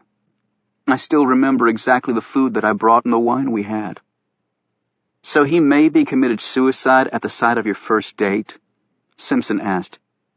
That might be symbolic. She and Alex exchanged glances. We weren't having problems, exclaimed the woman, who'd sensed their suspicion. Maybe from your perspective you weren't, Simpson said in a blunt tone. Sometimes the people we think we know best we don't really know at all, but the fact is, a bottle of scotch and a gun were found with his prints on them. Jeffrey stood and paced the small room. Look, it's not like Pat was leading some secret double life. Everyone has secrets, Simpson persisted, and killing himself at the place where you had your first date, well, it may not be a coincidence. Jeffries whirled around to look at Simpson. Not Pat. He didn't have secrets that would cause him to take his own life.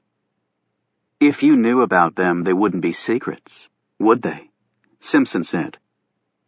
His suicide note said that he was sorry. Alex interjected, shooting Simpson an angry look. Any idea what he was sorry about? Jeffries dropped back onto her chair. The FBI didn't tell me about that. They were under no obligation to tell you, but I thought you would want to know. Any idea what he might have meant? No. Was he depressed about anything, any change in emotions? Alex asked. Nothing like that. The gun he used was a Smith & Wesson .22 caliber revolver. It was registered to him. You ever see it around? No, but I knew he purchased a gun. There'd been a couple of break-ins in his neighborhood. He got it for protection. I hate guns personally. After we were married, I was going to make him get rid of it. When was the last time you spoke with him? Alex asked. Yesterday afternoon. He said he'd call me later if he got the chance, but he never did. She looked like she might start bawling again, so Alex spoke quickly. No idea what he was working on lately? Anything he might have mentioned, even just in passing? I told you he didn't talk about work to me. No money problems, ex-girlfriend, things like that? She shook her head. And what were you doing last night between the hours of 11 and 2? Simpson asked. Jeffries looked stonily at her. Is that supposed to mean something? I think the question is pretty straightforward. You said Pat killed himself, so why does it matter where I was? Alex cut in. He was finding his partner's interrogation technique very annoying. Technically, it's a homicide, which can include anything from suicide to murder. We're just trying to establish the whereabouts of everyone involved. We'll be asking lots of people that same question. Don't read anything more than that into it. Slowly, Anne Jeffries' defiant look dissolved. Well, I left work around 6:30. Traffic, as usual, was a bitch. It took me an hour and 10 minutes to crawl a few miles. I made some phone calls, had a bite to eat, and went back down to Old Town to meet with the woman who's making my wedding dress. Here she paused and let out a sob. Alex handed her fresh tissue and nudged the glass of water she'd earlier poured for herself closer to the woman. She gulped from it and continued. I finished with her around 9:30. That's when I got a call from a girlfriend who lives in Old Town, and we met for a drink at Union Street Pub. We were there for about an hour or so, just chit-chatting. Then I drove home. I was in bed by midnight. Your friend's name? Simpson asked and wrote it down. The two agents rose to leave, but Jeffries stopped them. His body. They didn't tell me where it is. I would imagine it's at the D.C. morgue now. Alex said quietly. Would it be possible for me to see him? You don't have to do that. They've already positively identified him. Simpson added. That's not what I meant. I just want to see him. She paused and said, Is he terribly disfigured? Alex answered, No. I'll see what I can do. By the way, is his family nearby? They live in California. I've spoken with them. They're flying in with Pat's brother. She gazed up at him. We were really very happy together. I'm sure you were, Alex said, as he walked out the door with Simpson. Outside, he faced off with his partner. Is that what the hell you call effective interrogation techniques? Simpson shrugged. I was the bad cop and you were the good cop. It worked pretty well. She's probably telling the truth, and she doesn't know zip. Alex was about to respond when his phone rang. He listened for a minute and then turned to Simpson. Let's go. He started walking off fast. Where to? She asked, hustling after him. That was Lloyd from the FBI. They think they just found out what Patrick Johnson was sorry about. Chapter 21. When Alex and Simpson arrived at Patrick Johnson's Bethesda residence, they were surprised for two reasons. One, There was no visible police presence, not even a marked vehicle or yellow police tape. A couple of Suburbans in the driveway were the only evidence of someone being on site. The second surprise was the house itself. Alex stopped on the front sidewalk, put his hands on his hips, and surveyed the single-family home. It wasn't huge, but it wasn't attached to another house either, and the upscale neighborhood was within walking distance of the thriving Bethesda downtown area. Alex said, "At Johnson's pay grade, I thought we'd be looking at a one-bedroom apartment like his fiancée. Hell, this thing's got a yard, with grass." Simpson shook her head. "When I got assigned to WFO and didn't know squat about the D.C. housing sticker shock, I priced some places around here just for the hell of it. This is over $1 million. Easy." Inside, Agent Lloyd was waiting for them. Alex said, "Where'd he get the money for this place?" Lloyd nodded. "And it's not just the house. There's a new Infiniti QX56 in the garage. Runs over 50 grand. And we found his other car. He left it on the Virginia side of the river before he took his last swim. Lexus sedan. Another 40 grand. "Selling secrets?" Simpson asked. "No. We think it's a more reliable source of illegal cash." "Drugs," Alex said quickly. "Come up and see for yourself." As they were being led upstairs, Alex mentioned to Lloyd, "Bureau securing crime scenes differently these days?" "Special marching orders on this one." "Let me guess, since it involves NIC, discretion is valued over all other things." Lloyd didn't answer, but he did smile. In the master bedroom closet, there was a set of drop-down stairs leading to an attic access panel. On the floor of the closet, they saw bundles of something stacked in clear plastic. "Coke?" Simpson asked. Lloyd shook his head. "Heroin. That brings 10 times the return Coke does." "And his fiancée knew nothing? Where'd she think he got all this money?" "I haven't asked her that yet because we interviewed her before we found this, but I will," Lloyd added. "How'd you get onto the drug angle so fast?" Alex asked. "When we saw where he lived, we ran Johnson's name through CSENT and pulled up the property records on his purchase of this place. He bought it last year for $1.4 million and put $500,000 in cash down from a financial source we haven't been able to trace. He financed the cars and then paid them off soon after, again using a bank account we can't track. I knew it had to be an inheritance, drugs, or selling secrets. The point of least resistance was the drugs. So I pulled in a dog from DEA. It started barking its head off when it went into the closet. We didn't find anything until we saw the panel to the attic. We lifted the dog up there and bingo! He had it stacked between the rafters with insulation over it. Well, I guess other things being equal, it's better he was selling drugs than selling his country down the river." Simpson commented wryly. "I'm not even sure he had access to secrets worth selling," Lloyd replied. "And now we don't have to go down that road. But this is going to be a big enough mess as it is. Hell, I could write the Post headline myself. Carter Gray, Intelligence or Drug Czar."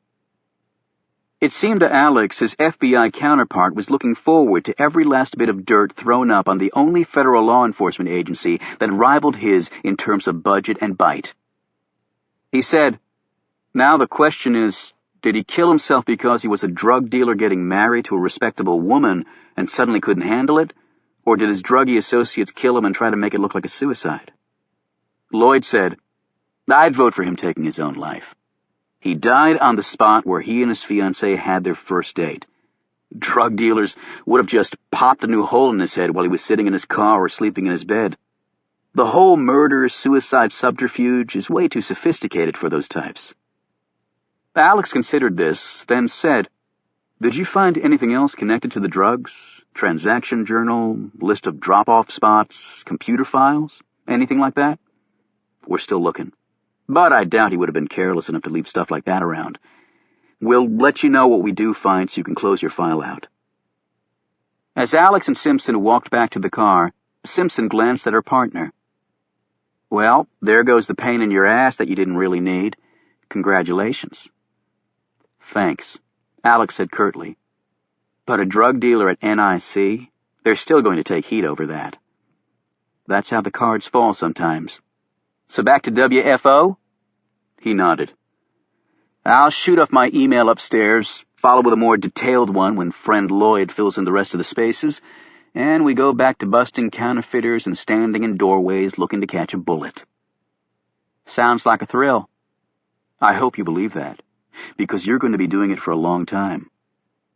I'm not complaining. I joined the ranks. Nobody pushed me here. She didn't sound very convincing, though. Look, Jackie, I usually mind my own business, but here's a piece of real, honest advice for a healthy career with the service from someone who's seen it all. I'm listening. Do your share of the crap work, no matter who's looking out for you upstairs.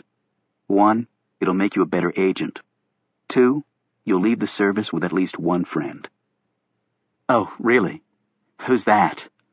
Simpson said irritably. Me. Chapter 22. At the NIC helipad, Gray boarded a Sikorsky VH-60N chopper. It was the same model the President used as Marine One, although in the coming years it would be replaced by a Lockheed Martin-built version. Gray usually rode the Sikorsky to the White House for his meetings with Brennan, causing some understandably anonymous souls to snidely dub it Marine 1.5. However, there was one distinct difference between how Gray and Brennan were ferried on choppers. When the President rode in from Andrews Air Force Base, Camp David, or elsewhere, there were 3 identical VH-60Ns in the convoy. 2 served as decoys, giving any would-be assassin with a surface-to-air missile only a 1 in 3 shot of hitting his intended target. Carter Gray was on his own in that regard. After all, there were numerous cabinet secretaries, but just one president. Traditionally, it was only Marine One that was allowed to land on the White House grounds. It was Brennan who'd authorized Gray to travel this way, over the very heated protests of the Secret Service. It saved Gray what could have been a torturous daily commute from Loudoun County, and the intelligence czar's time was very valuable. However, there were still grumblings at the Secret Service. Understandably, they didn't care to see anything flying at 1600 Pennsylvania Avenue, unless it had the President on board. At a speed of 150 knots, the ride was quick and uneventful, though Gray was too busy to have noticed. He strode across the White House grounds, knowing full well that the counter-snipers arrayed on the surrounding rooftops were drawing practice beads on his wide head. Inside the West Wing, Gray nodded at people he knew. Until 1902, greenhouses stood on this plot of ground.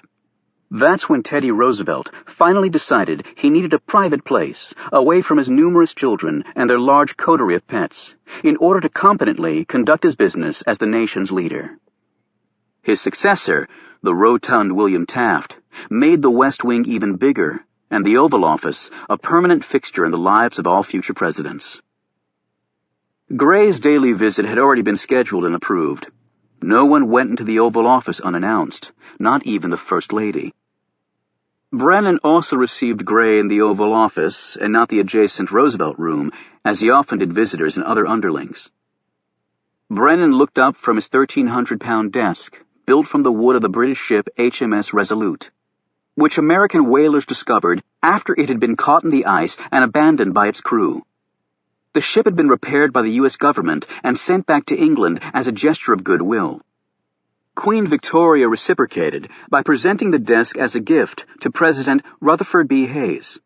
Thereafter, the Resolute desk, as it became known, had been used by every president since, except for a period of time when it was at the Smithsonian Institution. Gray had had his antennae on high since he stepped inside the West Wing. He had seen the webcasts on Patrick Johnson's death. More of them had trickled out that afternoon. He got the last of them on the chopper ride over. Gray had also received a briefing by the FBI that included the discovery of the drug cache at Johnson's home. He also knew of Secret Service agents Ford and Simpson's involvement in the investigation. When he heard Simpson's name, it allowed him a rare smile. That could be his ace in the hole down the road, should he need one. As befitted any respectable spy master, Gray had eyes and ears in the White House and had already been warned that Brennan was concerned about the Johnson matter and its possible negative effects on his re-election campaign. Therefore, he did not let his boss initiate the discussion. As soon as the two men sat down across from each other, Gray said, "Mr. President, before we go into the daily briefing, I'd like to take up the unfortunate issue of Patrick Johnson's death on Roosevelt Island." "I'm surprised you hadn't called about it, Carter." There was an edge to the man's voice that Gray understood but didn't particularly like. "I wanted to have a firm grasp of the facts before I did, sir. The last thing I wanted to do was waste your time." "You certainly wouldn't be the first one to waste it today," Brennan snapped. "This is the President, and I serve at his pleasure," Gray reminded himself. Gray gave the President a brief background on the matter, information that doubtless the man already knew. When Gray got to the drug discovery, Brennan put up his hand. "Are there any others involved?" he asked sharply. "Good question, Mr. President, and not one that's been answered to my satisfaction. I will personally conduct an internal investigation of this matter, aided at my request by the FBI."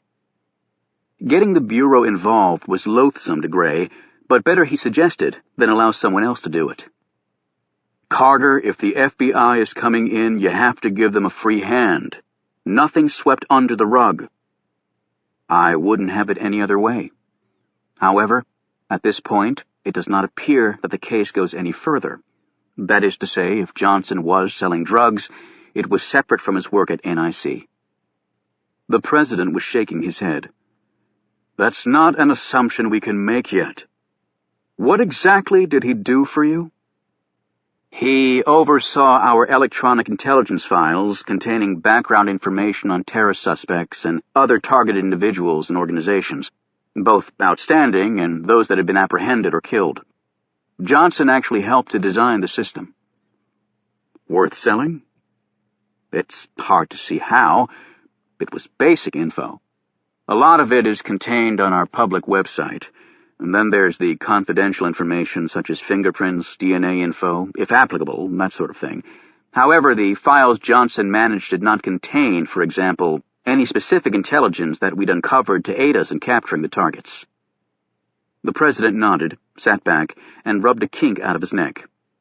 At his desk since 7 a.m., he had already crammed 14 hours' worth of work into 8, and he had a full afternoon ahead of him with a state dinner to follow. And then it was off the next day to the Midwest to campaign for an election that he had in the bag but was far too paranoid to let his guard down about. "To put it bluntly, Carter, I'm not happy about this at all. The last thing I need right now is some damn scandal." "I will do everything in my power to prevent that from happening, sir."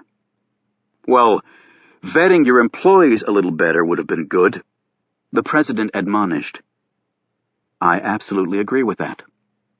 Gray paused and then added, "Sir, obviously we cannot allow this development to interfere with our main work."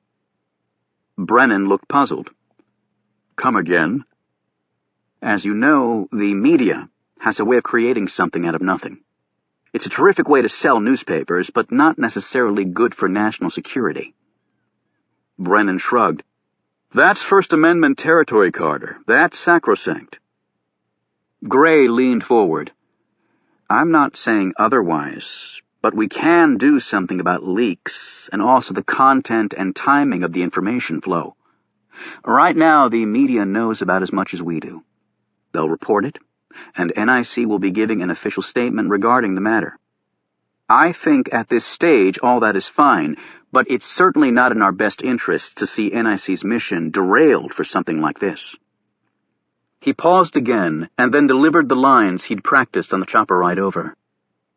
"There are only a few ways you are politically vulnerable, sir. And your opponents are so desperate now, they'll seize on anything to hit you with. In that desperation, they may see this as such an opportunity. Historically, such a strategy has a certain precedent of success. To put it bluntly, we cannot let them use this to defeat you in November. Whatever the truth is, it's not important enough to prevent you from winning a second term." Brennan thought about this for some time. Finally, he said, "Okay. Together we'll keep a tight leash on the media. I mean, this is national security, after all, and if you run into any flack from the Bureau or others, you let me know about it." He paused and then said in his best politician's baritone, "You're right. This nation's security will not be sidetracked by some guy selling drugs on the side." Gray smiled. "Absolutely. Thank God it's an election year." Brennan went to his desk and pressed the intercom button. "Tell Secretary Decker to come in." Gray looked surprised at this. "Decker?" Brennan nodded. "We need to talk about Iraq." Decker walked in a minute later. He was in his 50s with close-cropped gray hair, handsome features, and lean body from running 5 miles every day wherever he happened to be in the world.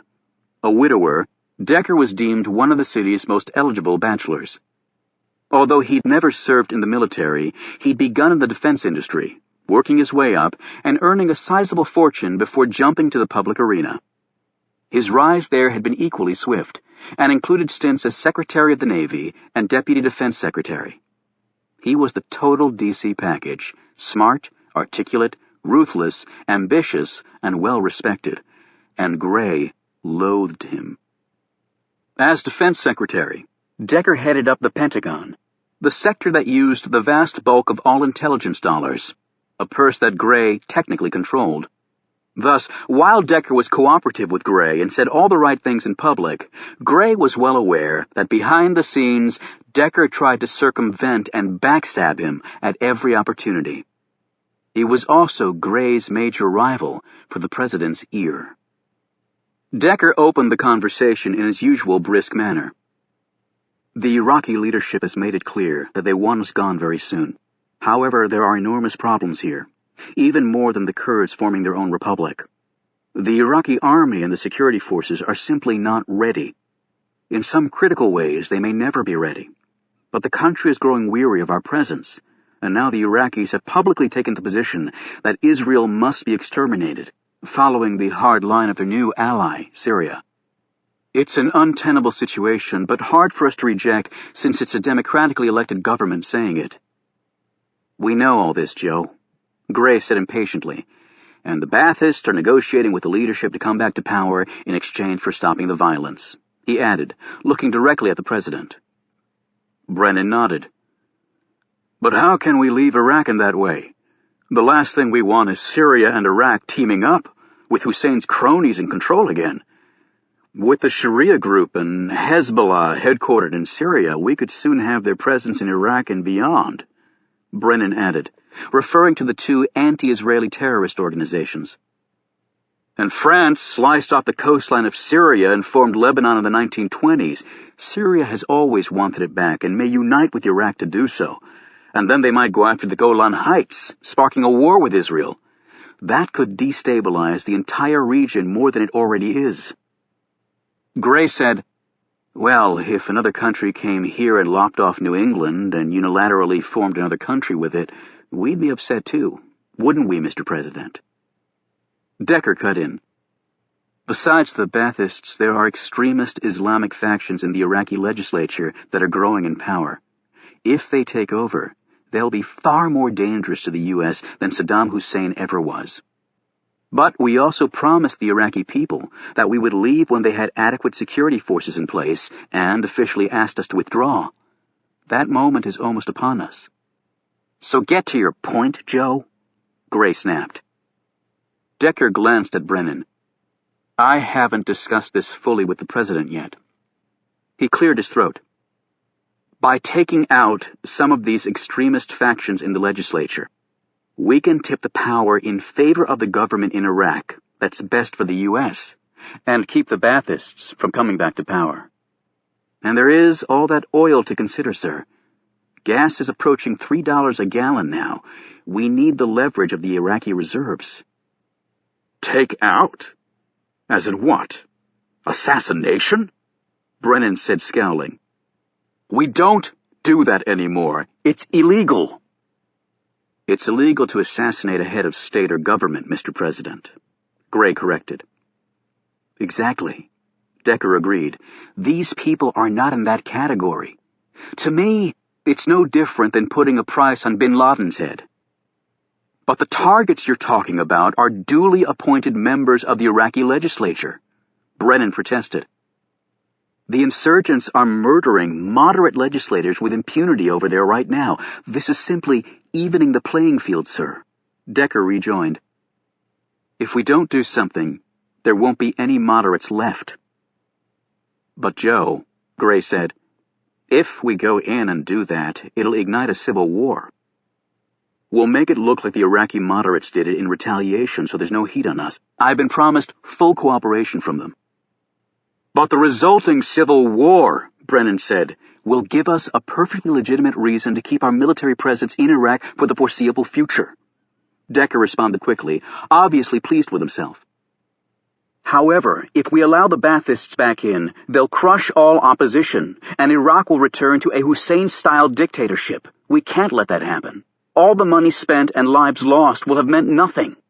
And if that happens in Iraq, there's no reason to think the Taliban can't reemerge in Afghanistan. Brennan looked at Gray. What do you think? Actually, Gray was chagrined he hadn't thought of it first. Decker had clearly outflanked him on this. The little son of a bitch. You wouldn't be the first U.S. president to authorize something like that, sir, he grudgingly admitted. Brennan didn't look convinced. I need to think it over. Absolutely, Mr. President, Decker replied, but it is on a tight time frame. And as you well know, should Iraq and Afghanistan fall back under the control of governments hostile to us, the American public will raise holy hell. He paused and added, that is not a legacy you want or deserve, sir. For all his hatred of the man, Gray had to admit, from the concerned expression on Brennan's face, Decker had played it perfectly. After Decker had left, Brennan sat back and took off his reading glasses. Before we start the briefing, I want to run something by you, Carter. I'm heading up to New York on September 11th to give a speech at the memorial site. Gray knew where this was going, but stayed silent. I wanted to know if you'd like to accompany me. After all, you've done more than almost anyone to ensure something like that never happens again. It was unheard of to decline an invitation by a United States president to travel to an event. However, Gray really didn't care about protocol or tradition with this particular subject. That is a kind offer, sir, but I'll be attending a private service here. I know it's painful for you, Carter, but I just thought I'd ask. You're sure? Very sure, Mr. President. Thank you. All right. Brennan paused. You know about my hometown renaming itself after me? Yes, sir. Congratulations. Brennan smiled. It's one of those things that come along that's both flattering and embarrassing at the same time.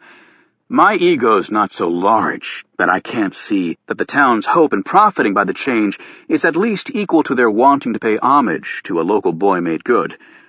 I'm going up to give a speech at the dedication and shake some hands. Why don't you join me? If the most important rule was you never declined a president's invitation, the second most important rule was you never turned the man down twice. Thank you. I'd like that very much. The president tapped his glasses against his briefing book. It's likely that I'll be here for another 4 years. I'd say it's more than likely, sir. I want you to speak frankly, Carter. This will stay between you and me. Gray nodded. Despite your successes in protecting this country, do you believe that the world is safer today than it was when I took office? Gray carefully considered this question, trying to ascertain the answer his chief wanted. However, Brennan remained inscrutable, so Gray decided to tell him the truth. No, it's not.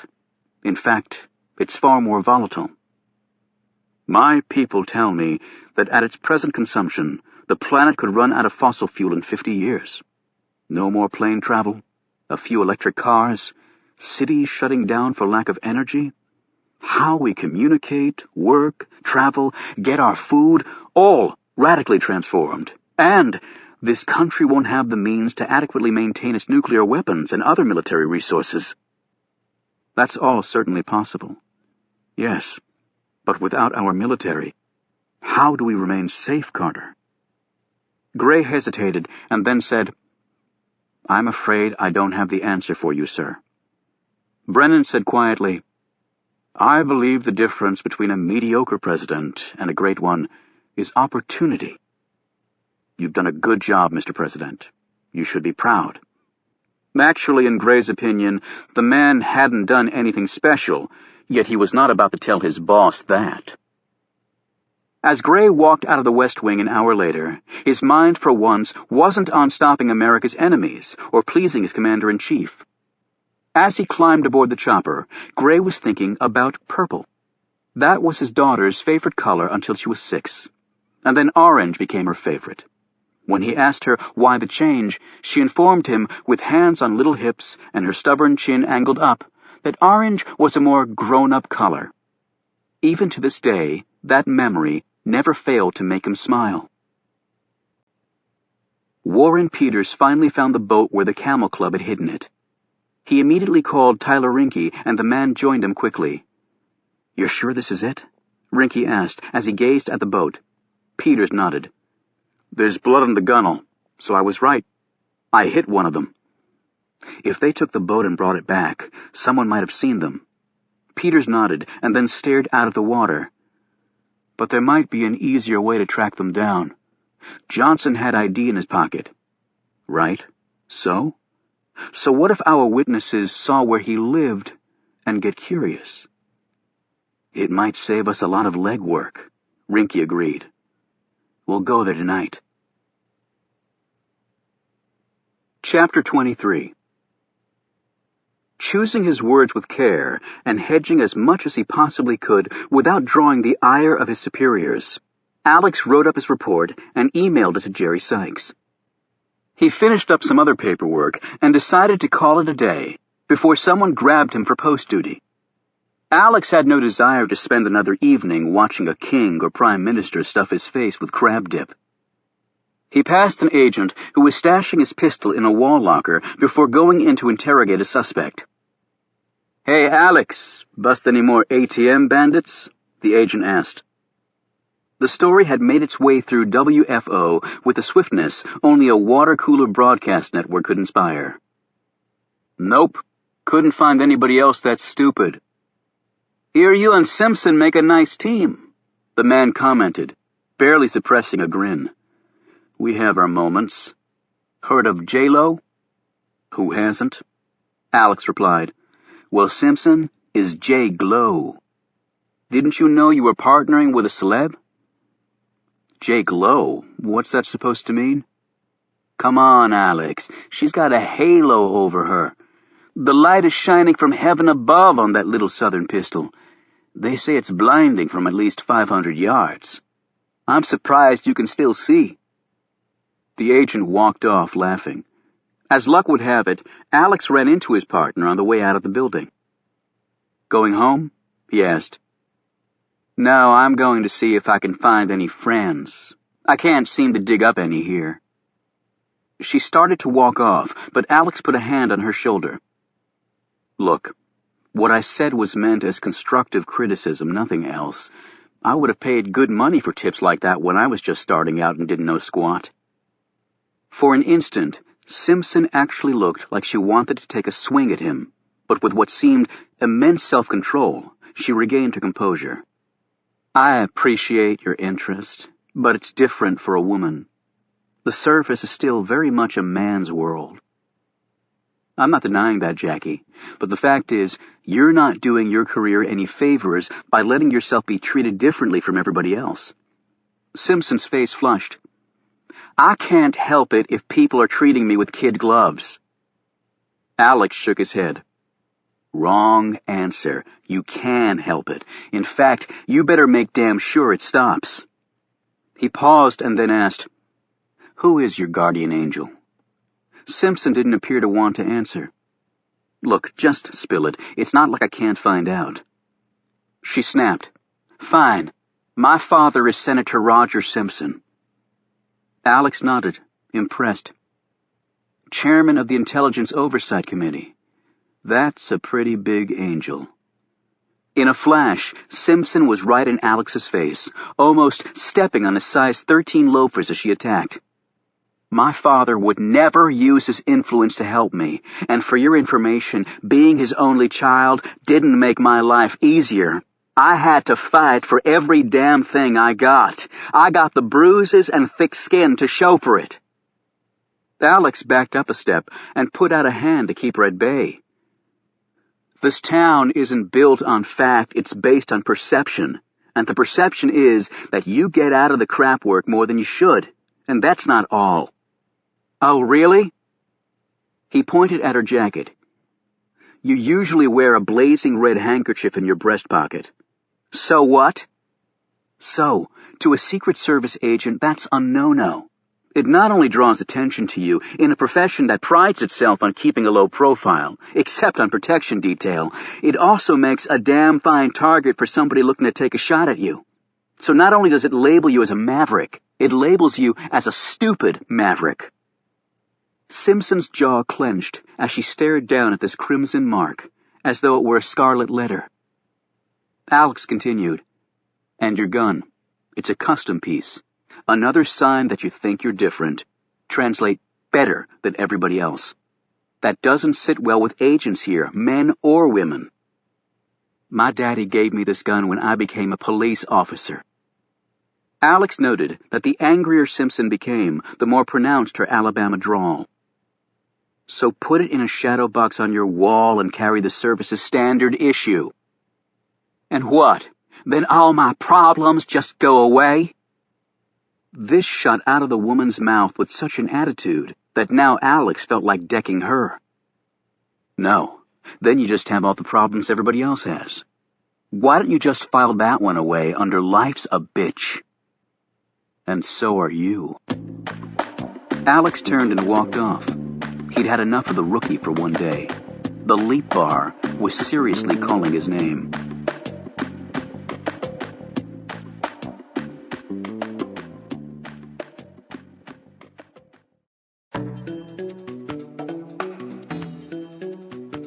Kate Adams had just come on duty after a full day at Justice when Alex walked in. It was relatively early yet, so the place was mostly empty. Alex marched up to the bar, a man on a mission. She'd seen him coming and had the martini with 3 fat olives waiting for him by the time Alex's rear hit the stool. My imagination, or are you a little upset about something? She said in a teasing manner that immediately eased the tension from him. The mingled scents of coconut and honeysuckle drifted across the width of the mahogany bar and settled in his nostrils. He wondered if she'd washed her hair before coming to work, or if it was her perfume, or both. Regardless, it was doing a number on him. Just work. It'll pass. He took a sip of his drink, popped one of the olives into his mouth, and chased it down with a handful of peanuts he grabbed from a bowl next to him. How goes it with you? Your super spy friend Tommy come calling? She raised her eyebrows at this comment. Hemingway? I wouldn't exactly call him a friend. He gave her such a skeptical look that she put down the glass she was drying off and leaned across the bar. You have another opinion you'd like to express, Agent Ford? He shrugged. None of my business, really. A girl can flirt and not mean anything by it. Alex took another hit of his martini. That's good to know. You have to admit, he's very cute, well-traveled, intelligent. The man's the whole package, really. Alex started to launch a blistering rejoinder, but then realized she was just pulling his chain and enjoying herself immensely. Yeah, he is. Hell, I was thinking about asking the guy out myself. She leaned across the bar again and grabbed his tie so hard Alex was jerked toward her, spilling part of his drink. She said, Well, since you can't seem to get around to it, I will. Do you want to go out? Alex felt his mouth hanging open, but had the good sense to shut it a second later. You're asking me out? No, I'm asking the guy behind you. Yes, I'm asking you out. Alex couldn't help but glance around him on the outside chance that he was being set up with a hidden studio audience that was just waiting to erupt into belly laughs. "You're really serious?" She tightened her grip on his tie. "When I flirt, I flirt. When I ask, it's a whole other ballgame. Yes, I want to go out with you." See, that wasn't all that hard, was it? Now, since we've finally gotten that settled, why don't we negotiate a date? Because you seem a little slow on the social uptake. I'll go first. I'm assuming you enjoy eating as well as drinking? How about dinner? You just threw me a curve. I thought for sure you'd be safe and propose lunch. I'm not into safe these days, she said. Then Kate let go of his tie very, very slowly, sliding her hand down the fabric until the tie fell free. Alex eased himself back, not seeming to mind at all that half his martini was now in his jacket sleeve. "Dinner sounds fine with me," he managed to say, without mangling the words too badly. "Okay, let's set a date and time. I'm into instant gratification. Are you free tomorrow night?" Even if he'd been assigned to guard the president on his deathbed, Alex would have found a way to be available. "Sounds good. Say around 6:30? I'll make dinner reservations, unless you'd care to." "No, go ahead. Do you want to meet at the restaurant, or pick me up at my place?" "Your place is fine." "My, you're so agreeable, Agent Ford. I can't tell you how refreshing that is for me after being around lawyers all day. Lawyers don't agree on anything." "Yeah, I've heard that." "Why don't you come by around 6? She wrote her phone number and address down and slid it across to him. He handed her one of his cards with his home address and phone number penciled in on the back. "You like it out in Manassas?" she asked, eyeing his card. "My wallet likes it a lot." He glanced at her address and got a funny look. "R Street? Georgetown." "Don't get your hopes up, mister. I'm not an heiress masquerading as a DOJ do-gooder. I live in the carriage house behind the mansion. The woman who owns the place is a widow and likes having someone around. She's really nice. Quite the pistol, actually. You don't owe me an explanation. But that doesn't mean that you don't want one." She poured him a fresh drink. "On the house, since you seem to have spilled yours." She handed him a rag. "While you're in a cooperative mood, where does the total package work, and what project are you two involved in?" Kate put a finger to her lips. "Lawyer confidentiality thing, you understand.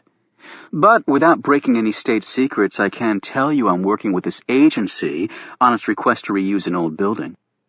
But I don't think we're going to reach such an agreement. So what's going on at work that has you ticked off?" "You don't hear enough sob stories as it is?" "We're officially going out. So, in for a dime, in for a dollar." Alex smiled. "Okay. There's this rookie at work I'm partnering with on an investigation. She's got a bigwig daddy who's pulling strings for her upstairs. I'm trying to explain to her that that's not how you make friends at the service." "And she's not getting the concept?" "If she doesn't soon, it'll come down on her like a ton of bricks." "So what's the case you're working on with her?" "Now it's my turn to plead confidentiality." Suddenly, Alex's gaze was riveted on the plasma screen TV on the wall behind the bar. A camera shot of Roosevelt Island was in the foreground of the screen as the big-toothed news anchor teleprompted her way through the story of a mysterious suicide. There was no report on the Secret Service's involvement, Alex noted. However, the heroin find at Patrick Johnson's house was prominently mentioned. "Is that your case?" Kate asked. He glanced back at her. "What?" "I was hoping that'd be the only reason you were so totally ignoring me." "Hey, I'm sorry," he said sheepishly. "Yeah, that's it. But no more details." They both turned to the TV when they heard a familiar voice. The man was articulating NIC's official response to the tragedy, and it wasn't Carter Gray, who probably didn't want to make this an ongoing national story by lending his considerable presence to it. However, Tom Hemingway was polished and efficient, the total package, as he presented NIC's spin to the country. Alex looked back at Kate, who for the first time seemed at a loss for words. He smiled triumphantly. Busted. Chapter 24. Caleb picked up Oliver Stone near the White House in his ancient pewter-gray Chevy Malibu with a fidgety tailpipe. They headed to Milton Farb's house near the D.C. and Maryland line, where Reuben would meet them. Stone sat in the front seat holding Caleb's dog Goff, a small mongrel of unknown provenance named after the first chief of the Rare Books Division, Frederick Goff. As they pulled up in front of Milton's modest but well-kept home, Reuben jumped up from the front steps, walked over to the car, and climbed in. He was dressed in his usual jeans, moccasins, and a wrinkly red-checked flannel shirt. A pair of work gloves stuck out of his back pocket, and he carried his safety helmet in his hand. "Grabbed some overtime at the loading dock," he explained. "Didn't have a chance to go home." He looked in surprise at Stone's new haircut and clean-shaven appearance. "Don't tell me you're rejoining mainstream America." "Just trying to remain incognito and alive. Is Milton ready?" "Our friend will be delayed a bit," Reuben said with a wink. "What?" Stone said. "He's entertaining Oliver. You remember. His new lady friend." "Did you meet her?"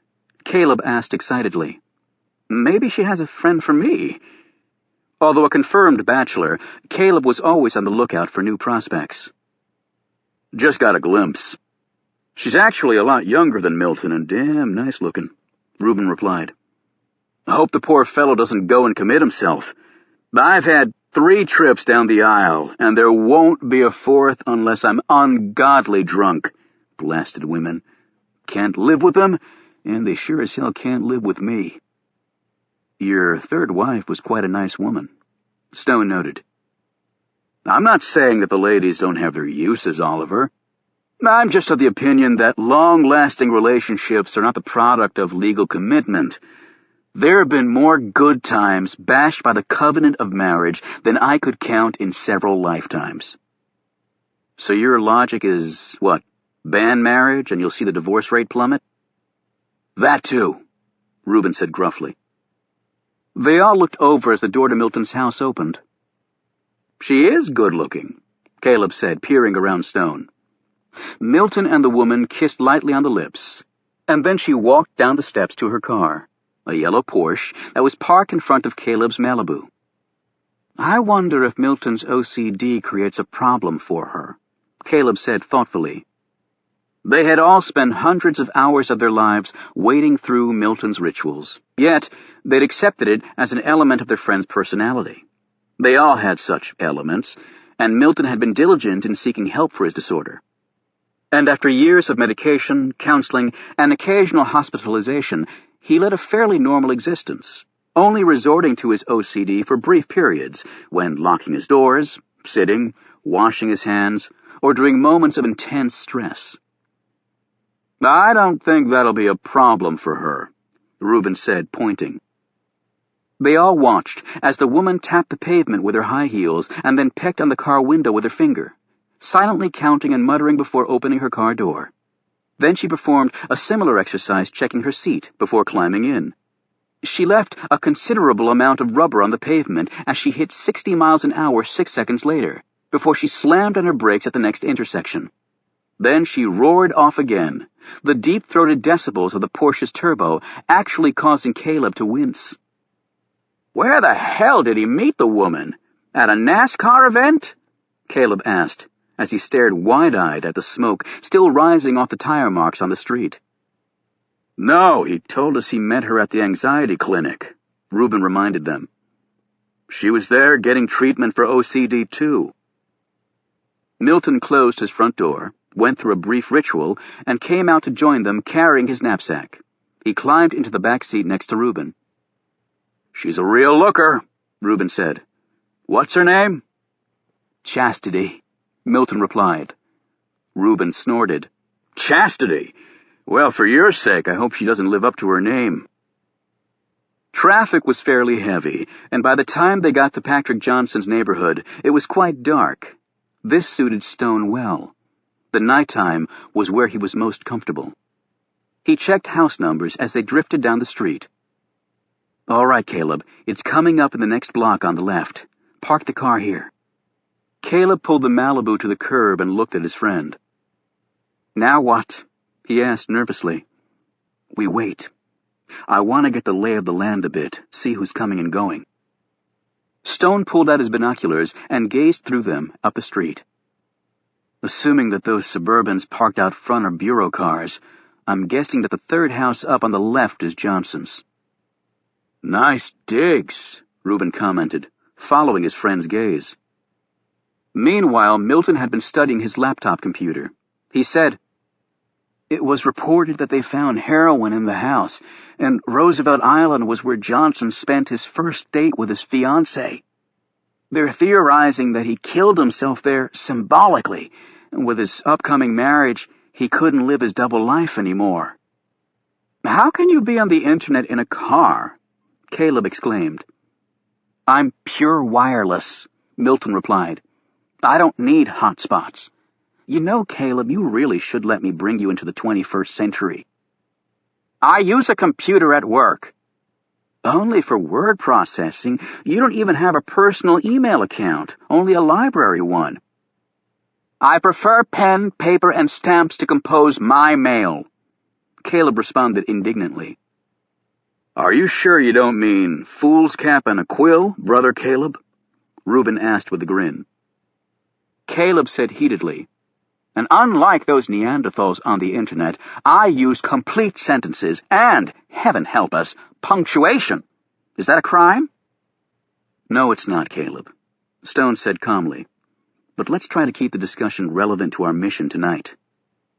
"You know, you would have thought that an NIC employee would have been vetted well enough that his drug dealer status showed up," Reuben said.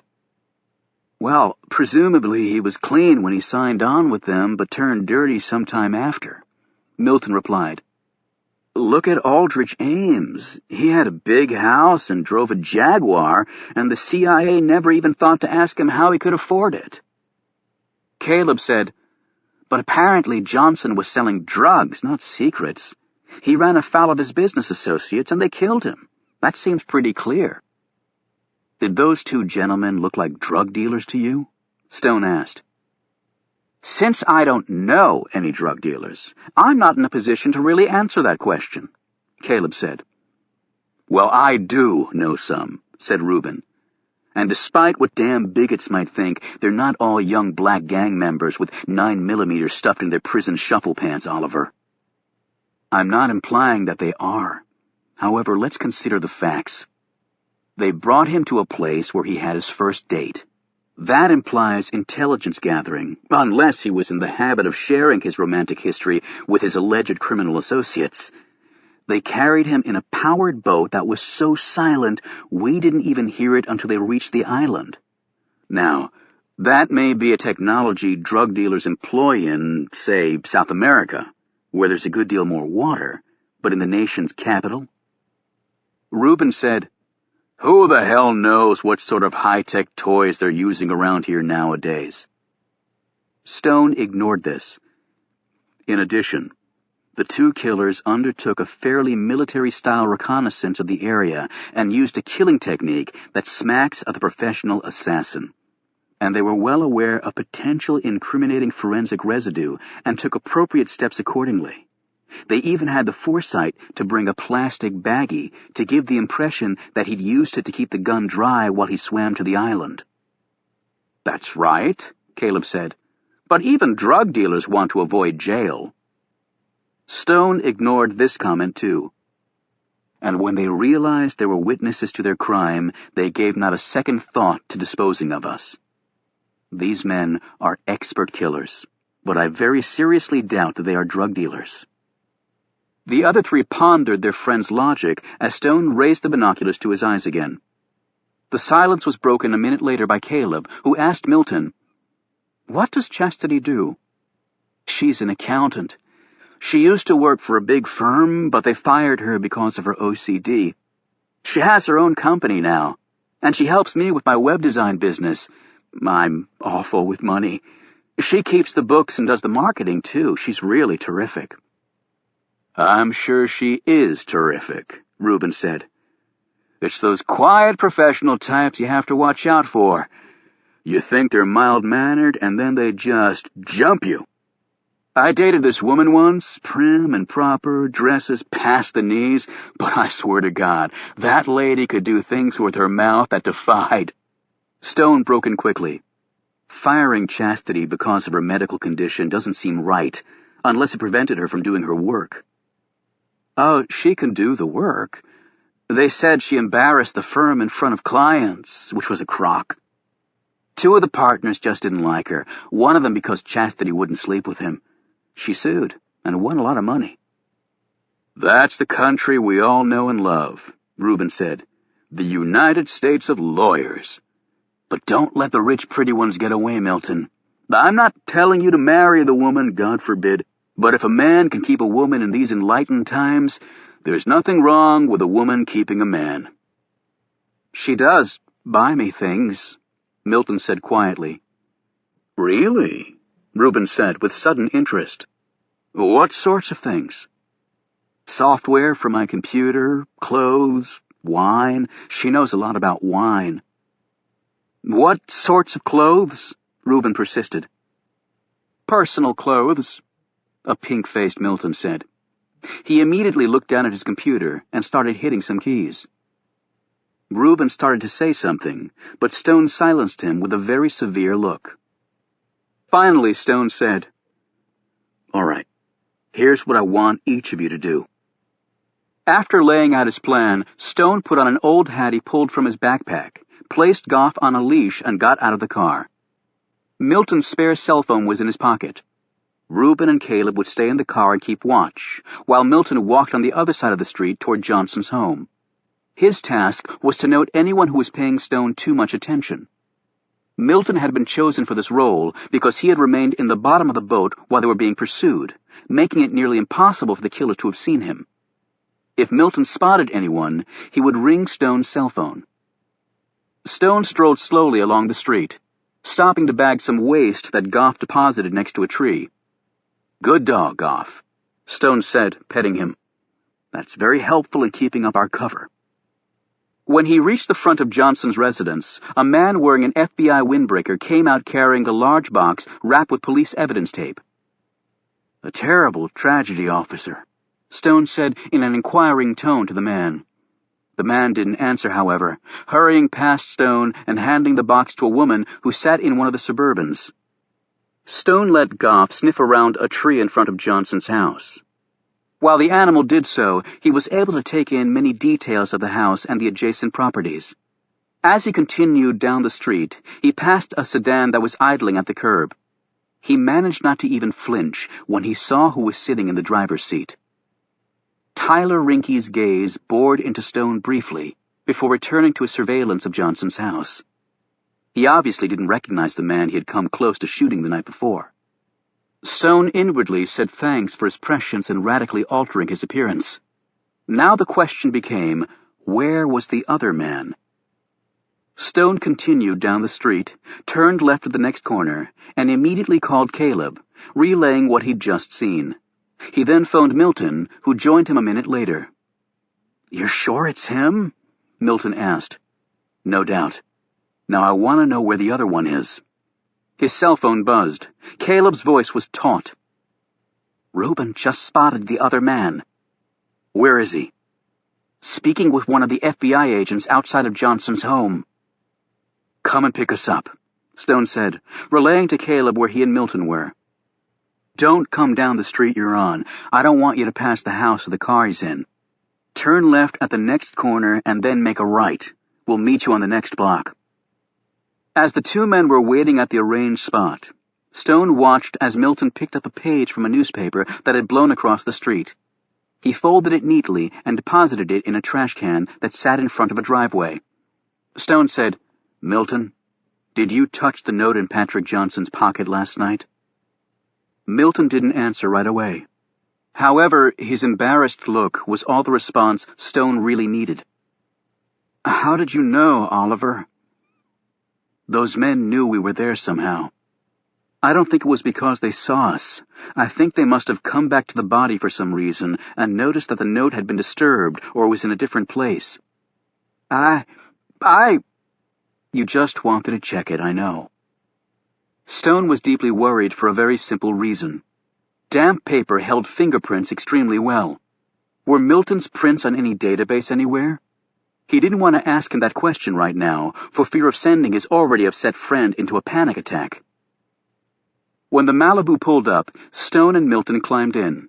Caleb drove ahead a bit, found a parking spot on the crowded street, and wedged in. "Do we risk following them?" Reuben asked.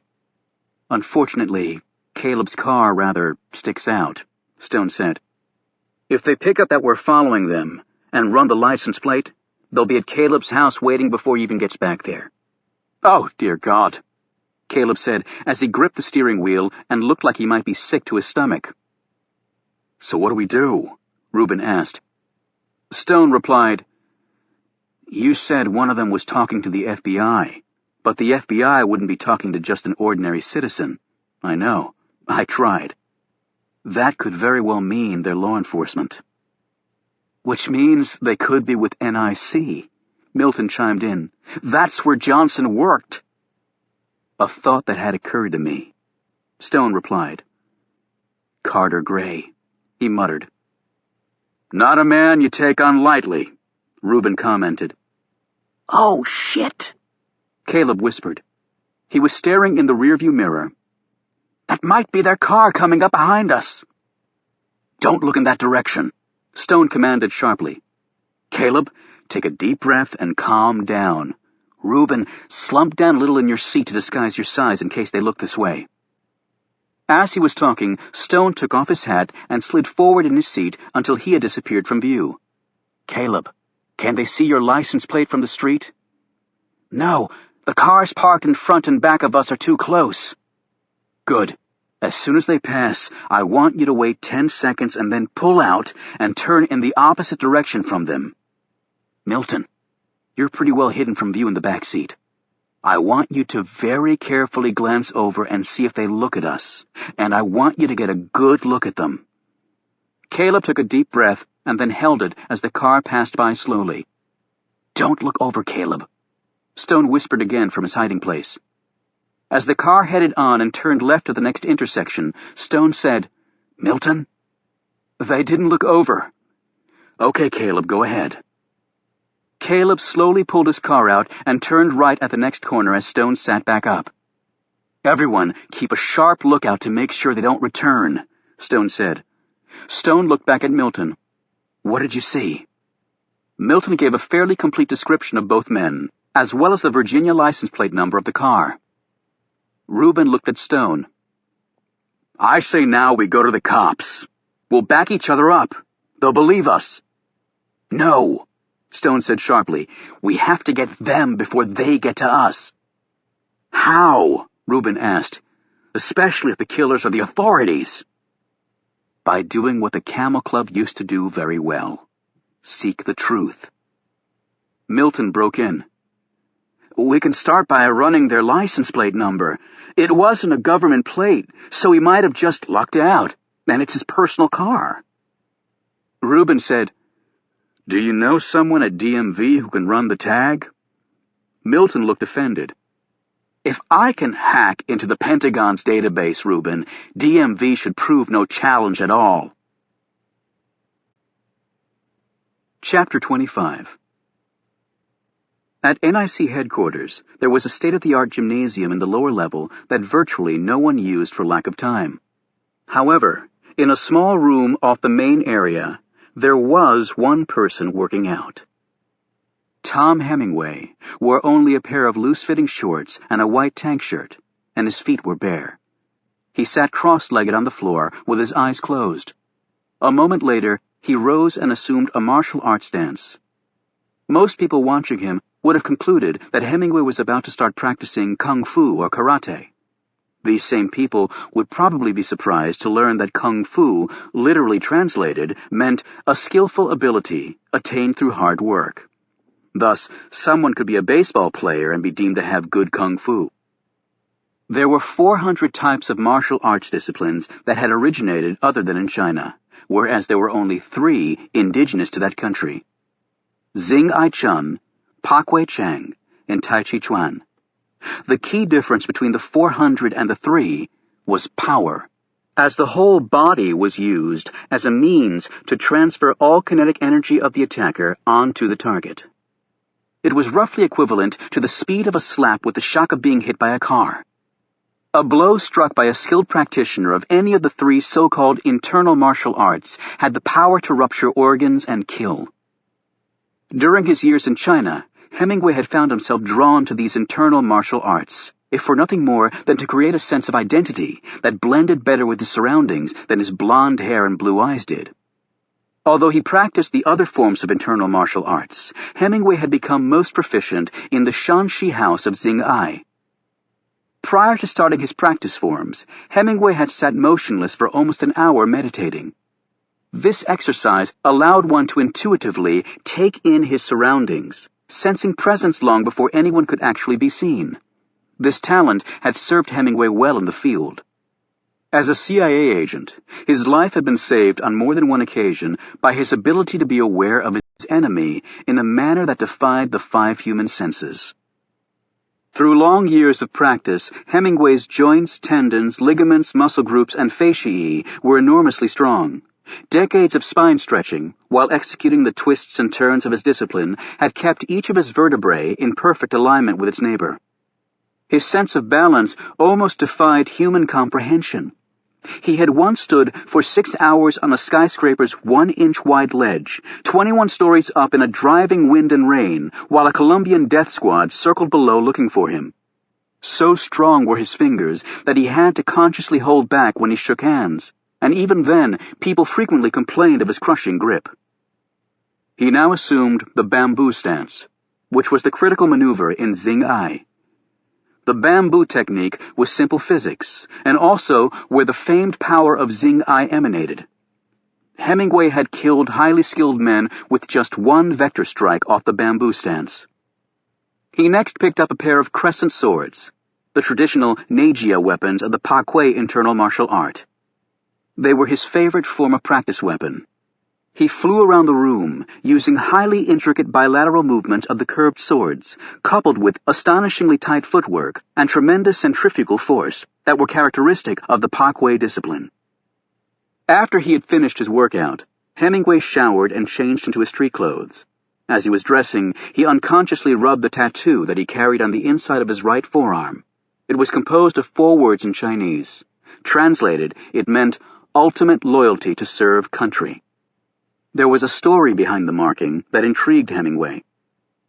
A famous general in the Southern Song dynasty named Yue Fei had served under a field marshal who had defected to the enemy. This betrayal had sent Fei home in disgust. There his mother lectured him that a soldier's first duty is to his country. She sent him back to battle with those 4 words tattooed on his back as a permanent reminder. Hemingway had heard the story as a young boy and never forgotten it. He'd gotten the tattoo when a particularly troubling mission he performed for the CIA caused him to consider quitting. Instead, he had the words engraved on his skin and went on with his work.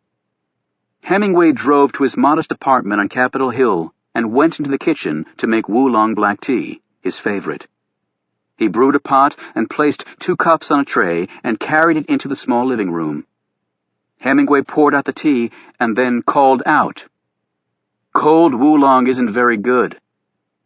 There was a stirring in the next room, and the man walked out. "Okay, what gave me away? I'm not wearing anything scented.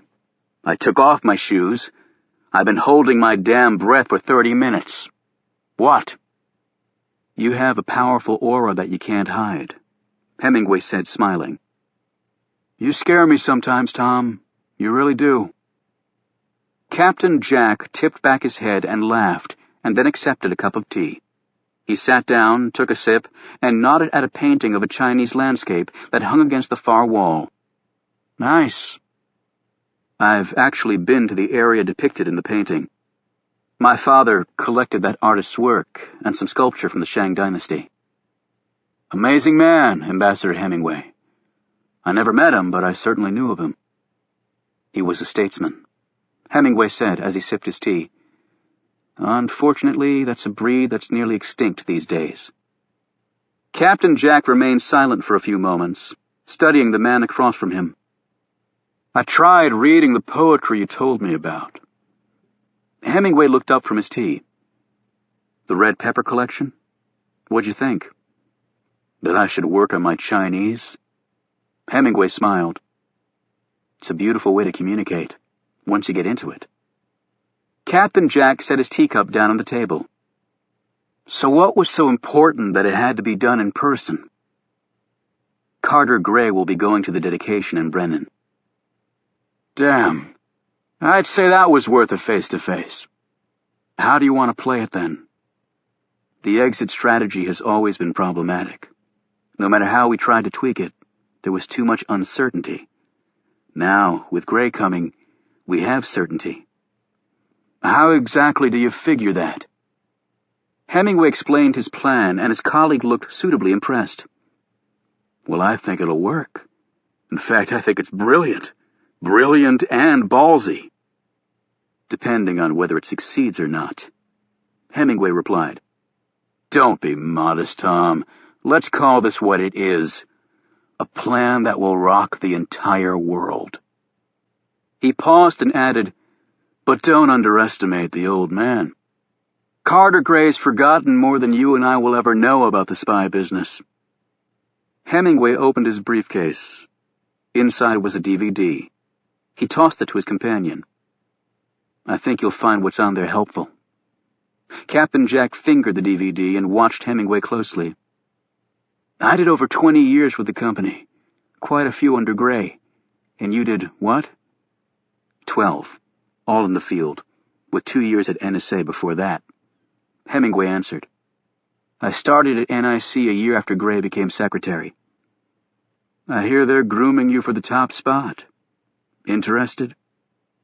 Hemingway shook his head. There's little future there that I can see. Back to the CIA, then? It's a useless anachronism. Right. There'll always be a CIA, even after the Iraqi WMDs that never were. You think so? Hemingway said curiously. Oh, when I was helping support a host of acceptable alternatives to communism, mostly monster dictators, or feeding crack to black neighborhoods to help fund illegal operations overseas, or blowing up democracies in other countries because they wouldn't support American business interests, I thought to myself, there's got to be a better way of doing this. But I got over that thinking a long time ago. We can't win this particular fight with soldiers and spies, Hemingway said. It's not that simple. Then it can't be won, Captain Jack answered bluntly, because that's the only way countries know to settle their differences.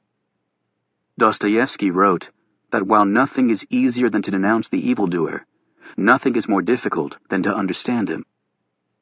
You and I have both spent a lot of time there. But do you really think you'll ever understand the evildoer mentality of the Middle Eastern terrorist? How do you know that's the evildoer I'm referring to?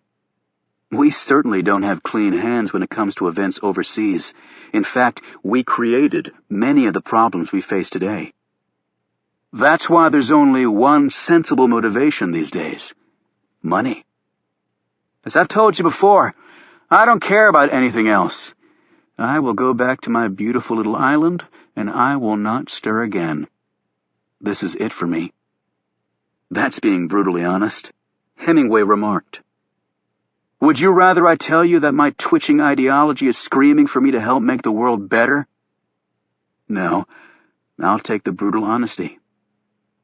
And why are you doing it? For something better than what we have.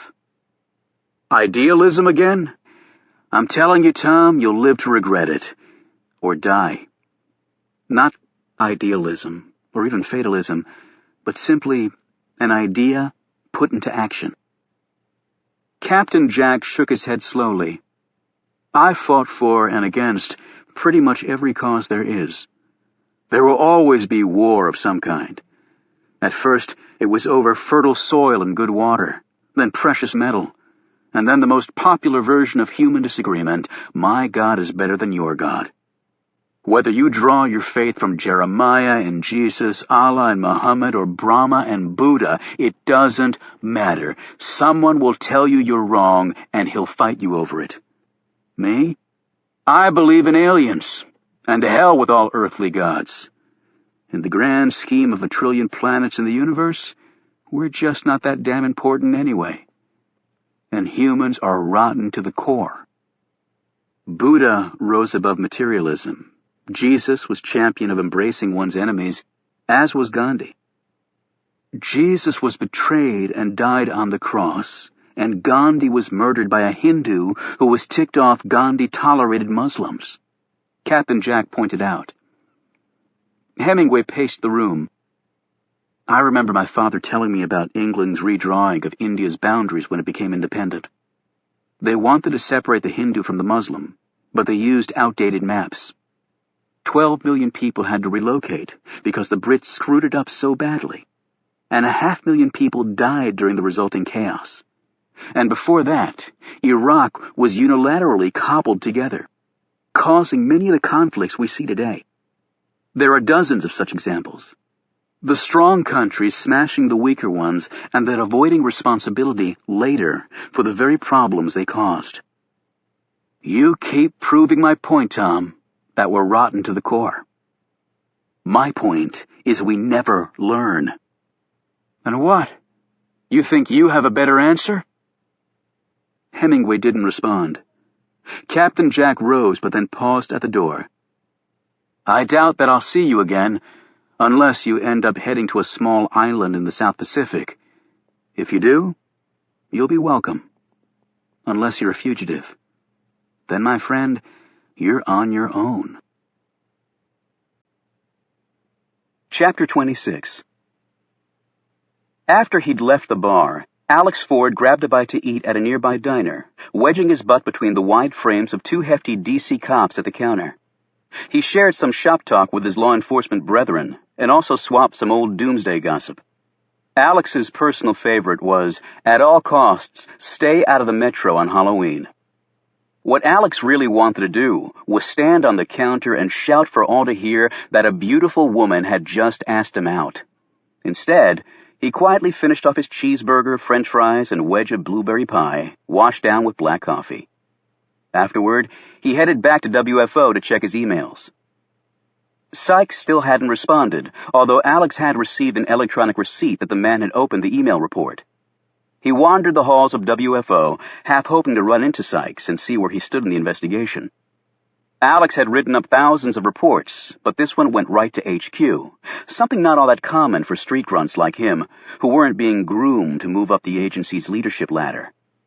When you knew the director's eyes were going to be running over your feeble attempt at logical composition, it tended to make the neck hairs stand up and start twitching.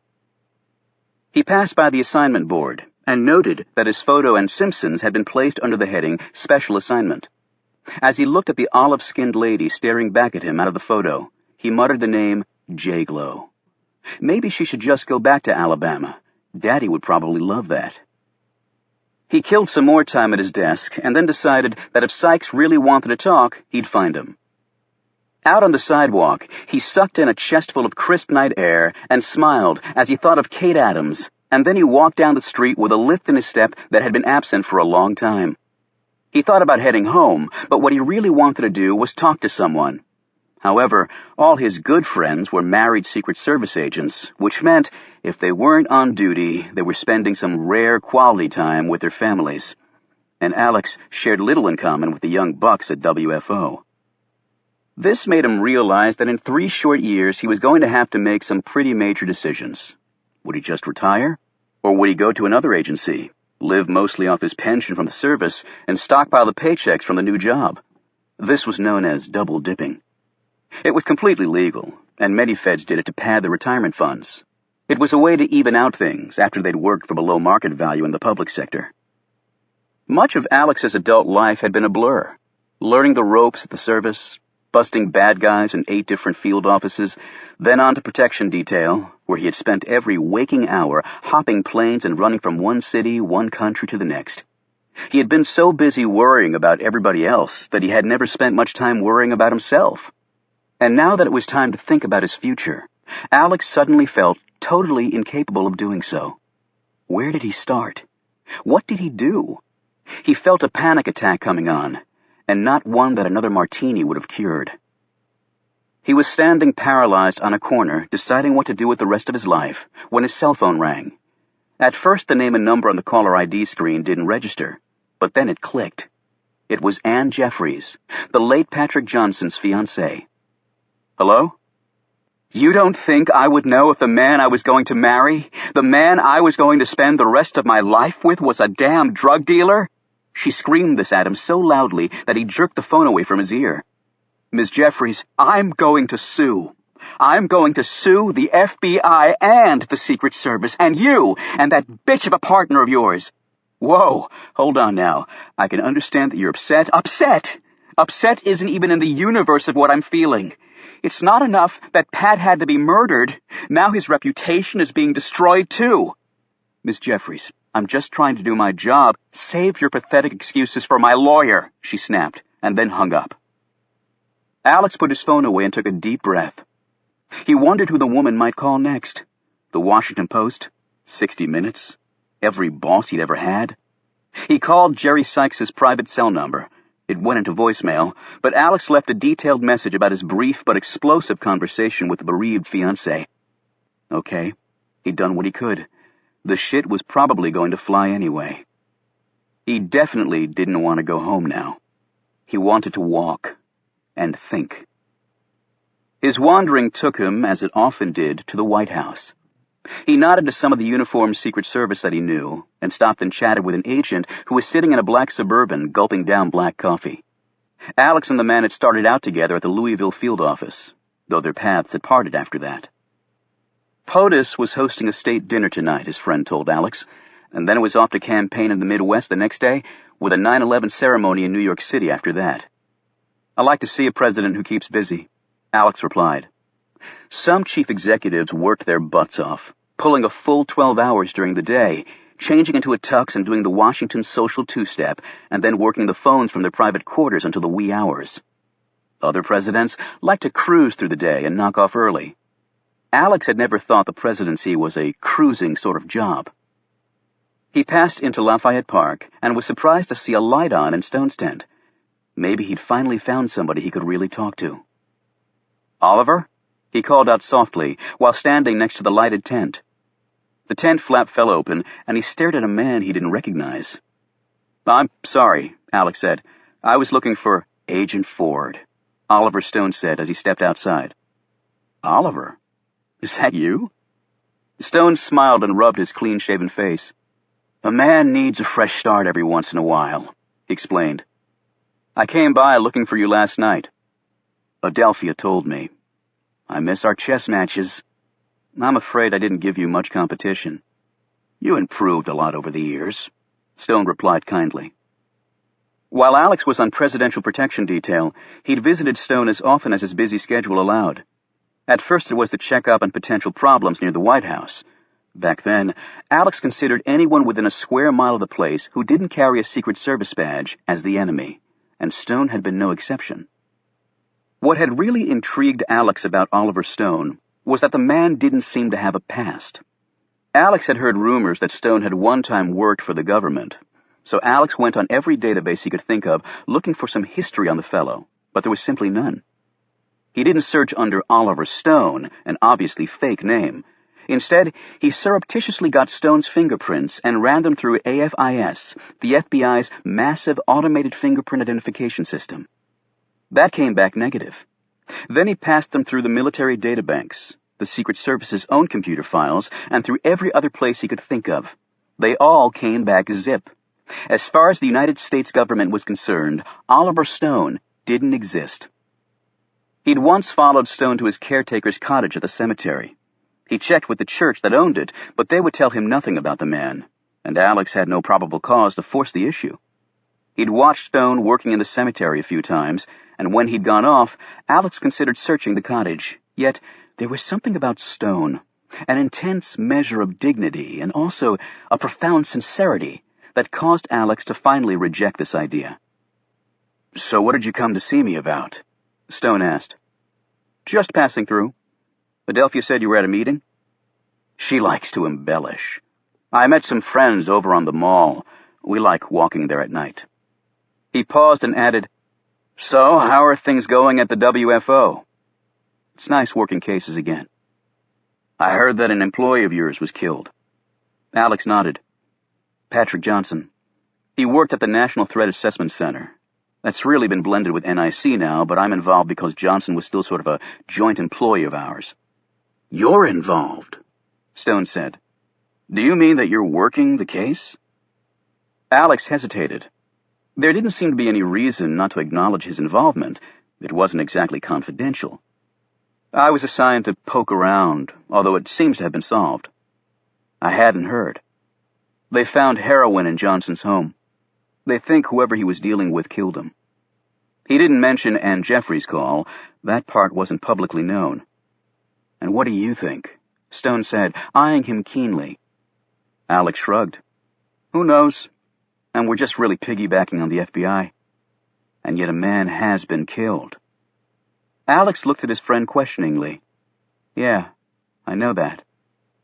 Over the years I've watched you, Agent Ford. You're observant, diligent, and you have sound instincts. I think you should use those talents on this case. If the man's work was sensitive to this nation's security, a second pair of eyes is certainly in order." "I've covered the bases, Oliver. If it wasn't drugs..." "Exactly. If not drugs, what? I think someone should answer that question very thoroughly. Perhaps the answer lies with his work. Consider that planting drugs at his home would be an easy way to cover something up." Alex looked doubtful. "That's highly unlikely, and quite frankly, NIC is a big can of worms to open for a guy looking to retire in 3 years. 3 years isn't such a long time, Agent Ford. Not nearly as long as the years you've already served your country. And unfortunately, fair or not, the end of one's career is what a person is usually remembered for. And if I make a misstep on this one, maybe I don't have a career left. But the other important point to realize is this: the end of one's career is also what you remember most vividly, and you'll have decades to possibly regret, and that is a very long time." Leaving Stone, Alex slowly walked back to his car. What the man said made sense. There were issues that were not clear in Alex's mind about Patrick Johnson's death. The drug discovery did seem a little too convenient, and other details just didn't add up. In truth, he had been only half-heartedly investigating the case, more than ready to follow the Bureau's lead in its conclusions. And Stone had been right on another level. Alex had stayed at the service after his accident because he didn't want to go out on a disability ride. Well, sleepwalking through a major case wasn't the way he wanted to go out either. There was something to be said for professional pride, and if U.S. presidents shouldn't cruise through their duties, Secret Service agents shouldn't either. Oliver Stone watched Alex pass out of sight and then quickly walked to his cottage at the cemetery. From there he used the cell phone Milton had given him to call Caleb and tell him of this latest development. "It was a stroke of good fortune that I couldn't ignore," Stone explained. "But you didn't say anything about us seeing the murder, did you?" Agent Ford is a federal policeman. Had I told him that, his duty would have been clear. My best hope is that he'll dig up something at NIC that would have been beyond our means to do. Won't that place him in jeopardy? I mean, if NIC's gunning down its own employees, they might not stop at killing a Secret Service agent. Agent Ford is a capable man, but we'll also have to act as his guardian angels, won't we? Stone clicked off, and suddenly remembering he hadn't eaten any dinner, went into his kitchen and made some soup, which he ate in front of a small fire he'd built. Cemeteries always seem to be cold, no matter the season. After that, he sat down in his old armchair next to the fire with a book that he'd been reading from his very eclectic collection that Caleb had helped him assemble. That's all he had left. His friends, his books, some theories, a few memories. He glanced at the box with the photo album again, and despite intuitively knowing that it would be a bad thing, he put his book down and spent the next hour drifting through his past. Stone lingered over the pictures he had of his daughter. One showed her holding a bunch of daisies, her favorite flower. He smiled as he remembered how she would pronounce it. Daisies. There was another picture of her blowing out candles on a cake. It wasn't her birthday.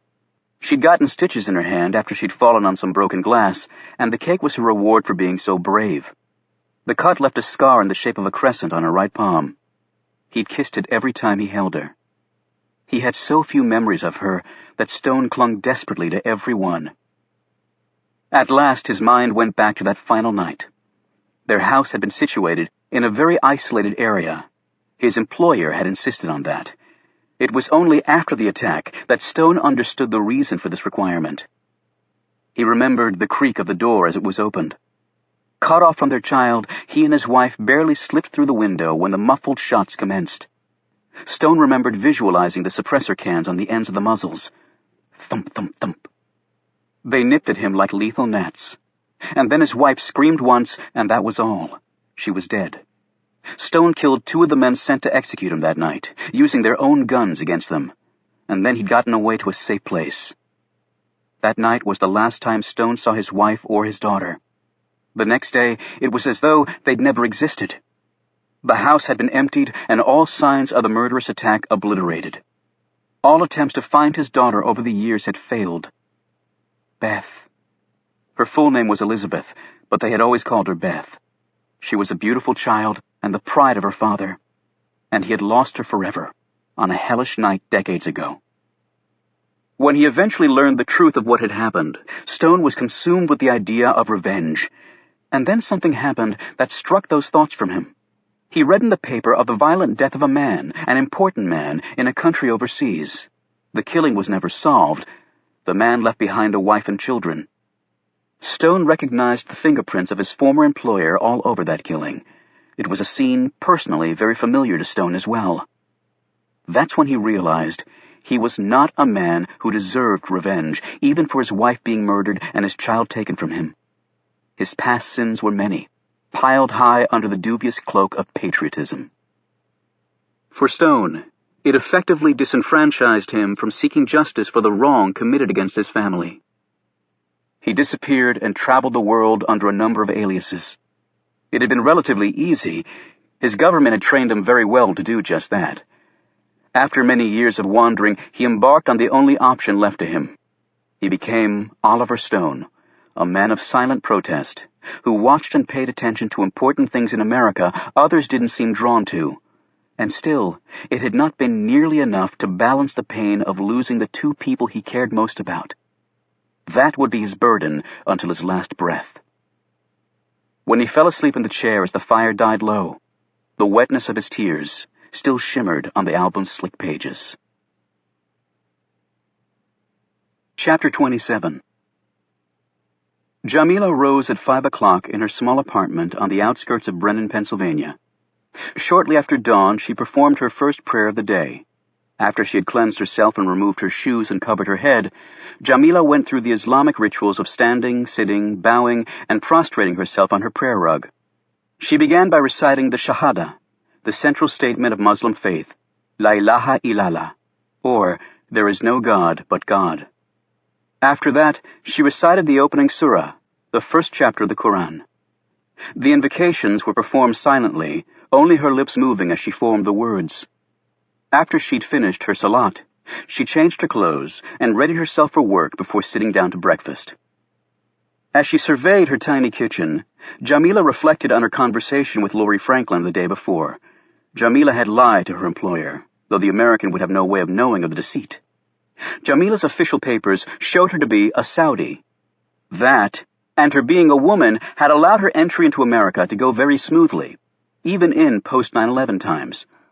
Jamila was actually an Iraqi by birth, and a Sunni Muslim by religious practice, as were over 80% of all Muslims, although in Iraq the Sunnis were in the minority. In early times, the Sunnis clashed with their Shia counterparts largely over the issue of the successor to the Prophet Muhammad. Now the differences were far more numerous and bitter.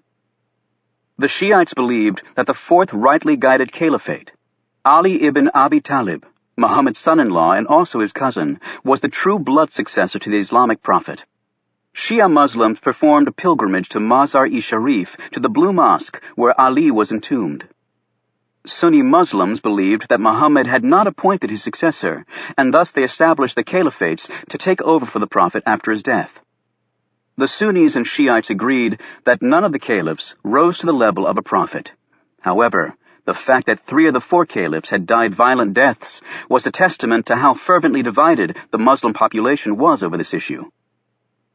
Under the secular regime of Saddam Hussein, Jamila had been allowed to drive a car, whereas in Saudi Arabia this wouldn't have been possible. The Saudis followed a very strict form of Sharia, or Islamic law. This strictness required women to be completely covered at all times, and it prohibited them from voting and even from going out of the house without a permission note from their husbands. These rules were scrupulously enforced by the tenacious, whip-wielding religious police. There was also the notorious Chop Chop Square, the main square in downtown Riyadh. It was here every Friday where those who broke the Sharia were punished for all to see. Jamila had been there once and watched in horror as 5 people lost both their hands and 2 others their heads. Far more subtle punishment was the falaga, the beating of the bottom of the feet in a way that left no marks, although the victim was typically unable to walk, so great was the pain. The rest of the world had largely looked the other way ever since King Ibn Saud, conqueror of Arabia and the ruler who had given his name to the country, hired geologists to come look for water, but who struck oil instead. With fully 1/4 of the world's black gold reserves under the country's sands, a resource eagerly coveted by the industrialized world, the Saudis could usually do what they wanted without fear of repercussions. However, Jamila had not entirely lied to Franklin. Living in Baghdad and being a Sunni Muslim like Saddam Hussein, she had worn clothes mostly of her choosing, and she had been well educated. Despite that, she had hated living under the Iraqi dictator. She had lost friends and family who disappeared after speaking out against the despotic ruler. During the American invasion of Iraq, she prayed that Hussein would be toppled, and those prayers were answered. She and her family at first welcomed the Americans and their allies as heroes for giving them back their freedom, but then things rapidly began to change. Jamila returned from the market one day to find her family's home reduced to rubble after an errant airstrike. All of her family, including her 2 young brothers, perished. After that tragedy, Jamila went to live with relatives in Mosul, but they fell victim to a car bombing in the resulting insurgency against the American presence in Iraq. Next, Jamila traveled to Tikrit to stay with a cousin, but the war had forced her to flee there as well.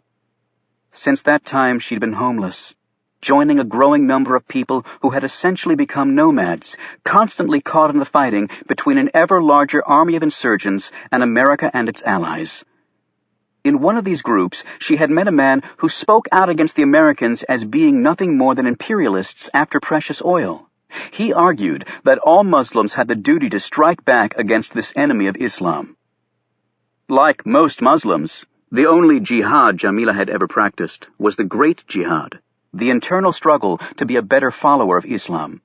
This man was obviously speaking of another jihad, the Lesser Jihad, the Holy War, a concept that originated with Islam in the 7th century.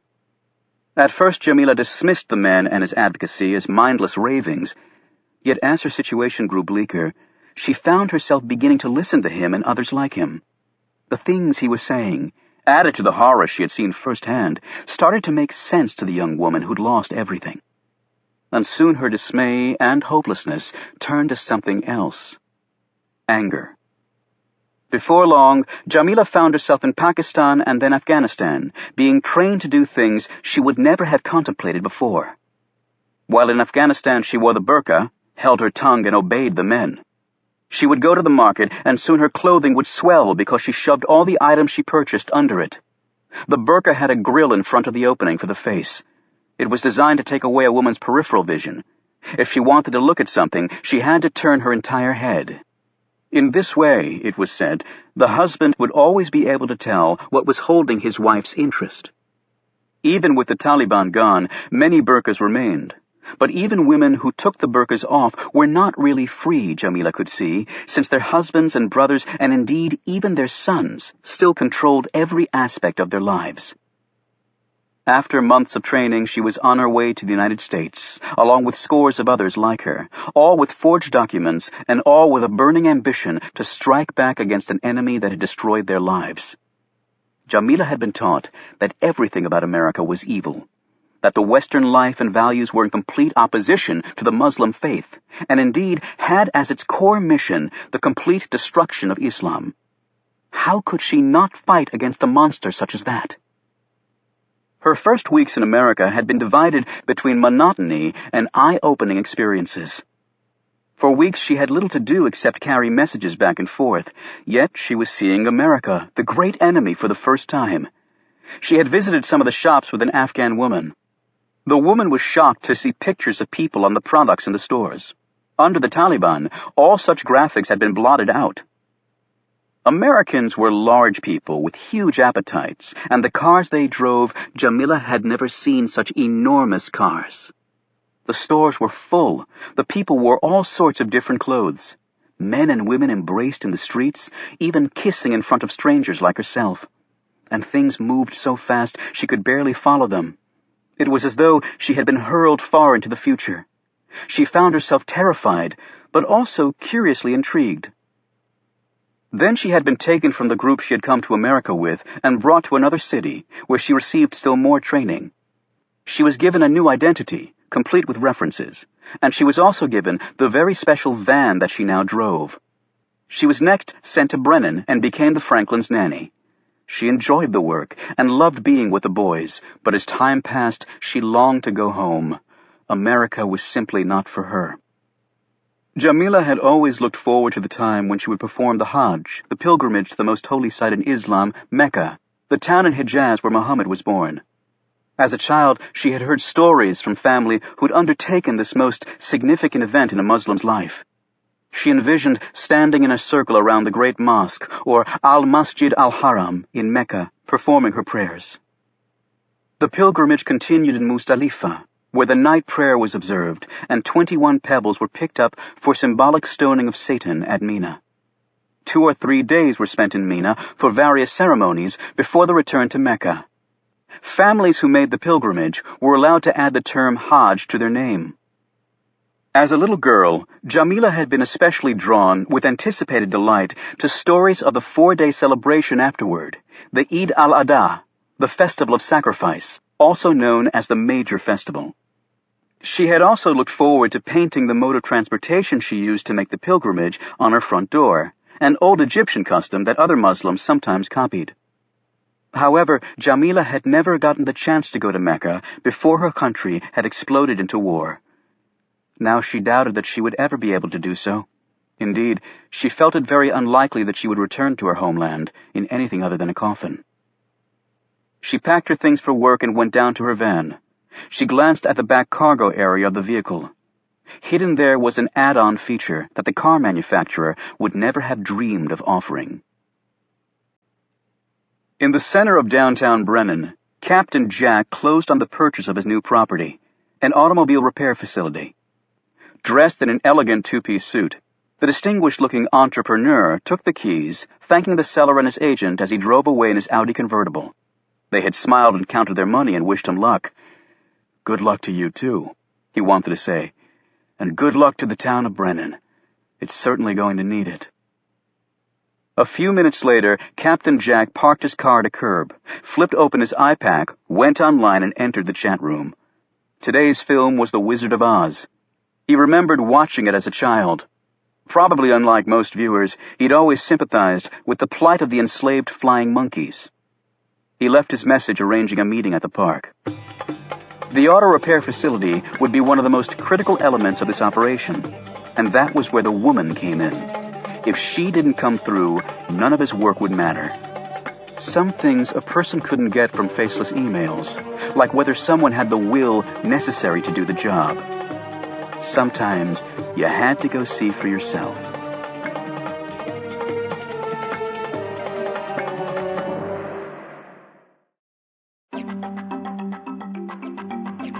The day was overcast and a bit chilly, so the park was nearly empty. Captain Jack sat on a bench, read his newspaper, and drank his coffee.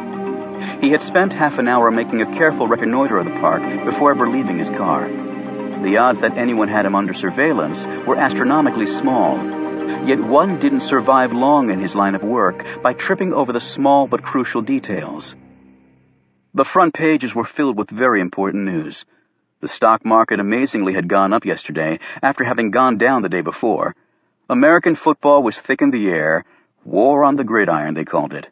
Well, at least those who had never been in the real thing called it that.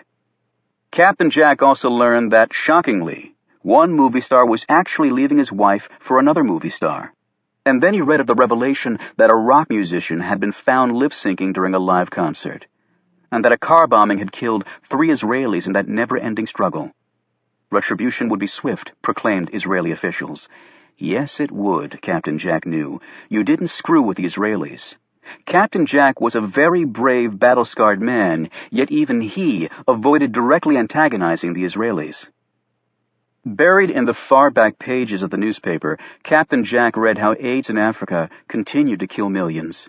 He next skimmed an article on how civil wars on that continent had claimed millions more. Half the world lived in complete poverty, stated another story. Thousands of children were dying every day simply because they had nothing in their bellies. Captain Jack put down the paper. He was not much of a moralist. He'd killed many people in his lifetime. If there was a heaven and a hell, he knew where his eternal lodgings would be. But really, lip-syncing on the front page? He heard the children first, but didn't look in that direction. Next, he listened to the swing being swung, and then the whirligig started going round and round. He smiled at the screams of delight from the young ones. Finally, the sounds of the children quieted down.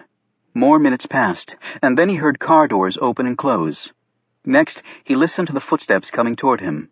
They were measured, calm treads. Then came a slight squeak from the bench directly behind his as the person sat down. He immediately lifted up his paper. "I think the Steelers could go all the way this year. Don't you?" he said. "No, my money is on the Patriots," the other replied. "Are you sure?" "I'm very sure of what I say. If I were in doubt, I would say nothing." With their identifying code out of the way, Captain Jack got down to business. "Things are good with the Franklins?" "Yes, very good," Jamila replied. "Routines all square, no curves thrown at you?" "Their life is simple. He works all the time. She plays all the time." He caught the edge behind her words. "Oh, you think so?" "I know so." She paused and added, "Americans disgust me." "Do they now?" "They're pigs. They are evil, all of them." He said one word in Arabic that froze Jamila. "Listen to me," Captain Jack said firmly. "A few Americans are bad and a few Muslims are bad, but most want to live in peace and relative happiness, make a home, have a family, pray to God, and die with dignity. They destroy my country. They say Iraq is united with Al-Qaeda and Taliban. That is insane. Hussein and Bin Laden were mortal enemies, we all know that. And 15 of the 19 9/11 hijackers, they are Saudis. Yet I do not see American tanks roll down streets of Riyadh, only Baghdad. Deposing a man they helped keep in power, I know, but Iraq doesn't own a chunk of America as the Saudis do. Besides, all great civilizations slaughter others who stand in their way. You can talk to the American Indians about that one. But if you want to hear about Muslim cruelty against other Muslims, go see the Kurds." "You tell me this. You tell me this now. Why? Why?" Captain Jack's voice was calm but still very firm. "Because the anger you mistake for passion is the one thing that could destroy all that we've worked for.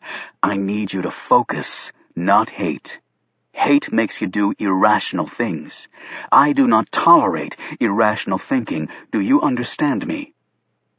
There was silence. "Do you?" Jamila finally said, "Yes."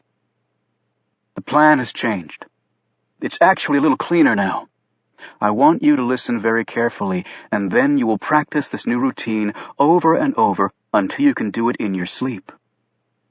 When he finished telling her the new details, she said, "Like you say, it is easier. It is the way I would go to the Franklin's house." "Exactly. but we have to account for everything. On that day, if the Franklin's routine varies for any reason, and it may, because presidents don't come to town every day, someone will be standing by. You remember what you have to say?" "A storm is coming," Jamila answered, "but I do not think it will be necessary." "But if it is necessary, then it will be done." He said this sternly in Arabic. She hesitated, then asked, "And if the storm comes?" "Then you will do what you were brought here to do. But if they catch up to you," he paused, "you will have your reward. As a fidaya." Jamila smiled as she gazed at a point in the cloudy sky where a bit of the sun was easing through. No one had ever referred to her as a fidaya before. She was still staring at this spot when Captain Jack left. He'd learned enough. Chapter 28. "I thought the case was closed," Jackie Simpson said, as she and Alex drove away from WFO in his car. "I never said that. The Bureau found the drugs. You filed your report.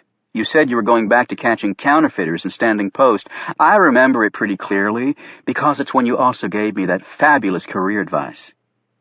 I got a call from Ann Jeffries last night. She said the drugs were bullshit. She threatened to sue us. She's full of crap. And she can't sue us for doing our job. Hell, it's not like we planted the heroin in Johnson's house." Alex glanced over at her. "But what if someone else did?" She stared back at him skeptically. "Planted drugs? Why?" "That's for us to find out.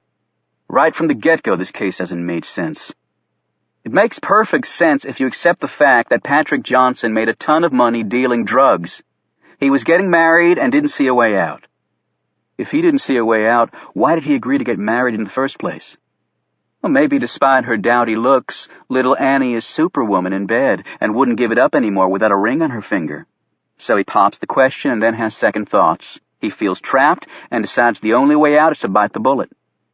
"You're joking, right? You don't know a lot about women, do you?" "Meaning what exactly?" "Meaning that being only a man's lust repository gets a little old after a while. Women want permanent relationships of the diamond variety. Men want conquests." "Thanks for stereotyping the entire human race. It was very informative." "Well, here's another theory for you. Johnson was dealing drugs, but with his marriage, he wanted to quit the business. It's not the sort of business you just walk away from. As a wedding gift, his associates gave him a bullet instead of a toaster. On the island where he had his first date, how would they have known? Maybe from Ann Jeffries, the lady who is now protesting so much that her sweetie was never involved in drugs. So she's lying to us.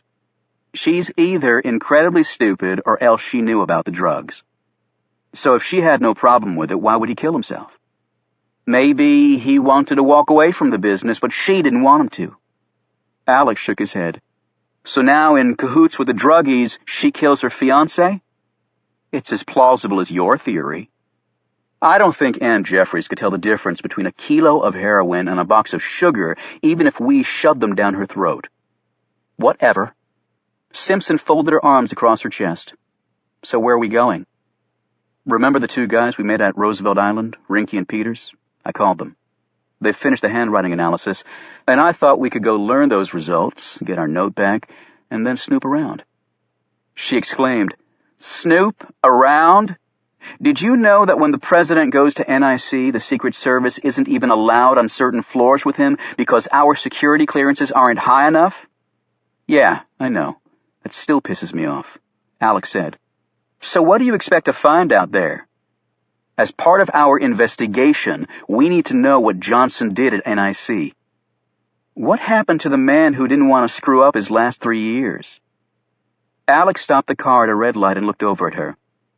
"If I'm afraid to screw up, then I should just turn in my badge right now. And since I'm not willing to do that, and this wonderfully patriotic epiphany just hit you? Actually, an old friend pointed it out to me last night." The light turned green, and they started off again. He glanced over at her, and that's when he suddenly noticed it, because she'd unbuttoned her jacket. "That's a SIG 357. She didn't look at him. "My other gun was a little heavy." Alex also noted that she wasn't wearing her usual flashy breast pocket handkerchief. They were passing through western Fairfax County on Route 7 when Simpson finally spoke again. "I had dinner with my father last night." "And how is the good senator?" "Enlightened," she answered tersely. Alex wisely kept his mouth shut. When they pulled up to the main security entrance at NIC, Alex surveyed with awe the sprawling complex that lay ahead. "What the hell is NIC's budget?" "It's classified, like ours," Simpson answered.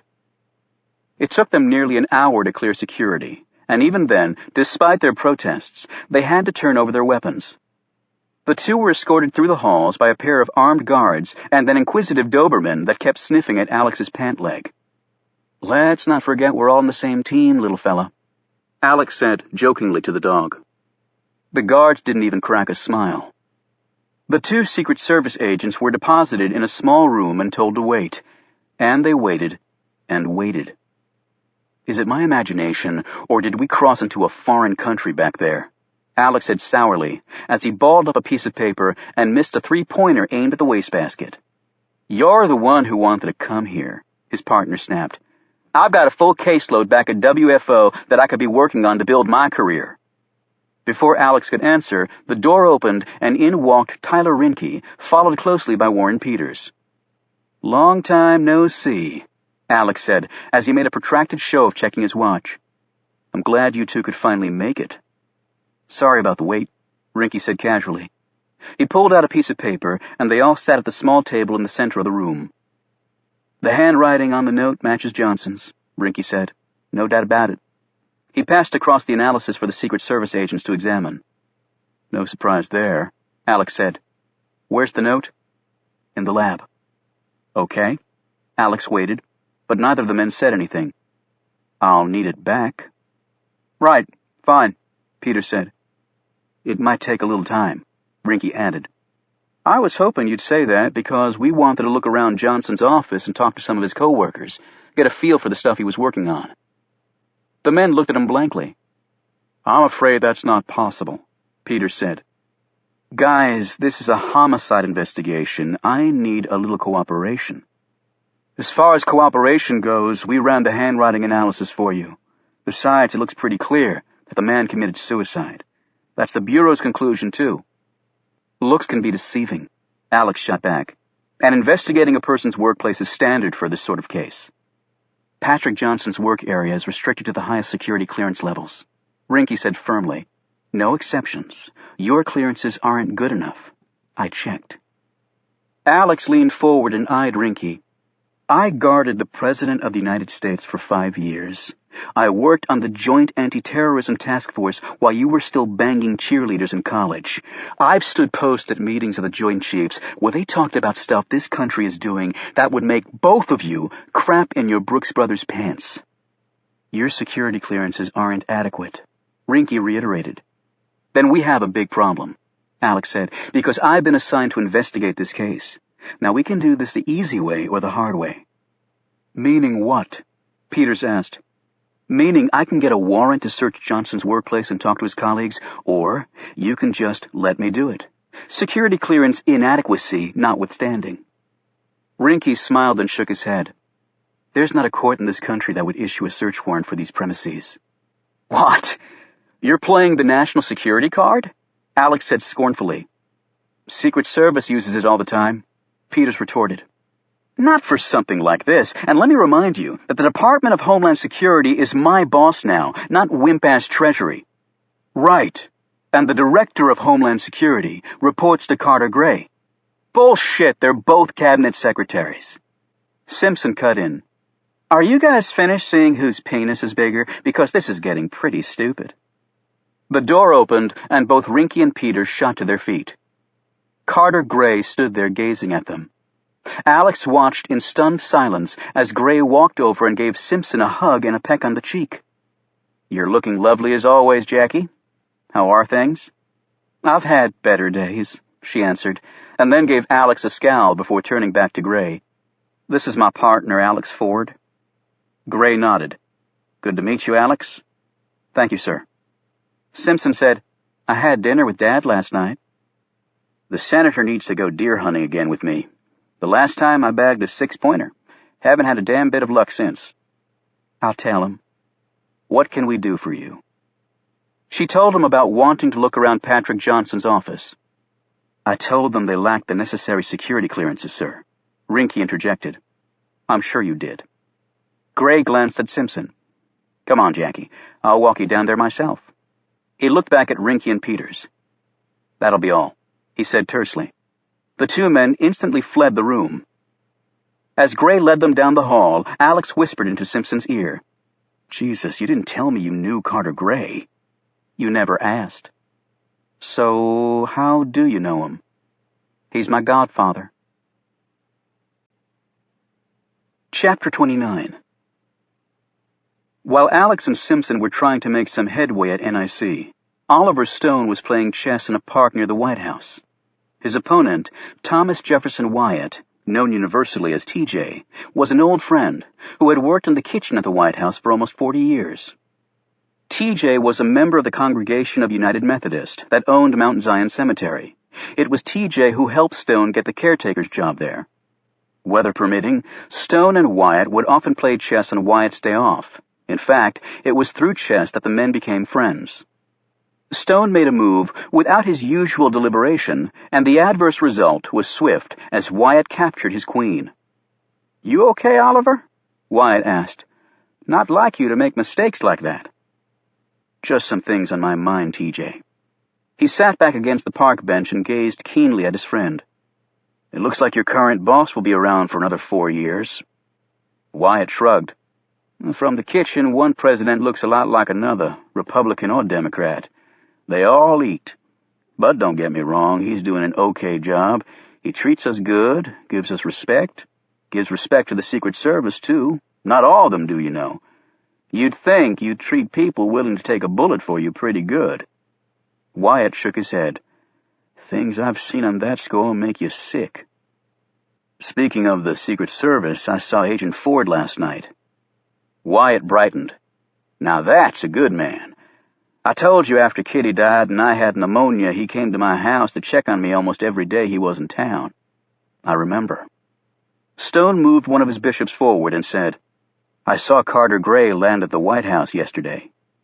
Secret Service don't like that one bit. Chopper coming in should only be Marine One, with the man on it, and that's all. Carter Gray's status allows him to make his own rules. Wyatt grinned, hunched forward and lowered his voice. Got some scuttlebutt on him you'll get a kick out of. Stone eased forward. Their chess matches sometimes included snatches of relatively innocuous gossip. White House domestic staff tended to have long tenures at the White House, and they were famous for both meticulous attention to their duties and, more important for the First Family, their discretion. It had taken Stone years to get Wyatt comfortable enough to discuss anything that happened at the White House, however trivial. The president asked Gray to go up to New York with him on 9/11, you know, for his big speech at the memorial site. Wyatt paused and looked around at a passerby. And? Asked Stone. And Gray flat turned him down. That's a little brazen, even for Gray. Well, you know what happened to his wife and daughter, right? Yes. Stone had met Barbara Gray decades ago. She was an accomplished woman even back then, with a compassion that her husband had never possessed. Stone had instantly respected her, later faulting the lady only for her poor choice in husbands. Then the president asked Gray to go up with him to that town in Pennsylvania, the place that changed its name to Brennan. And is he? You don't turn down the man twice, right? No, you don't, Stone agreed. Both men fell silent as Wyatt studied the board and then made his move, edging his rook toward Stone's knight. While Stone considered his options, he said, I see that Gray has some problems of his own to deal with. This fellow Patrick Johnson, who was found dead on Roosevelt Island, he worked for NIC. Oh, yeah, that's been making the rounds at the big house. The president's concerned. He and Gray are real tight. So dirt hits Gray, it's bound to splash on the president. The man's no dummy. The president's loyal, but he's not stupid. TJ glanced around. I'm not telling tales out of school. Everybody knows that. I'm sure NIC and the White House have been working the media hard because there wasn't much in the morning news about it. I know the president's been ordering a lot of late-night snacks and coffee. The man's going into the home stretch on the election, and he doesn't want nothing to upset the apple cart. And a dead body can upset a lot of things. After their chess match was finished and Wyatt had left, Stone sat and thought for a bit. So Gray was going to Brennan, Pennsylvania. That was interesting. Stone had thought it a little gutsy of the town to pull a stunt like that, but apparently it had paid off. He was about to leave when he saw Adelphia walking toward him, carrying 2 cups of coffee. She sat down and handed him one.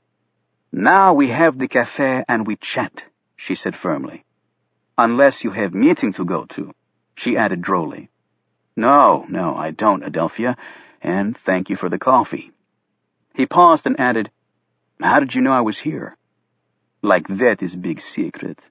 Where do you come when you have the game of chess? It is here you come, always it is, with that black man who works at White House." "I didn't know I was that predictable in my movements," he said, his tone somewhat annoyed. Men are always predictable. Do you like your café?" "Very nice." He paused and then commented, "You know, these aren't cheap, Adelphia. It is not like I drink the café 100 times all of the days." "But you have money?" Adelphia eyed his new clothes. "So? And you have the money." "I have a job, and my friends, they help me." "It is no one that helps me. I work for money, all of it." Stone was surprised that he'd never asked her this before. "What do you do?" "I am seamstress for laundry place. I work when I want, they pay me good, and they give me good deal on room," she said. "And then I can buy the café when I want." "It must be very rewarding to have such a skill," Stone said, absently. They stopped talking, and their gazes idly took in other people in the small park. Adelphia finally broke the silence. "So your match of chess, you were victor?" "No, my defeat was based on equal parts lack of concentration and my opponent's considerable skill. My father, he was very excellent at the chess. He was, how you say..." She hesitated, obviously searching for the right words in English. "My father, he was, how you say, Wilkie Meesters." "A grand champion? No, you mean a grand master. That's very impressive." She glanced at him sharply. "You speak Polish?" "Just a little." "You have been to Poland?" "A very long time ago," he said, sipping his coffee and watching the breeze gently move the leaves on the trees overhead. "I take it that's where you're from?" he asked curiously.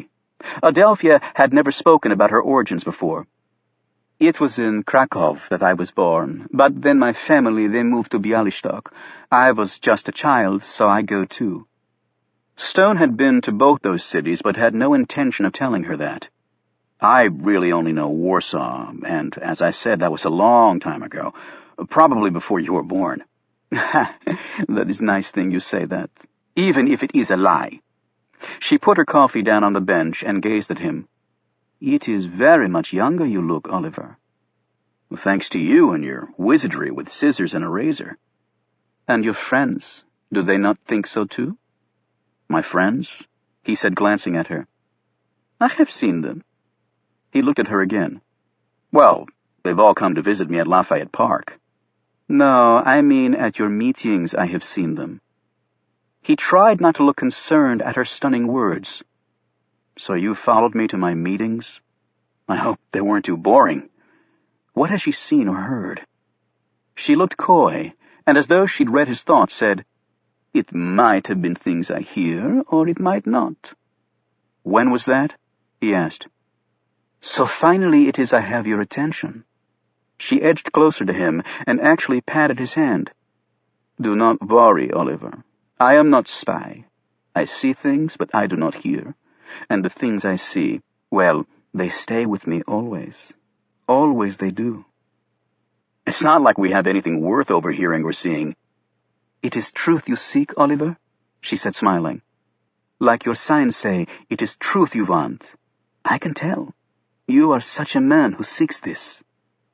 "I'm afraid as the years go by, my chances of actually finding it are fewer and fewer.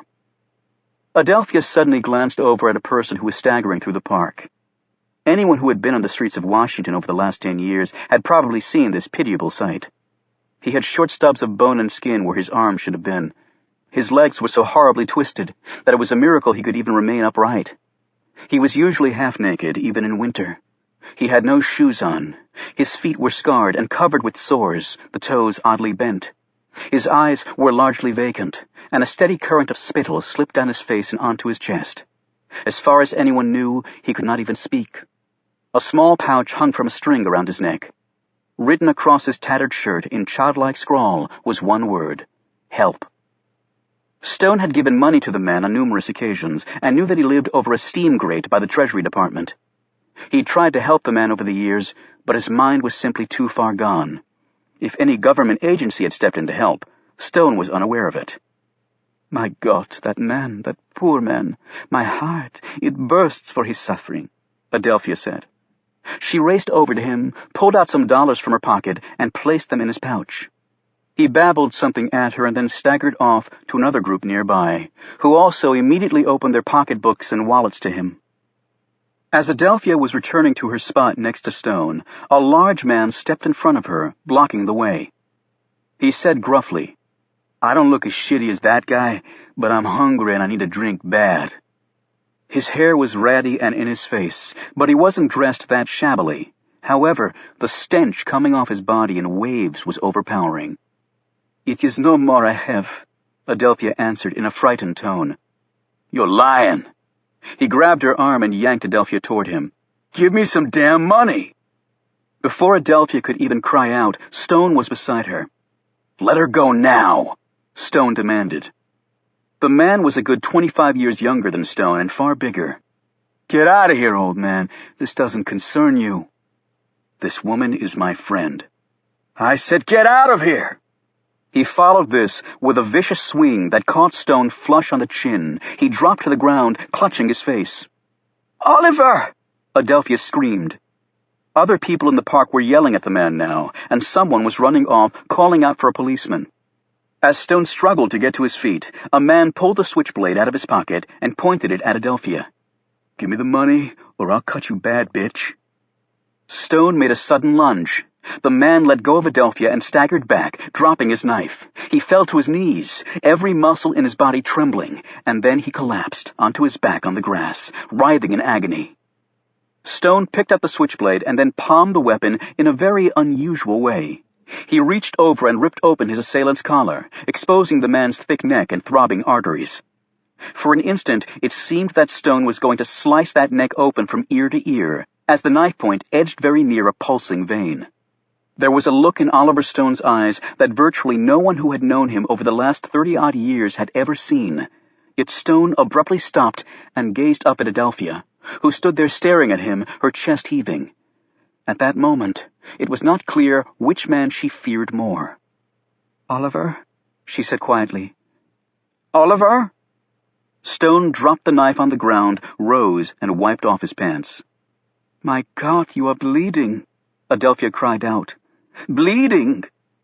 "I'm fine," he said shakily, as he dabbed at his bloody mouth with his sleeve. That was a lie. The blow had hurt him very much.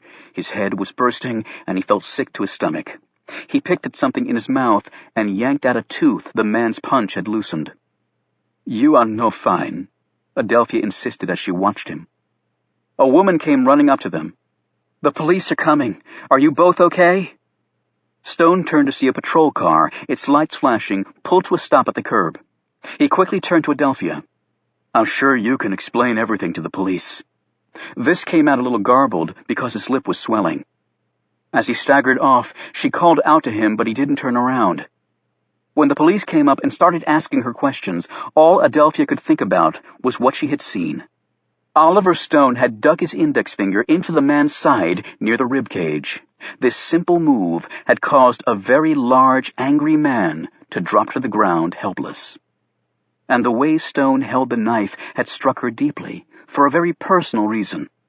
Adelphia had seen a man grip a knife that way only once before, many years ago in Poland.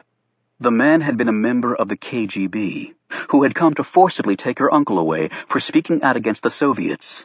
She had never seen her uncle alive again. His gutted body had been found in an unused well in a village 20 miles away. As Adelphia glanced around, she gasped. Oliver Stone had disappeared. Chapter 30. This is where Patrick Johnson worked, Carter Gray said, sweeping his hand across the room. Alex slowly took it all in. The space was about half the size of a football field, with a large open area in the middle and cubicles along the perimeter. Computers with flat screens were on every desktop, and servers hummed in the background. Men and women dressed in business attire either sat at their desks, totally focused on their work, or else walked the halls speaking into phone headsets, using cryptic jargon that not even Alex, with all his federal time behind him, could understand. The sense of urgency here was palpable. As Gray led them over to a set of corner cubicles, Alex caught images of people's faces flashing across some of the computers, most of them Middle Eastern, with data, presumably about each person, flowing down one side of the screen. The thing he didn't see was a single scrap of paper. "We are paperless," Gray said. Alex was startled by this comment. Has the man added mind-reading to his repertoire? At least the people working here are. I still like to feel the material in my hands. He stopped at one cubicle, larger than the rest, whose walls, instead of waist level, were 6 feet high. This is Johnson's office. I take it he was a supervisor of some sort? Simpson commented. Yes. His precise task was to oversee the work on our data files of all terrorist-related suspects. When we took over NTEC, we combined that staff and their files with ours. It was an ideal fit. However, we of course didn't want to strip the Secret Service of all involvement. That's why Johnson and others here were joint employees. Gray said this in a magnanimous tone. However, as Alex looked around the space, he thought to himself, nice but useless bone to throw our way, since we had no control over our joint employee. His gaze came to rest on the only personal item in the office. It was a small framed photo of Anne Jeffries sitting on Johnson's desk. Alex noted that when the woman was all made up, she looked very pretty. He wondered if Anne Jeffries was meeting with a lawyer right now. A moment later, another man joined them. Tom Hemingway flashed a smile as he put out his hand to Alex. Well, I guess my cover's blown, Agent Ford. I guess so, Alex said as he winced at the man's crushing grip. Gray raised an eyebrow. You two know each other? Through Kate Adams, the DOJ lawyer I was working with, sir. Simpson stepped forward. I'm Jackie Simpson, Secret Service. Tom Hemingway. Nice to meet you, Tom. She gazed appreciatively at the handsome Hemingway until she caught Alex scowling at her. I was just showing them Patrick Johnson's office and explaining what he did for us, Gray said. They're investigating his death on behalf of the service. If you'd like, sir, I can take over from here. I know you have a meeting. Tom knows much more about computers than I do, Gray said. That wasn't exactly true, but Gray had never been one to boast of his strengths, because that very hubris often turned them into weaknesses. But don't forget to tell your father what I said, Jackie. Then Gray left them. So what exactly are you looking for? Hemingway asked.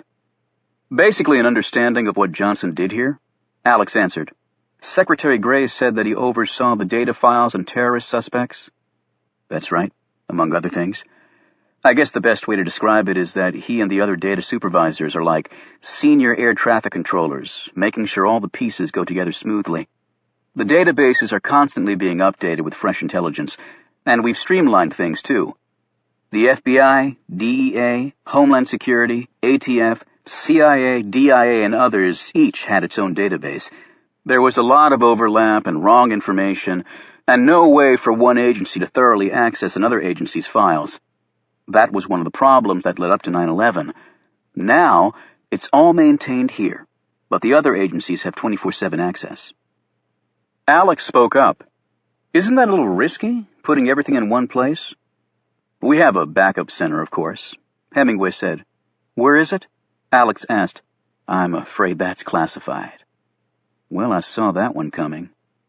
And keep in mind that our system didn't replace the Bureau's APHIS, said Hemingway, referring to the FBI's fingerprint identification system. We're after terrorists, not pedophiles and bank robbers. We also bought several private firms that specialized in intelligence data mining and other areas of technological expertise. NIC bought private companies? Alex said. Hemingway nodded. Government doesn't have to reinvent the wheel any more than the private sector. The software literally digs into trillions of bytes of information in numerous databases and builds patterns, suspect signatures, and behavior and activity models that can be used in investigations. Our agents have handheld devices like Palm Pilots that allow them instant access to these databases. With a single query, they can access all relevant information about a subject. It's incredible stuff. How do you effectively oversee an operation this big with people constantly firing stuff at you? Alex asked. When all the other agency's files came over, it created quite a backlog to work through. And between you and me, there were some glitches, and the system actually crashed a couple of times, but it's all running smoothly now. It was Johnson's task and others here to oversee that, and also to ensure the accuracy of the data input. It's very labor-intensive work. So not so speedy, Alex said. Speed is useless if the information is wrong, Hemingway countered. While we try to keep everything as up-to-date and accurate as possible, perfection, of course, is not attainable. Could you show us some file examples? Simpson asked. Sure. Hemingway sat down at Johnson's desk and put his hand in a biometric reader. Next, he hit some keys on the computer, and a face appeared on the screen, along with a fingerprint and other identifying data. Alex was suddenly staring at himself, along with seemingly everything he'd ever done since coming out of his mother's womb. Underage drinking conviction, Simpson said, reading one of the sections. That was supposed to have been expunged from my record, Alex snapped. I'm sure it was expunged from the official record, Hemingway said. How is your neck, by the way? Looks like a nasty injury you suffered. You got my medical records? What the hell happened to privacy? You must have neglected to read the fine print on the Patriot Act. Hemingway hit some more keys, and another search field came up. He said, You go to the Leap Bar a lot. He pointed at a list of credit card purchases from that pub. I'm sure the presence of the lovely Kate Adams is a factor. So every time I use my credit card, you know what I'm up to? That's why I always pay in cash, Hemingway said smugly. He typed in some more commands, and Jackie Simpson's photo, digitized fingerprint, and basic information sheet came up. She pointed at one line. That's wrong. I was born in Birmingham, not Atlanta. Hemingway smiled. See, not even NIC is infallible. I'll make sure it's corrected. Do you have any bad guys in there, or do you just spy on cops? Alex asked. Hemingway punched some more keys, and another face sprang up. His name was Adnan al-Remi. He was killed by another terrorist in Virginia.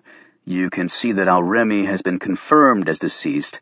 That's what the little skull and crossbones symbol in the upper right-hand corner signifies.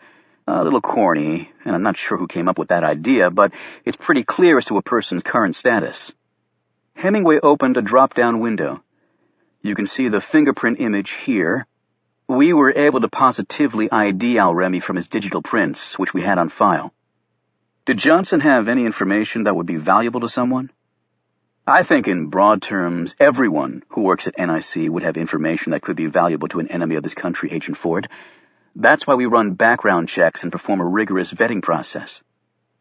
Can't do any better than that, Jackie Simpson said.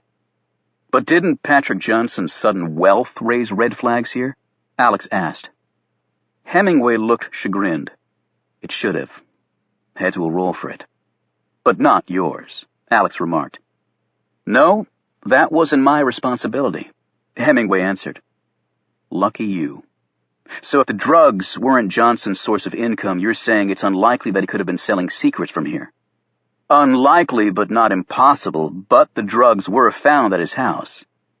Do you mind if we talk to some of Johnson's co-workers? I can arrange that, but I'm afraid your discussions will have to be monitored. Wow, just like in prison, only we're the good guys, Alex said. We're the good guys, too, Hemingway shot back. An hour later, after they'd spoken to 3 of Johnson's colleagues, Alex and Simpson learned that none of them really knew Johnson on a personal level. After they'd collected their guns, Hemingway escorted them out. "Good luck," he said, before the automatic doors shut behind them. "Right, sure. Thanks for all your help," Alex groused. They walked back to the car, while 2 Army grunts toting M16s followed. "Either one of you guys want to hold my hand in case I suddenly go berserk?" Alex asked, before turning back around and marching on in disgust. "Well, that was a complete waste of time," Simpson said. "So is 90% of investigative work. You should know that," Alex said heatedly. "What are you so pissed about? Are you telling me all that stuff in there didn't creep you out? Hell, I was half expecting a photo of when I lost my virginity to pop up. I've got nothing to hide. And why were you such an asshole with Tom?" "I was an asshole with Tom because I don't happen to like the son of a bitch." "Oh, well, I guess that explains your relationship with me." Alex didn't bother to answer, but he did lay down rubber on NIC's pristine asphalt, getting the hell out of Big Brother Town. Chapter 31.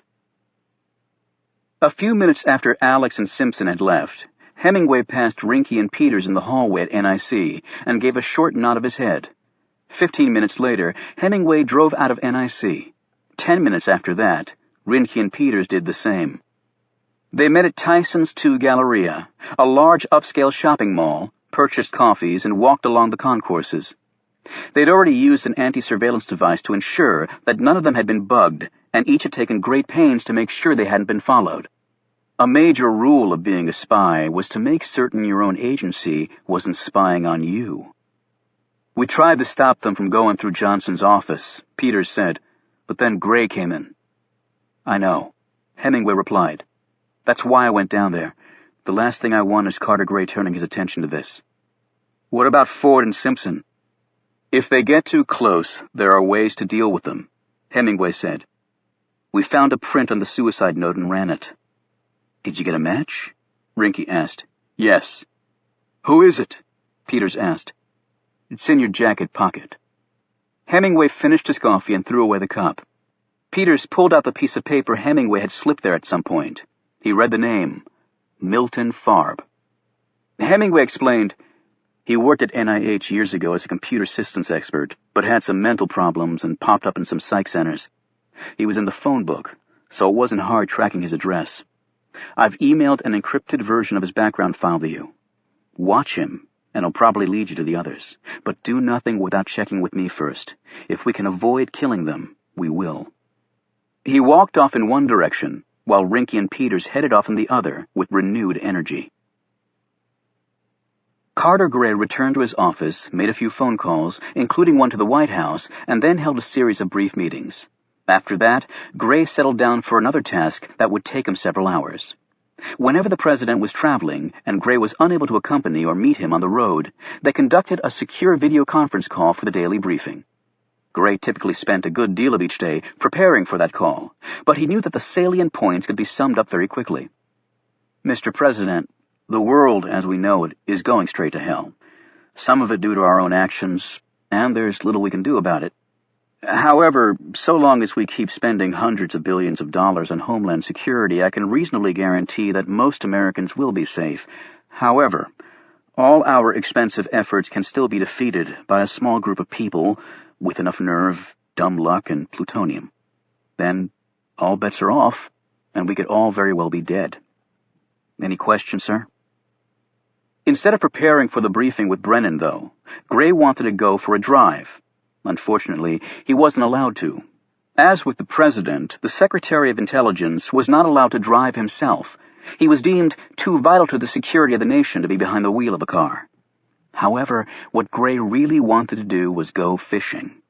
Since he couldn't do that right now with a pole and bait, he decided to try another version of fishing, one at which he was also very skilled. He typed in a request for a name on his laptop. Within 5 minutes, he had the information he wanted. NIC personnel were nothing if not efficient. It had been one of his most brilliant moves, Gray thought, centralizing all terrorist databases under NIC's control. While it made the system far more accurate, it also gave NIC the heads-up on other intelligence agencies' operations. If the CIA, for example, needed information on something, they would have to access one of the NIC databases, and Gray would instantly know what they were looking at. It had worked beautifully, allowing him to spy on his intelligence brethren under cover of bureaucratic efficiency. He set up the images and data on split screens so he could view them all simultaneously. There were many men staring back at him. Almost all were Middle Eastern. They had all been duly recorded in the NIC database, complete with digital fingerprints, if available, and they were all dead, many at the hands of other terrorists. The skull and crossbones marker, resting in the upper right-hand corner of each man's picture, confirmed this fate. They included an engineer and chemist, who were also expert bomb makers. Another, Adnan al-Remi, was a courageous fighter with nerves that had never broken in the heat of battle. 6 others lost their lives when an explosive went off in the van they were in. Whether it was accidental or intentional had never been determined. The crime scene had been horrific, with body parts instead of bodies to collect. Other than Mohammed al-Zawahiri, none of these men were on the A list of terrorist suspects, but it was still fortunate for America that they were dead. Gray had no way of knowing that the photos of al-Remi and others had been altered subtly. They were not the pictures of the men who'd actually died either. They were a digitized combination of the real al-Remi, for example, and the dead men identified as al-Remi. This was done so that any earlier photos of the men still floating around would not look so different as to raise suspicion. It had taken time and considerable expertise. The result had been worth it, though. It was now virtually impossible to identify any of these Arabs from their photos in the NIC database. The other brilliant stroke had been leaving no faces behind on the dead men to identify. What had been substituted in their entirety, of course, were the men's fingerprints, the forensic signature by which they'd been positively identified. Fingerprints never lied. Of course, in the digital age, nothing was inviolate. And yet, with all that, Carter Gray's gut was telling him something was not right. Gray clicked out of the file and decided to go for a walk around the NIC grounds. He was allowed to do that, he supposed. As Gray strolled outside, he looked at the sky, following the flight of a Lufthansa 747 as it made its way into Dulles Airport, and his mind wandered to the past. Early on in his career at the CIA, Gray had been assigned to the CIA's ultra-secret and now abandoned training facility near Washington, Virginia, a bit over 2 hours west of D.C. The building, extremely well hidden within the surrounding forest, was known in CIA parlance as Area 51A, demonstrating that the agency did indeed have a sense of humor. Unofficially, though, it had usually been referred to as Murder Mountain. Long since closed down, NIC had recently moved to have it reopened as an interrogation facility for terrorist suspects. However, the Justice Department had gotten wind of the scheme, and the process had slowed down considerably. Then, after the cumulative effects of Gitmo Bay in Cuba, the disgrace of Abu Ghraib prison in Iraq, and the Salt Pit prison fiasco in Afghanistan, the plans to reopen the facility were on the verge of being nixed. Gray was unconcerned, though. There were lots of other places outside the country that would serve the same purpose. Torture of prisoners was illegal under American and international laws. Gray had testified before many committees regarding compliance with this law by his intelligence community, lying to the Congress with virtually every word he spoke. However, did those great and pious legislators, who neither knew one word of Arabic, nor could even name the capitals of Oman or Turkmenistan without a staffer's help, really think that was how the world worked? Intelligence was a filthy business, where people lied and people died all the time. The fact that the U.S. president was right now contemplating the assassination of another country's elected officials was testament enough to how complicated the global politics were. Gray returned to his office. He wanted to take another look at all these dead men who might somehow figure prominently in his future. God help America if they did. Chapter 32. Alex emailed his updated report to Jerry Sykes as soon as he got back to WFO. Unlike his first filing, however, the response this time was very swift. The phone call didn't merely instruct him to go to Jerry Sykes' office, or even the Sacks. He was ordered to report immediately to Secret Service headquarters and meet with none other than the director of the Secret Service. Okay, Alex thought, this was probably not a good sign. It was close enough to WFO that Alex could walk, and he did. The time in the fresh air allowed him to ponder his future after the service, which might be coming faster than he had envisioned, in fact, about 3 years faster. He had met the current director face-to-face only a couple of times before. They'd been social occasions, and the few minutes of chit-chat had been quite pleasant. Alex's gut was telling him that this encounter wouldn't be nearly as chummy. A few minutes later, he walked into the director's spacious office. Jerry Sykes was there, apparently trying to disappear into the sofa he was perched on, and, much to Alex's surprise, Jackie Simpson was sitting next to Sykes. "You want to close the door, Ford?" Wayne Martin, the director of the Secret Service, said. Close the door. That was definitely not a good sign.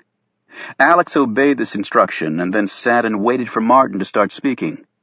He was a large man who favored striped shirts with big cufflinks. He'd worked his way up through the ranks and was one of the agents who tackled John Hinckley after his attempt to assassinate Reagan. Martin was studying a file in front of him.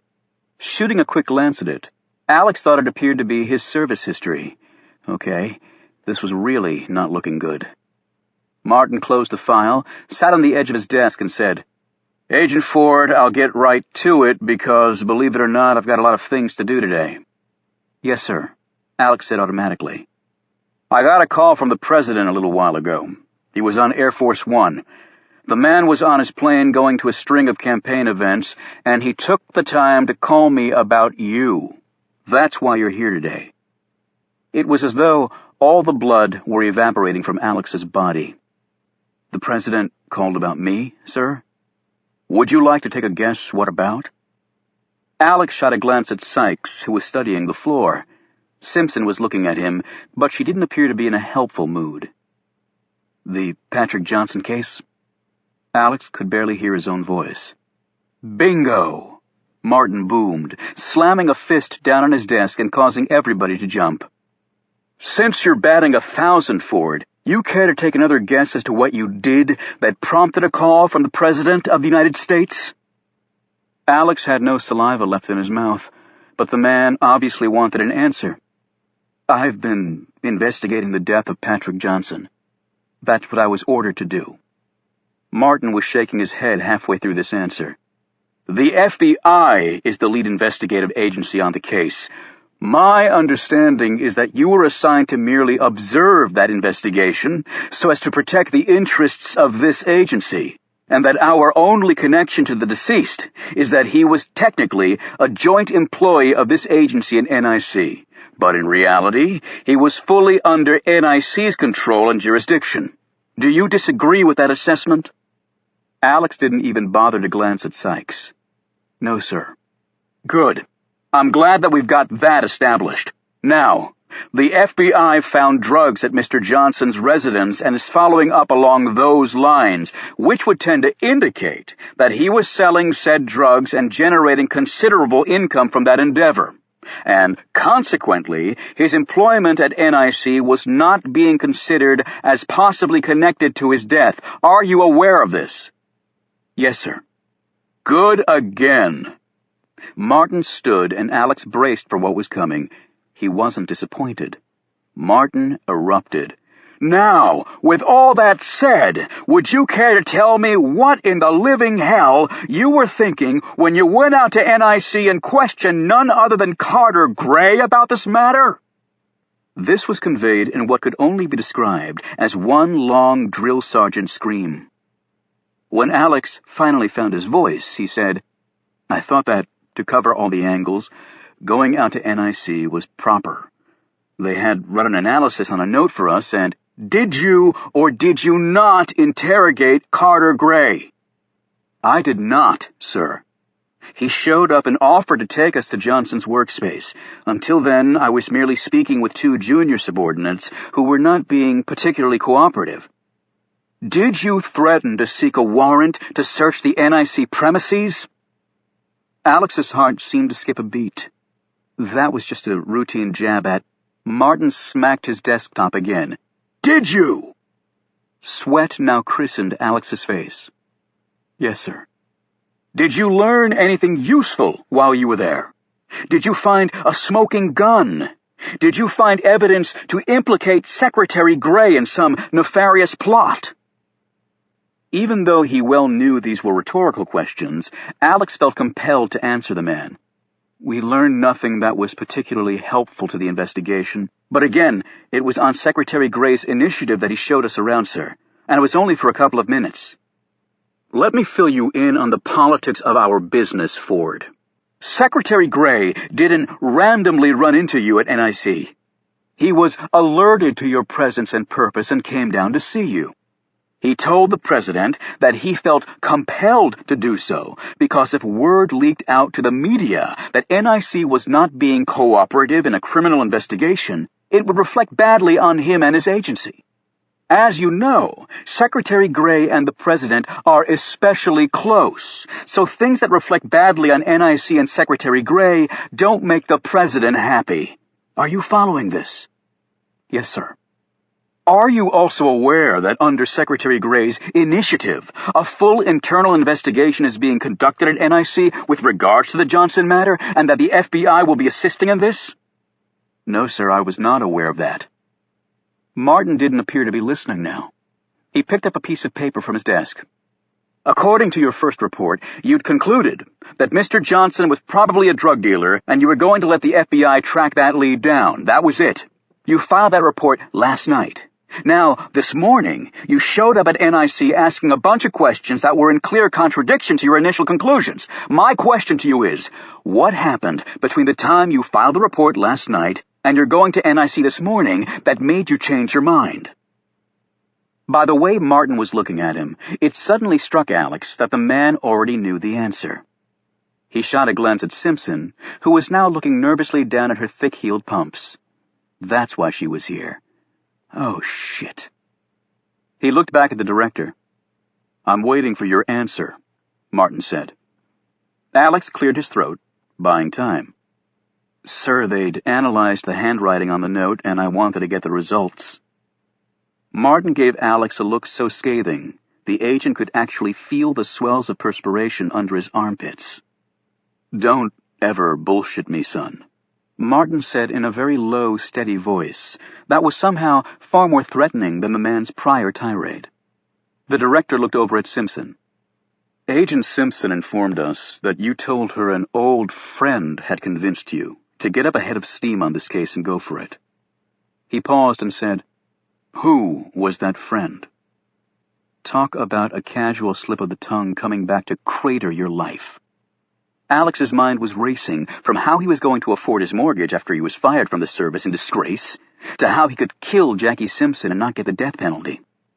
"I don't really recall that conversation with Agent Simpson, sir." "It was this morning.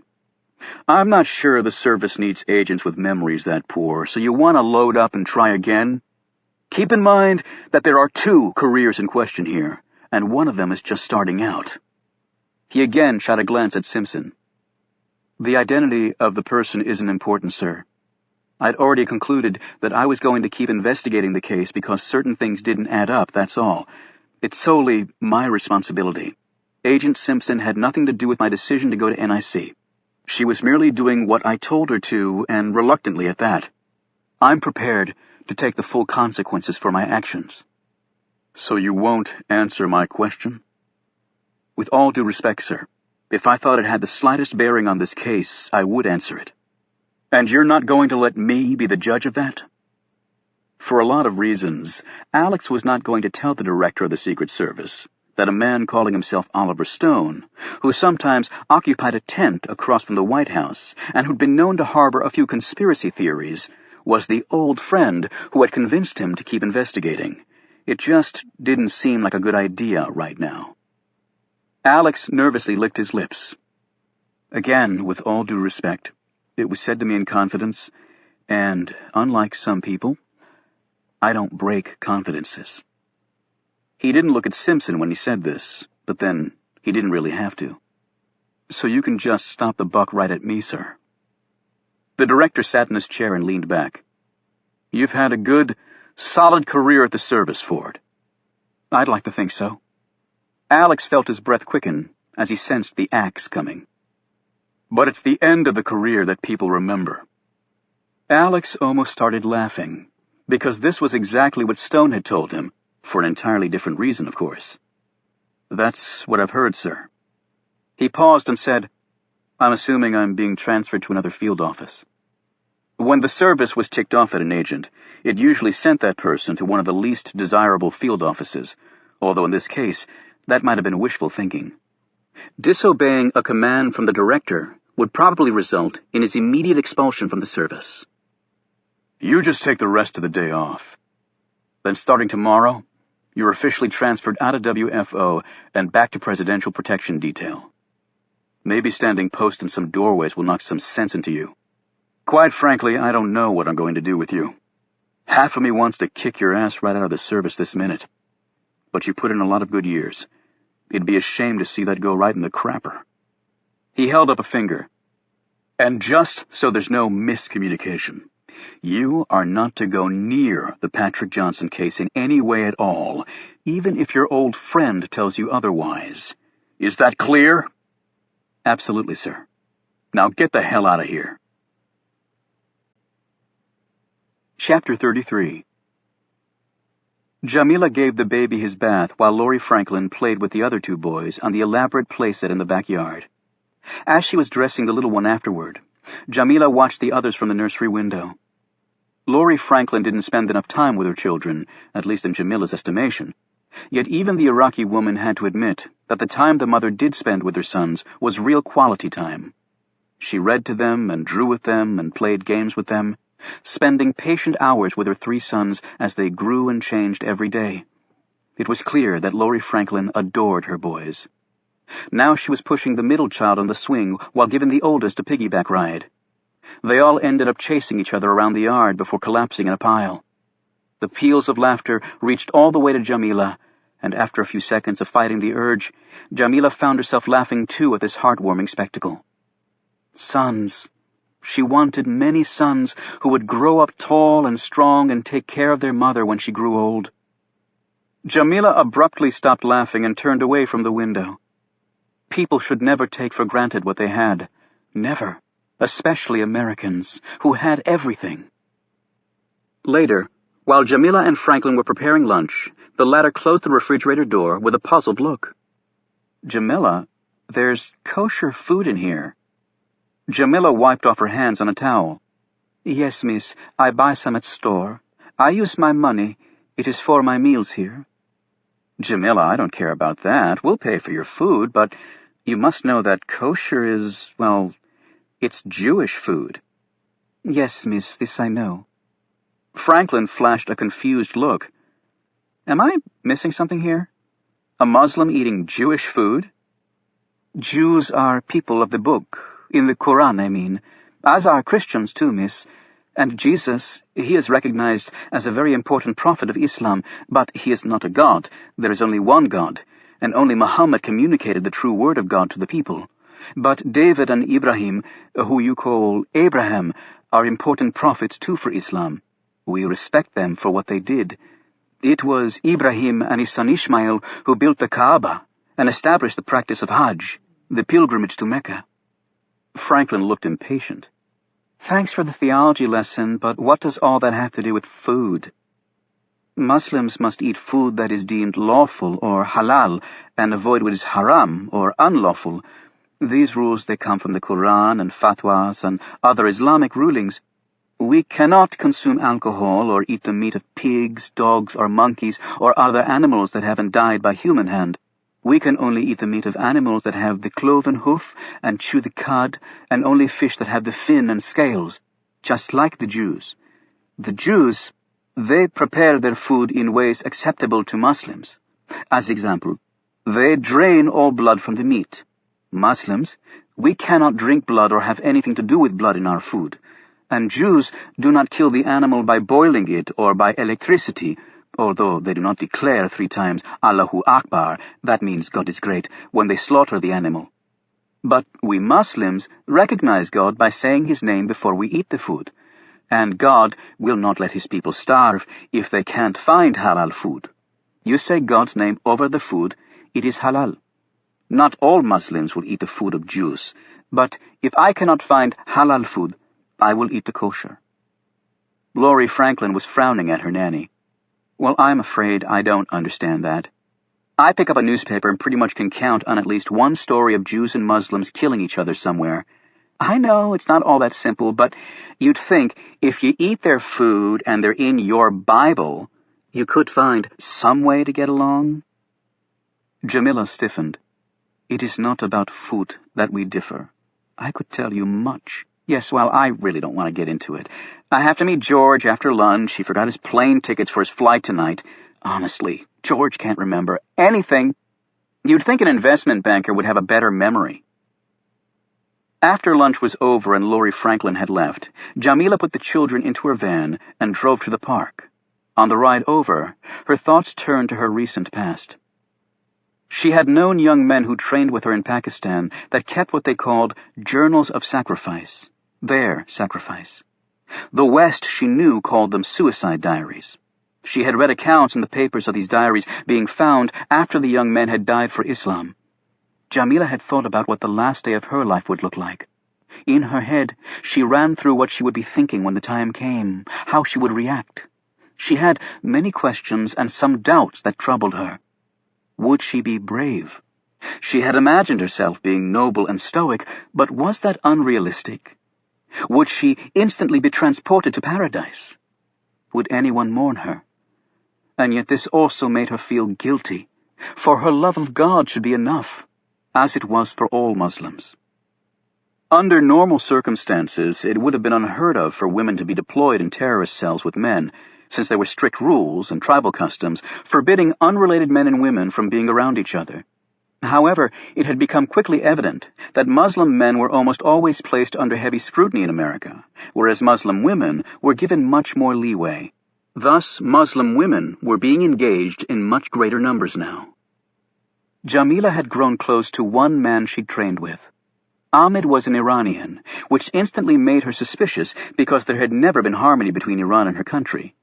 Yet he described a world in Tehran that was different from what she'd been told in Iraq.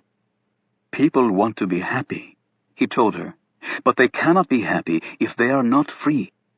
You can love and worship God without other people telling you how to live every part of life. Then he went on to tell her that Iranian women could drive, vote, and even hold seats in the parliament. They were not forced to cover their entire face, just their hair and body, and they had started to wear cosmetics. He also told her that satellite dishes were being smuggled into the country in large numbers, and that, even more astonishing, men and women sat in cars while music played on the radio. If you knew where to go and the right things to say, you could get around the rules and the mullahs. You could have a chance to live life, if only for a little time, he had said. Jamila listened very intensely whenever he spoke of this. He had also told Jamila that her name, which meant beautiful in Arabic, was most fitting to her. Most fitting, he'd said, with respect and admiration, his gaze averted from hers. This comment had made her very happy. It had given her possibilities for a future that she had not thought realistic. However, he also spoke often of his coming death, even writing down in his diary the very day and hour that he planned on dying for God. But he would never show her the date he had chosen. Jamila didn't know if he'd fulfilled that wish or not. She didn't know where he'd been sent. She would read the newspapers looking for his name or his picture telling of his death, but she'd never seen it. Jamila wondered if he ever read the newspapers looking for her picture and the account of her death. He'd been a fledgling poet who had modest dreams of seeing his verses in print for other Arabs to read. His poems were filled with tragedy that Jamila knew came from years of violence and suffering in Iran. One of the last things he told her was, "When one has lost everything except one's life, it doesn't make that life more valuable. It only makes the sacrifice of that life more potent. To die for God, life could have no greater purpose." She would never forget those words. They gave her strength and her life meaning. The Quran said that any man or woman who has led a righteous life while believing in God enters paradise without the slightest injustice. But Jamila had learned that the only way for a Muslim to be guaranteed passage into paradise was to die as a martyr during an Islamic holy war. If that was so, and Jamila prayed every day that it was true, then she would willingly make that sacrifice. The life after must be better. God would not let it be otherwise. She was certain of it. Stone walked back to his cottage and cleaned himself up, putting ice on his face and resting while the swelling went down. Then he used his borrowed cell phone and contacted Reuben and Caleb. They scheduled a meeting for that night. He was unable to get hold of Milton. After that, he tended to the cemetery and helped a couple of visitors find a grave they were looking for. Many years ago, the church had documented the people interred here, but that list had been lost. Over the past 2 years, Stone had checked every headstone and local records to recreate an accurate list. He'd also steeped himself in the history of Mount Zion Cemetery and acted as an informal tour guide, narrating this history to groups that came by. As he finished with the visitors and returned to work, he felt his face burn, and it wasn't from his recent injuries, but rather from embarrassment. It had been so stupid of him to do that, particularly in front of Adelphia. He could still feel the weight of the knife in his hand. So stupid. Later, he decided to take the metro to Milton's house. If his friend had been able to trace the car tag, Stone wanted to know. Plus, he wanted to make sure Milton was all right. The people they were dealing with could also run down a fingerprint as easily as Milton could. He was walking down the street toward the Foggy Bottom subway station when he heard a horn sound behind him. He turned. It was Agent Ford. He pulled his Crown Vic to the curb and rolled down the window. "Want a ride?" Alex suddenly noted his friend's injuries. "What the hell happened to you?" "I fell." "You okay?" "My ego was bruised more than my face." Stone climbed into the car and Alex sped off. Waiting for what he hoped was an acceptable period of time, Stone finally said, "I was thinking about our conversation last night. How's your investigation going?" "It's going so well, I've been busted back to protection detail." "Agent Ford. You know, Oliver, after all these years, you can probably call me Alex." "I hope that my advice didn't get you in trouble, Alex." "I'm a big boy. And you happen to be right. Only I didn't have all the facts straight, and now I'm paying the price." "What facts?" "Afraid I can't say." "Where are you heading, by the way?" Stone told him. "I'm visiting some friends," he added. "I hope they're the ones in high places. You can never have too many of those." "I'm afraid I don't have any of those." "Neither do I. But hell, it turns out my rookie partner, and I use the term partner very loosely, it turns out she has some of those kinds of friends. In fact, she informed me today that her godfather is none other than Carter Gray." Stone looked at him. "Who's your partner?" "Jackie Simpson." Stone stiffened. "Roger Simpson's daughter?" "How'd you know that?" "You mentioned friends in high places, and they don't come much higher than Roger Simpson. He worked at the CIA, but that was decades ago." "I didn't know about that, but I guess it explains his interest in intelligence." Stone was staring out the window. "How old is the woman?"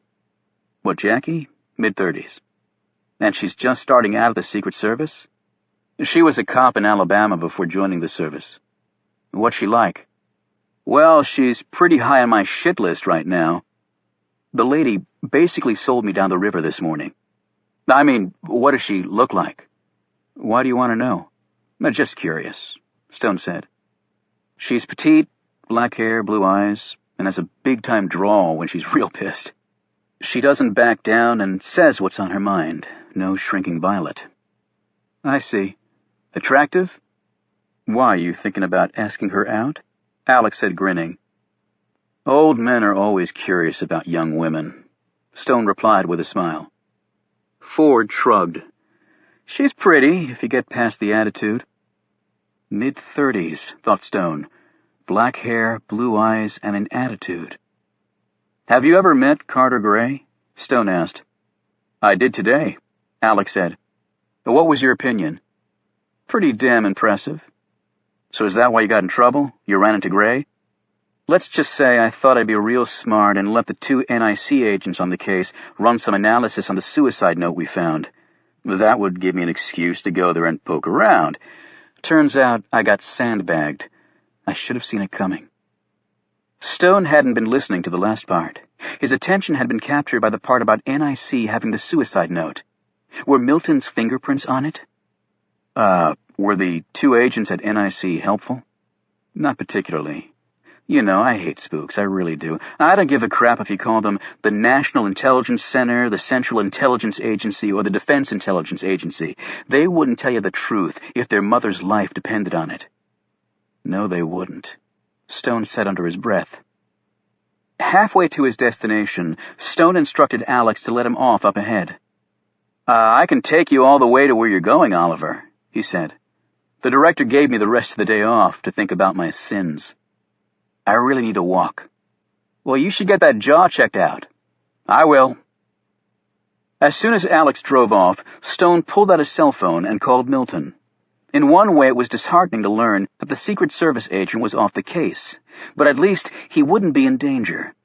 Stone couldn't say the same about the rest of them. Milton's voice interrupted these musings. Hello? Milton, where are you? I'm at Chastity's. How long have you been there? Since this morning. Why? When you left your house, did you notice anyone around? No. Don't go back home. I want you to meet me somewhere else. Stone thought quickly. Union Station. Can you be there in the next half hour or so? I think so. I'll be standing by the bookstore. Were you able to run the car tag down? That was no problem. I have his name and address. It's Tell Me in Person. And Milton, I want you to listen very carefully. You need to make sure that no one is following you. What did you find out? Milton asked nervously. I'll tell you when I see you. Oh, one more thing. Could you see what you can find out on a Jackie Simpson, Senator Simpson's daughter? She's a Secret Service agent. Stone clicked off and then called both Reuben and Caleb and updated them. After that, he set off for the nearest metro station and a little while later stood at the entrance to the B. Dalton bookstore that occupied a large chunk of massive Union Station. While browsing through some books, Stone periodically checked the subway exit, where he assumed Milton would be coming out. When Milton arrived from a different part of the train station, Stone looked at him questioningly. Chastity drove me, he explained. What happened to your face? It's not important. Is Chastity here? No, I told her to go back home. Milton, are you absolutely certain you weren't followed? Not with the way Chastity drives. Stone led him over to a bagel shop located across from the bookstore. They bought coffees and then settled down at a table in the far corner. Milton took out his cell phone and hit a button. Who are you calling? Stone asked. No one. My cell phone has a recorder built in. I just remembered that I have to call Chastity later about something, and I'm leaving myself a reminder. The phone I gave you has the same capability, and it's also a camera. Milton spoke into the recorder and then put his phone away. What's the man's name? Stone asked. Tyler Rinke. He lives out near Purcellville. I have the street address. I know the area. Did you find out where he works? I checked everywhere I could get into, and I can get into quite a few places, but I didn't find anything on him. That might mean he does work at NIC. I don't think even you could hack them. It's possible. Did you find anything on Jackie Simpson? Quite a bit. I printed it out for you. He slid a folder over to Stone. He opened it and gazed at a laser printer picture of the woman. Alex had been right, thought Stone. The attitude was evident on her features. Her home address was in the file, too. It was close to WFO. Stone wondered if she walked to work. He closed the file, put it away in his knapsack, and told Milton about NIC having the suicide note and the possibility of his prints being on it. Milton let out a deep breath. I knew I shouldn't have touched that paper. Would you still be on the NIH database? Probably. And the Secret Service printed me when I sent that stupid letter to Ronald Reagan. I was just so upset with all his budget cuts on mental health. Stone hunched forward. I wanted to have a meeting tonight at Caleb's condo to go over things, But now I'm not sure if that's safe. So where do we meet then? Just then, Stone's cell phone rang. It was Reuben, and he was excited. He said, "I met an old buddy of mine for a beer. We fought together in Nam, and we joined Defense Intelligence at the same time. I heard he'd just retired from DIA, so I thought I'd have a drink with him and see if he'd open up a little about things. Well, he told me NIC had pissed everybody off by demanding that all terrorist files be turned over to NIC. Even the CIA's files were purged. Gray knew that if he controlled the flow of information, then he controlled everything else, too. So all other intelligence agencies have to go to NIC for that information? Yep. And that way, NIC knows what everyone else is working on. But by law, NIC oversees all that anyway, Reuben. Hell, who cares what the law says? Do you really think the CIA is going to be absolutely truthful about what it's doing, Oliver? No, Stone admitted. Telling the truth would be counterintuitive for it, as well as having no historical basis. Spies always lie. Is the meeting tonight still at Caleb's? Reuben asked. I'm not sure that Caleb's... Stone's voice trailed off. Caleb, he said slowly. Oliver, Reuben said. Are you still there? Oliver, are you all right? Milton asked in a worried tone. Stone spoke quickly. Reuben, where are you? At the disgusting shack I call my castle. Why? Can you pick me up at Union Station and take me to my storage place? Sure, but you didn't answer me. Is the meeting still at Caleb's? No, I think instead... Stone looked around. We'll meet here at Union Station. Union Station, Reuben repeated. That's not exactly private, Oliver. I didn't say we were holding our meeting here. You're not making much sense, Reuben said grumpily. I'll explain it all later. Just get here as quickly as you can. I'll be waiting out front. Stone clicked off and looked at Milton. Milton said, What are you going to your other place for? There's something I need from there. Something that might finally make sense out of all this. Chapter 35. No one seems to be home, Tyler Rinke said, as he watched the front of Milton's home from the car outside. He glanced at a file on Milton Farb. Threatening to poison President Reagan's jelly beans sort of tanks your career opportunities, Rinke added wryly. That may be why they didn't come forward, because of his record. Peters said, What I want to know is, what was he doing on Roosevelt Island in the middle of the night? I say we wait until later and then go exploring. If he's in hiding, chances are he left something behind at his house to show us where he is. In the meantime, I think we should take another trip to Georgetown. Somebody might have seen something that night that could be helpful, Peters said. And it might not hurt to take another look at the boat while we're there, Rinke added. Captain Jack adjusted his hat and rubbed a finger against the yellow rose sticking out of his lapel as he surveyed the inside of his new property. The garage was large with 3 expansive work bays. However, the place was empty now, except for one vehicle that was receiving the complete attention of his mechanics. Ahmed the Iranian wiped his brow as he came up out of the oil pit cut into the floor of the garage. How's it coming? Captain Jack asked. We're on schedule. Have you talked to the woman? That piece is in place and ready, Captain Jack said. And don't ask again, Ahmed, he added, looking stonily at the man. The Iranian nodded curtly and swung himself back down into the pit. Soon the sounds of power wrenches filled the space, and Captain Jack stepped out into the sunshine.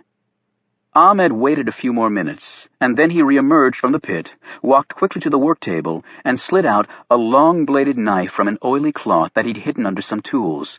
He placed the knife under a piece of carpeting in the back of the vehicle, and then popped the carpet back into place. Outside, Captain Jack climbed into his Audi and drove to the apartment across from Mercy Hospital. One of the Afghans let him in. Are the weapons here? Captain Jack asked. Carried them up piece by piece in paper grocery bags like you said to. Show me. The man led him over to the large-screen TV set up in one corner of the room. Together they moved the TV out of the way, and the Afghan used a screwdriver to pry up the carpet, exposing the padding and subfloor. Here the subfloor had been cut away and replaced with plywood. Under the plywood, Captain Jack could see that short lengths of rope had been attached to the floor joists in 6-inch intervals. Lying on top of the ropes were 2 assembled sniper rifles with high-powered scopes. "I've heard of the M50s, but I've never used one," Captain Jack said.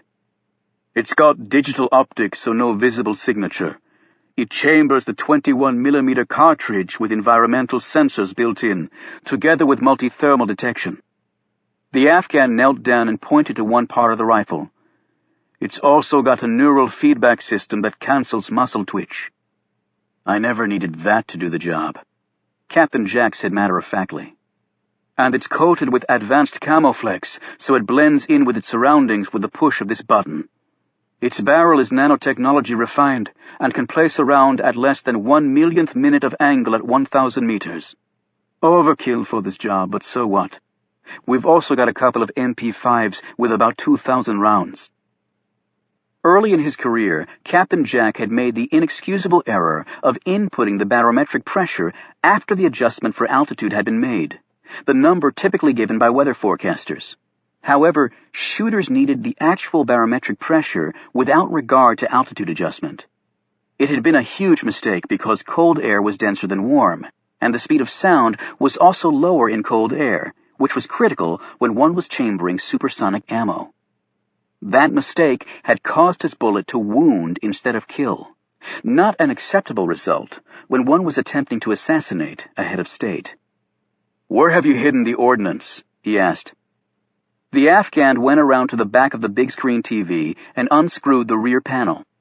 Neatly stacked inside were dozens of fully loaded MP5 mags and boxes of M50 rounds. "As you can see, we don't watch much TV," the Afghan said unnecessarily. "How about the other 2 rifles and ordnance you'll be using? They're the most important of all." "They're under the other floorboards. They're ready to go. We've practiced over 50 hours with them. Don't worry, we won't miss. The weather looks good for game day, but it can change quickly around here." The Afghan shrugged. "It's not that difficult a shot at this distance. I've easily hit the target at 3 times this range, at night, with people shooting back." Captain Jack knew this was not mere bravado on his part, which was one of the reasons the man was here in the first place. "But you've never done it quite this way before," he said. "The range and flight path are a little different." "Believe me, I know." Captain Jack went into the bathroom and looked at his disguise in the mirror. He took off the hat and examined his thick hair shot through with gray and a mustache and short beard of the same coloring. He took off his tinted glasses, and blue eyes looked back at him. A small scar rested on the side of his nose, which was long and thick. In reality, the beard and hair were fake. He was actually bald and clean-shaven, with brown eyes and no scar, although his nose was long, but thin. He put the hat and glasses back on. He'd disappeared many times in his life, sometimes while in the employ of others, including the government of the United States. Other times he'd been on his own, his shooting skill and nerve purchased by the highest bidder. But as he'd told Hemingway, his next disappearing act would be his last. He drove out of town to the ceremonial grounds, barely 10 minutes from downtown, and yet a lot could happen in 10 minutes. Captain Jack didn't stop at the grounds, but instead drove past them slowly, eyeing certain landmarks he'd long since committed to memory.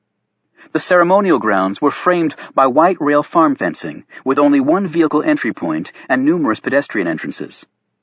6-foot-high brick columns framed the car entrance, and the motorcade would have to pass through there going in and out. The beast would find it a tight squeeze. He eyeballed the surrounding tree lines, guessing at the placement of the American counter-snipers that would be posted along this perimeter. How many would there be? A dozen?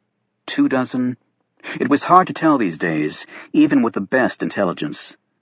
They would be wrapped in their camouflage suits, blending in with their surroundings so perfectly you would step on them before you ever saw them. Yes, his men would most certainly die on these hallowed grounds. At least it would be quick and painless. Supersonic long-range ordnance, particularly to the head, killed you faster than your brain could react. The Fedayeen's death, however, would not be nearly as painless. Captain Jack envisioned the motorcade coming in and the president exiting the beast. He would wave, shake hands, pat some backs, give some hugs, and then be escorted to the bullet and bomb-proof podium as Hail to the Chief was played. The reason the song was used when a U.S. president entered a room originated with President James Polk's wife, who was furious that her diminutive, homely husband was often totally ignored when making an entrance. Thus, Sarah Polk ordered that the song be played whenever her husband came into a room. All presidents since had followed this imperious woman's lead. However, the origin of the song itself was even more amusing, at least to Captain Jack's thinking. Set to the words of Sir Walter Scott's epic poem, The Lady of the Lake, it described the demise of a Scottish chieftain who was betrayed and then put to death by his arch-enemy, King James V. Ironically enough, the song that was used to herald the coming of the President of the United States actually chronicled the assassination of a head of state. In the last part of Canto 5, the poem summed up, in Captain Jack's opinion, a query that all would-be politicians should give serious thought to. Oh, who would wish to be thy king? Not me, he muttered to himself. Not me. The ex-National Guardsman settled himself in the chair and looked at his new hand while the two men watched him carefully. Now that we've added the pouch, let's begin practicing the movements, the engineer said. The American moved his hand and wrist as he had been shown, but nothing happened. It takes practice. Soon you will be an expert. 2 hours later, they had made considerable progress. Taking a break, the men sat and talked. So you are a truck driver? The chemist asked. The former soldier nodded, holding up his hook and fake hand. Not an occupation you can really do with these, because I also had to help unload the cargo. How long were you in Iraq before it happened? 18 months. I only had 4 more months to pull, at least I thought. Then we got orders extending our tour another 22 months. 4 years. Before all this happened, I was married with a wife and family and holding my own in Detroit. The next thing I know, I'm scrambling to get the money to buy my own body armor and GPS because Uncle Sam didn't have the cash. Then a landmine outside of Mosul takes both my hands and a chunk of my chest.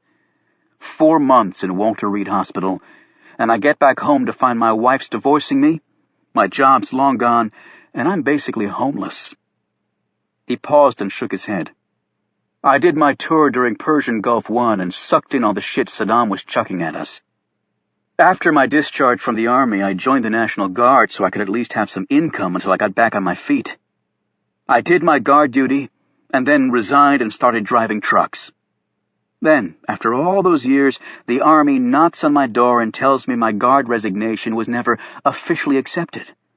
I told them not so politely to go to hell, but they literally hauled me kicking and screaming away.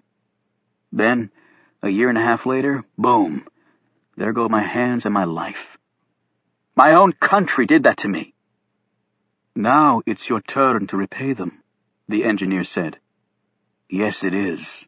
The very ex-National Guardsman agreed, as he flexed his hand.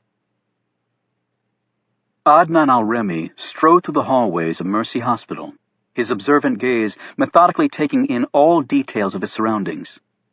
A minute later, he returned to the hospital's front entrance, just as an elderly patient was wheeled in, a portable IV hooked to her arm. Adnan stepped outside and breathed in the warm air. To the left of the hospital's front steps was a ramp for gurneys and wheelchair-bound patients. Al-Remi walked down the steps to the sidewalk that ran in front of the hospital. There were 14 steps. He turned and walked back up them, silently counting time as he did so. 7 seconds at a normal pace, perhaps half that if someone was running. He went back inside the hospital, his hand sliding down to his sidearm. It was an old .38 revolver, a piece of American crap as far as he was concerned. Yet that was the only weapon the security firm he worked for had to offer. It didn't really matter, he knew, but still, weapons were of paramount importance to Adnan. He had required them virtually his whole life simply to survive. He walked back down to the nurse's station and stopped at the 4th tile over from the exact center of the station. Then he turned around and walked back toward the front entrance. Anyone watching him would just assume he was making his rounds. He counted off his paces in his head, nodding to a pair of nurses who walked by as he did so. Near the front entrance, he turned right, counted his steps down this hallway, turned, pushed open the door to the exit stairs, counted his steps down 2 flights, and found himself in the basement corridor on the west side of the hospital building. This corridor ran into another that carried him north, and then emptied out into the rear exit area. A wide asphalt drive was located here that sloped upward to the main road running behind the hospital. Because of the grade and poor drainage, it often flooded here after even a moderate rain, which was another reason why everyone preferred entering through the front. As he stood there, Adnan visualized several times a particular maneuver in his head. Finished, he went over to a pair of double doors, unlocked them and stepped inside, closing the doors behind him. He was now in the hospital's power room, which also housed the backup generator. He'd been coached on the basics of this room by the security firm, in case there was an emergency. He'd supplemented that coaching by reading the manuals for every piece of equipment in the room. There was only one that he was really interested in. It sat on a wall across from the generator. He opened the box with another key on his chain and studied the controls inside. It wouldn't be difficult to rig it, he decided. He locked up the power room and went back inside the hospital to continue his rounds. He would do this every day until the day came. A little while later, Adnan's shift ended, and he changed out of his uniform in the hospital's locker room and rode his bicycle to his apartment about 2 miles away. He prepared a meal of flatbread, dates, fava beans, olives, and a piece of halal meat that he cooked on the stovetop in his tiny kitchen. Adnan's family had raised livestock and grown dates in Saudi Arabia, no small feat in a country with only 1% of its land arable, but they had suffered great hardship. After his father's death, the Al-Remis fled to Iraq, where they grew wheat and raised goats. Adnan, as the eldest son, became the family's patriarch. He began butchering meat in accordance with Islamic law, so it was halal, and the additional monies that this endeavor provided had been very welcome. Adnan sat in his apartment staring out the window and cradling a cup of tea, his mind drifting back to that time. Goats, lambs, chickens, and cattle had met their end at the point of his very sharp knife. These animals had to be slaughtered from their necks, while Adnan spoke God's name. Adnan never struck the spinal cord while doing his butchering for 2 reasons. It was less painful to the animal, and it allowed convulsive motions to remain, which hastened the drainage of blood as required by Islamic law. Under that law, no animal could witness the death of another, and the animals had to be well fed and rested. It was a far cry from the mass killings of the stun and stick method used by American slaughterhouses. Yes, the Americans were the best at killing lots of things quickly, Adnan thought. As he sipped his tea, Adnan reflected still more on his past. He fought in the decade-long Iran-Iraq War, where Muslim slaughtered Muslim by the thousands in some of the fiercest hand-to-hand fighting history had ever seen. After that conflict was over, Adnan's life returned to normal. He married, raised a family, and did his best to avoid giving the megalomaniac Saddam Hussein or his minions cause to harm him or his family. Then 9/11 happened. Afghanistan was invaded, and the Taliban quickly fell. Personally, Adnan had no problem with any of that. America had been attacked, and it had struck back. Adnan, like most Iraqis, did not support the Taliban. Life went on in Iraq. And even with the international embargo on his country, Adnan was able to earn a modest living. And then the U.S. declared war on Iraq. Like all his countrymen, Adnan waited with dread for the bombs and missiles to start falling. He sent his family away to safety, but he remained behind because it was his adopted country and was about to be attacked by another nation. When the American planes came, Adnan watched in silent horror as Baghdad became one continuous fireball. The Americans called it collateral damage, but to Adnan, these were men, women, and children blown apart in their homes. And then the American tanks and troops came.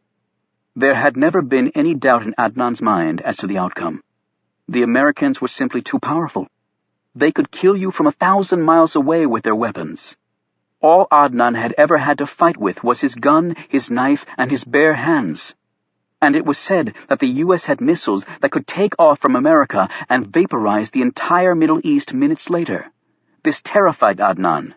There was no way to beat such a devil. Still, after Hussein had been toppled, there was hope. Yet that hope quickly turned to despair as violence and death took hold and civil society simply disappeared. And when the American presence truly became an occupation, Adnan felt his duty was clear. So he fought against them, killing his fellow citizens in the process, an act that sickened him, but one that he somehow rationalized away. He had killed Iranians during the war between the two countries. He had killed Arabs and Americans in Iraq. He had slaughtered animals using his knife. It seemed to Adnan that his whole life had been consumed with taking the lives of others. And now his own life was the only one left. His wife and children were dead. His parents, brothers, and sisters were all gone too. It was only Adnan still here on earth, while his family resided in paradise. And here he was in the United States, in the palm of his enemy. This would be his last stand, his final act of a life spent attacking and being attacked. Adnan was tired. He'd lived 80 years in only half that time. His body and mind could not endure much more. He finished his tea but continued to look out the window as a group of children ran around the playground of the apartment complex. There were black children and white children and brown children playing together. At that age, differences in color and culture meant nothing to them. Yet unfortunately, that would change when they became adults, Adnan knew. It always did. Chapter 36. "You wanted to see me, sir?" Tom Hemingway asked as he walked into Carter Gray's office. This space was rumored to be the only square inch of the NIC facility that was not under electronic surveillance. Sitting behind his desk, Gray motioned Hemingway in. "Shut the door, Tom." For a half an hour, the two men discussed various geopolitical events coming up, the state of several world crises, and Hemingway's take on some key developments in ongoing intelligence operations in the Middle and Far East. Then the conversation turned to other matters. "The Secret Service agents who are out here today," Gray said. "I fully cooperated with them, sir. At least NIC's version of full cooperation. I hope I did the right thing extricating you like that." "You did. The agents they were meeting with initially that I spoke with?" "Warren Peters and Tyler Rinke, both good men. They were assigned to represent NIC's interests during the investigation. I believe they were processing some evidence found at the scene for the Secret Service. I spoke to the president about Ford and Simpson. I don't think they'll be back." "I understand that Simpson is your goddaughter." "Yes, Jackie is Roger Simpson's only child. I was honored when he asked me to be Jackie's godfather, although I'm not sure if I've been a good one. She looks like she's done all right for herself. I love her like a daughter." Gray looked a bit embarrassed by his words and quickly cleared his throat. "An internal audit is being conducted over Patrick Johnson's death. The FBI will be involved." Hemingway nodded. "I think it's a good move. I can't believe there's anything to it, but we have to cover the bases." Gray eyed him closely. "And why don't you think there's anything to it, Tom? A house and cars he couldn't afford, drugs found in the house, seems straightforward. It's not the first time it's happened." "It's the first time it's happened here," Gray said. "Did you know Johnson well?" "As well as I knew any of the data supervisors. By all accounts, he was excellent at his job." "How did he strike you?" Hemingway thought about this. "From my limited contact, he was a man whose ambitions outstripped his opportunities. A keen insight for someone you admittedly didn't know all that well." "That assessment could apply to half the people here. Quite frankly, they want to be you, but they never will, and it bothers them." Gray sat back in his chair. "I've taken a good look at Johnson's file. There was nothing in there to indicate that he would be turned. Do you agree?" Hemingway nodded. "But then again, the same could be said of virtually all the people who have been turned against this country. It has more to do with psychology than bank accounts." "There are others here who knew Johnson better than I did." "I've spoken with them," Gray said. I've also spoken with his fiancée. She believes the drug business is absolute garbage. Well, it's not surprising that she'd defend him. Tom, I recall that the centralization of all intelligence databases was completed 4 months ago. Is that correct? Yes, with the proviso that we only recently completed integration of the Transportation Safety Administration's files from their Screening, Coordination, and Operations Office. That was due to some legal hang-ups with Homeland Security, among others. Any more significant glitches in the system? No. And, as I'm sure you also recall, the TSA piece was fairly substantial. It had the secure flight, registered traveler, and the U.S. visit programs, among others. The U.S. visit program was particularly sensitive for us because it contained detailed backgrounds, digital fingerprints, and photos of foreign travelers. However, the ACLU had a field day with that one, screaming profiling and Big Brother to every court that would entertain them. But it belonged here, and we eventually got it. Before, this data was scattered over a dozen departments with no workable integration, incredible overlap and duplication, with the result that much of it was worthless. Well, that failure was one of the chief reasons 9/11 happened, Gray said. Speaking of, I understand the president asked you to attend the memorial event in New York tomorrow? The office grapevine. It's better than any spy network devised. Yes, he did, and yes, I declined. As always, I prefer to hold a very private ceremony honoring those who lost their lives that day. I also heard that you're going up to Brennan, Pennsylvania. Gray nodded, opened his desk drawer, and pulled out a book. How well up are you on your Bible, Tom? Hemingway was accustomed to swift changes in direction with Gray. I've read the King James Version, along with the Quran, the Talmud, and the Book of Mormon. Good. What's the one similarity you find in all of them? Violence, he answered promptly. People talk about the Quran inciting violence. They have nothing on the Christians. If I recall correctly, Deuteronomy was particularly full of fire and brimstone. Thou shalt smite this and that dead. At least it's consistent. And yet the Quran instructs its followers not to take their own lives, which does not reconcile with the concept of a suicide bomber. Indeed, it doesn't promise paradise, but rather warns of condemnation in hell for taking one's own life.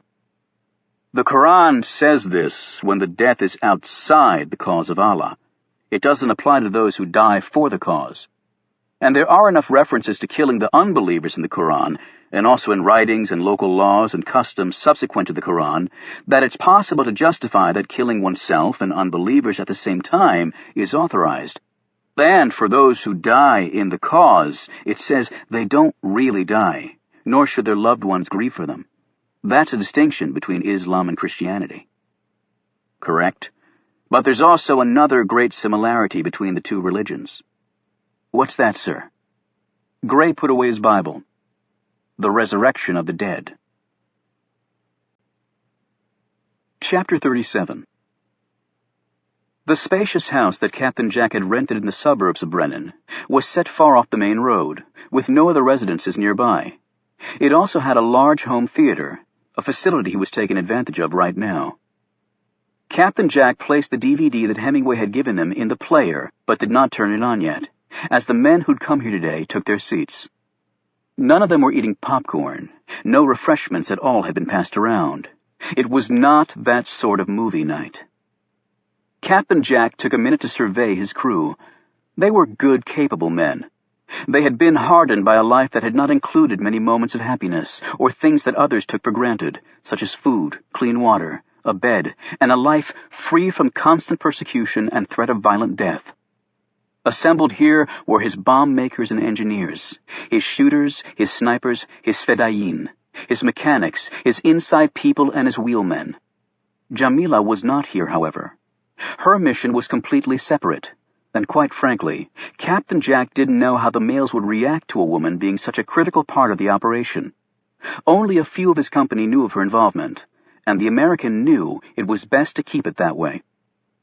The men's appearances had all changed. Hair cut or grown longer, beards shaved off, weight gained or lost. They all wore Western-style clothes. Some sported glasses. Others had dyed their hair. While none of their real images remained on the NIC database, the operation was too important to become slack with the small but important details. Altered NIC photos notwithstanding, they might still be recognized by American intelligence operatives who'd seen them in the flesh years ago. He walked to the front of the room and addressed them all by name as a sign of respect and camaraderie. He asked for progress reports, and each man reported back succinctly and knowledgeably. Captain Jack, Tom Hemingway, and a third person had handpicked these men from a pool provided to them by this third party, a man they both trusted. They had not chosen the most violent and zealous Muslims among the group. Ironically, restraint was the quality they'd required above all. The 9/11 hijackers had come from varied backgrounds. 14 of the 15 hijackers who accompanied the 4 pilots on the jets were from Saudi Arabia. They were from middle-class families that were not particularly active either politically or in the Muslim faith, and yet these young men left their good homes and families, trained with Al-Qaeda, became steeped in the practice